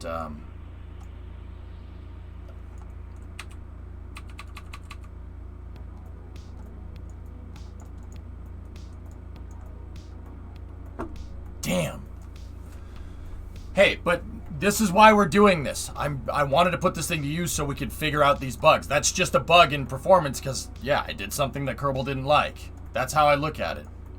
I have no clue what the hell that's attached to. Yeah, I saw it, awesome dude. We'll check it in a moment. All right, so...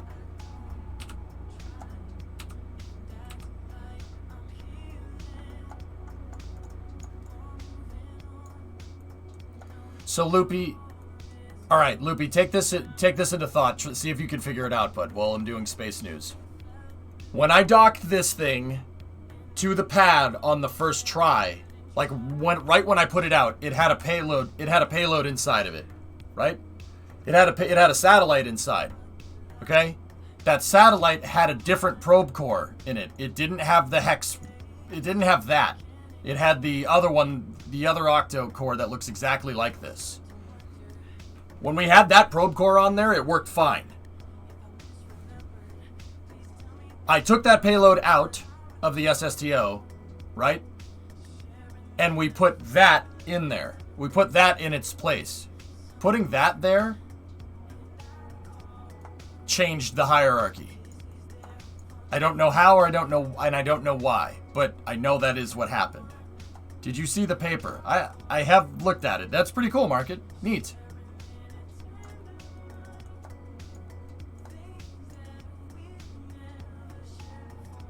Okay, Thomas. Yeah, I'll cover it during space news, guys. I think the satellite may have overrode priority, Loopy. That's the only thing I can think of. Yeah, explosions are always because of the hierarchy, Jack. But luckily the pad withstood the crane blowing up on top of it. I thought we lost the pad. I was like, well, that's about 500,000 down the drain. I think it's because we put it out there with a satellite out of the gate, Loopy, and we tested it with this. We did pad testing with that in there. Pretty sure that's what happened. Unfortunately. So I should be able to get around this by taking these fairings right here. If I take the fairing and we just set them temporarily to root,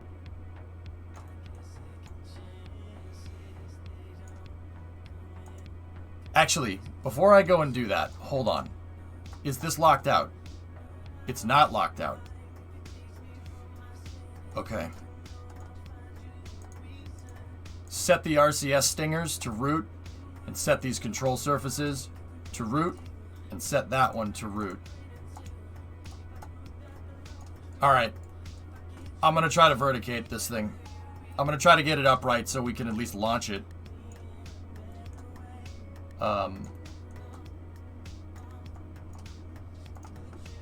Let's get the vertical controllers online here. Debug controller is off. Rotational controller is on.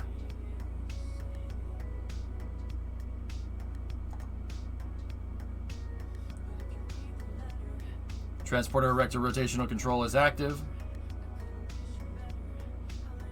Okay.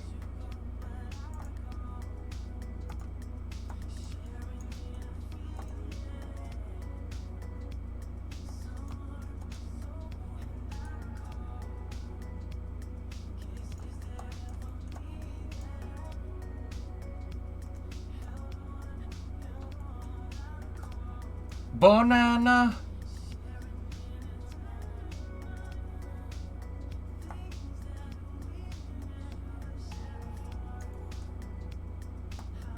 I have no clue what that thing's attached to. I'm gonna go ahead and guess it's that.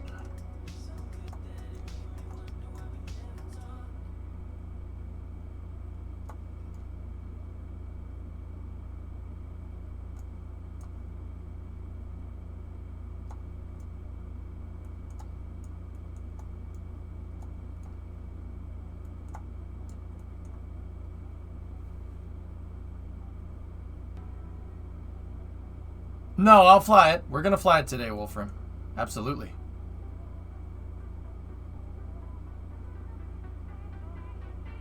Why are you nervous, Badger? We know what went wrong. I snap docked when I didn't mean to. I docked something when I did unintentionally. That's why we had a problem, because we were trying to troubleshoot. It blew up while we were in troubleshooting mode, man. I'm not concerned. Literally, the worst thing is the money that we lost and how much of a pain in the butt it's going to be to pick up all this crap. That's the worst of my concerns, to be honest.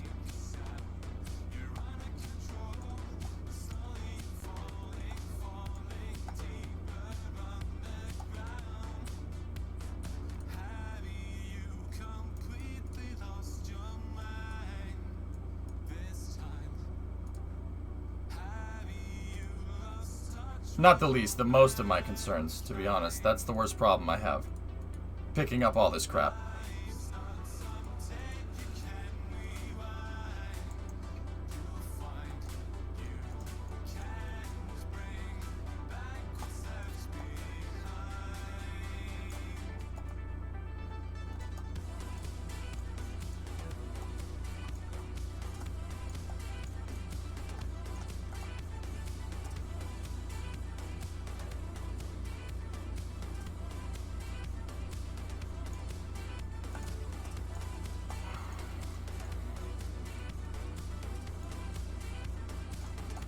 Yeah, Sassor, I saw it, man.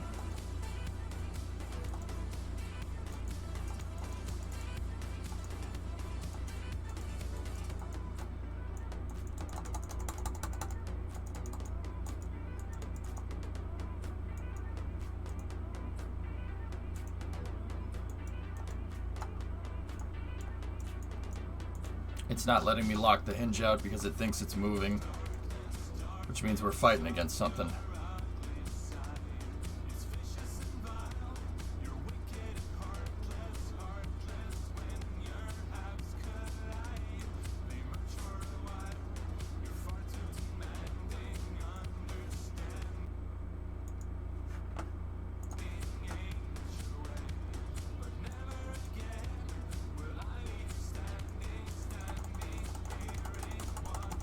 Come on, lock out. The fact that that isn't locking out is not okay. Yeah, Dutch guy, I saw it. It's pretty cool.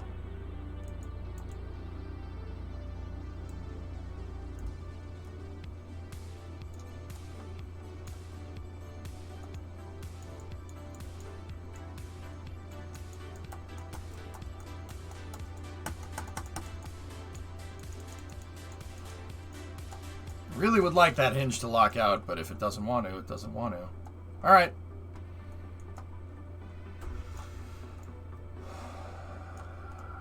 Okay. Disable total rotational control. Disable launch rotational control.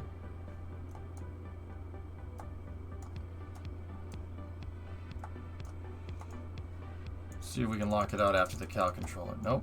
Alright. Master rotator is disabled. T.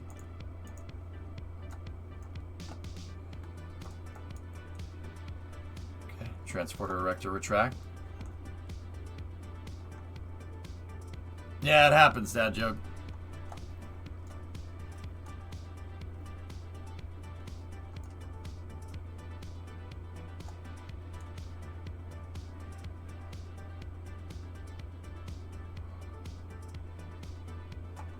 That sucks.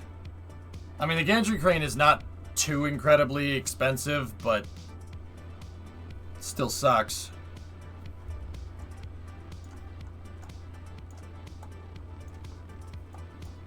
I'll see if it locks Lippy.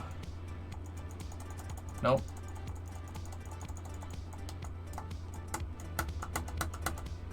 Maybe if I press this harder, it'll lock.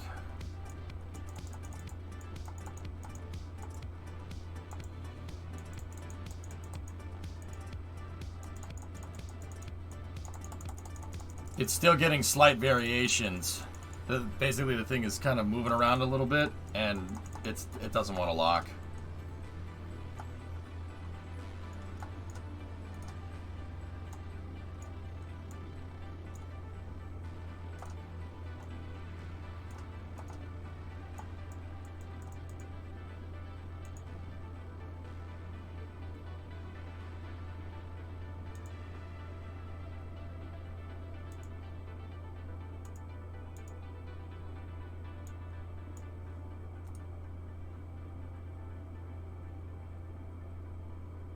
Yeah, let's not mess with that too much.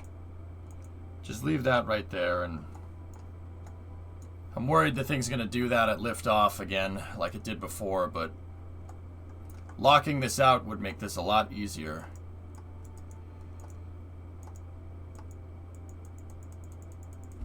We're getting some stretch on the joints right there.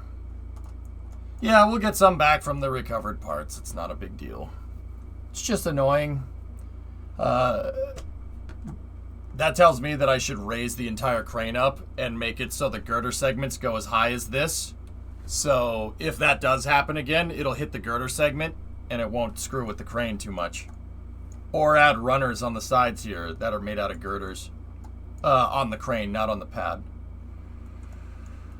Okay, well, this thing is ready to go and it does have enough fuel, so...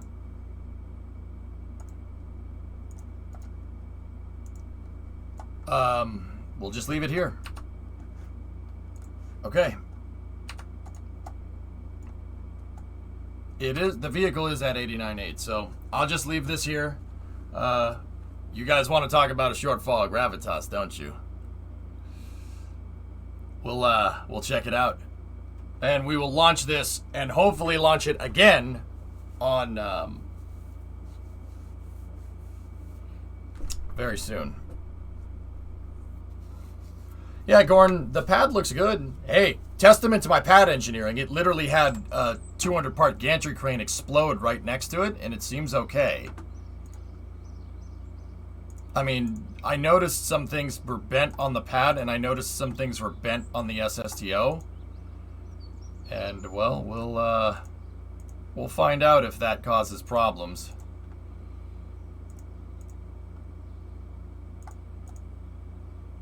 Doesn't look like too many of the crane parts exploded, but the crane did split on the center seam.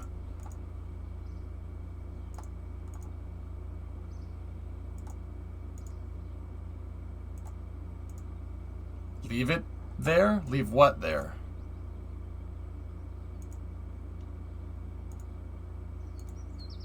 No, I'm picking up the debris. Especially since we unloaded the scene.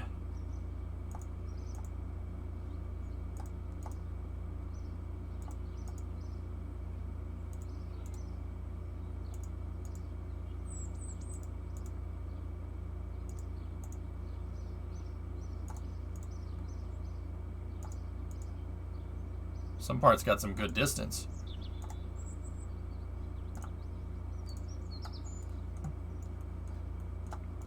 Alright, so there's the prototype. Okay, so we can recover that too. There we go. Done. We got a good bit of our money back. So when will you launch? On the other side of Space News. Yep.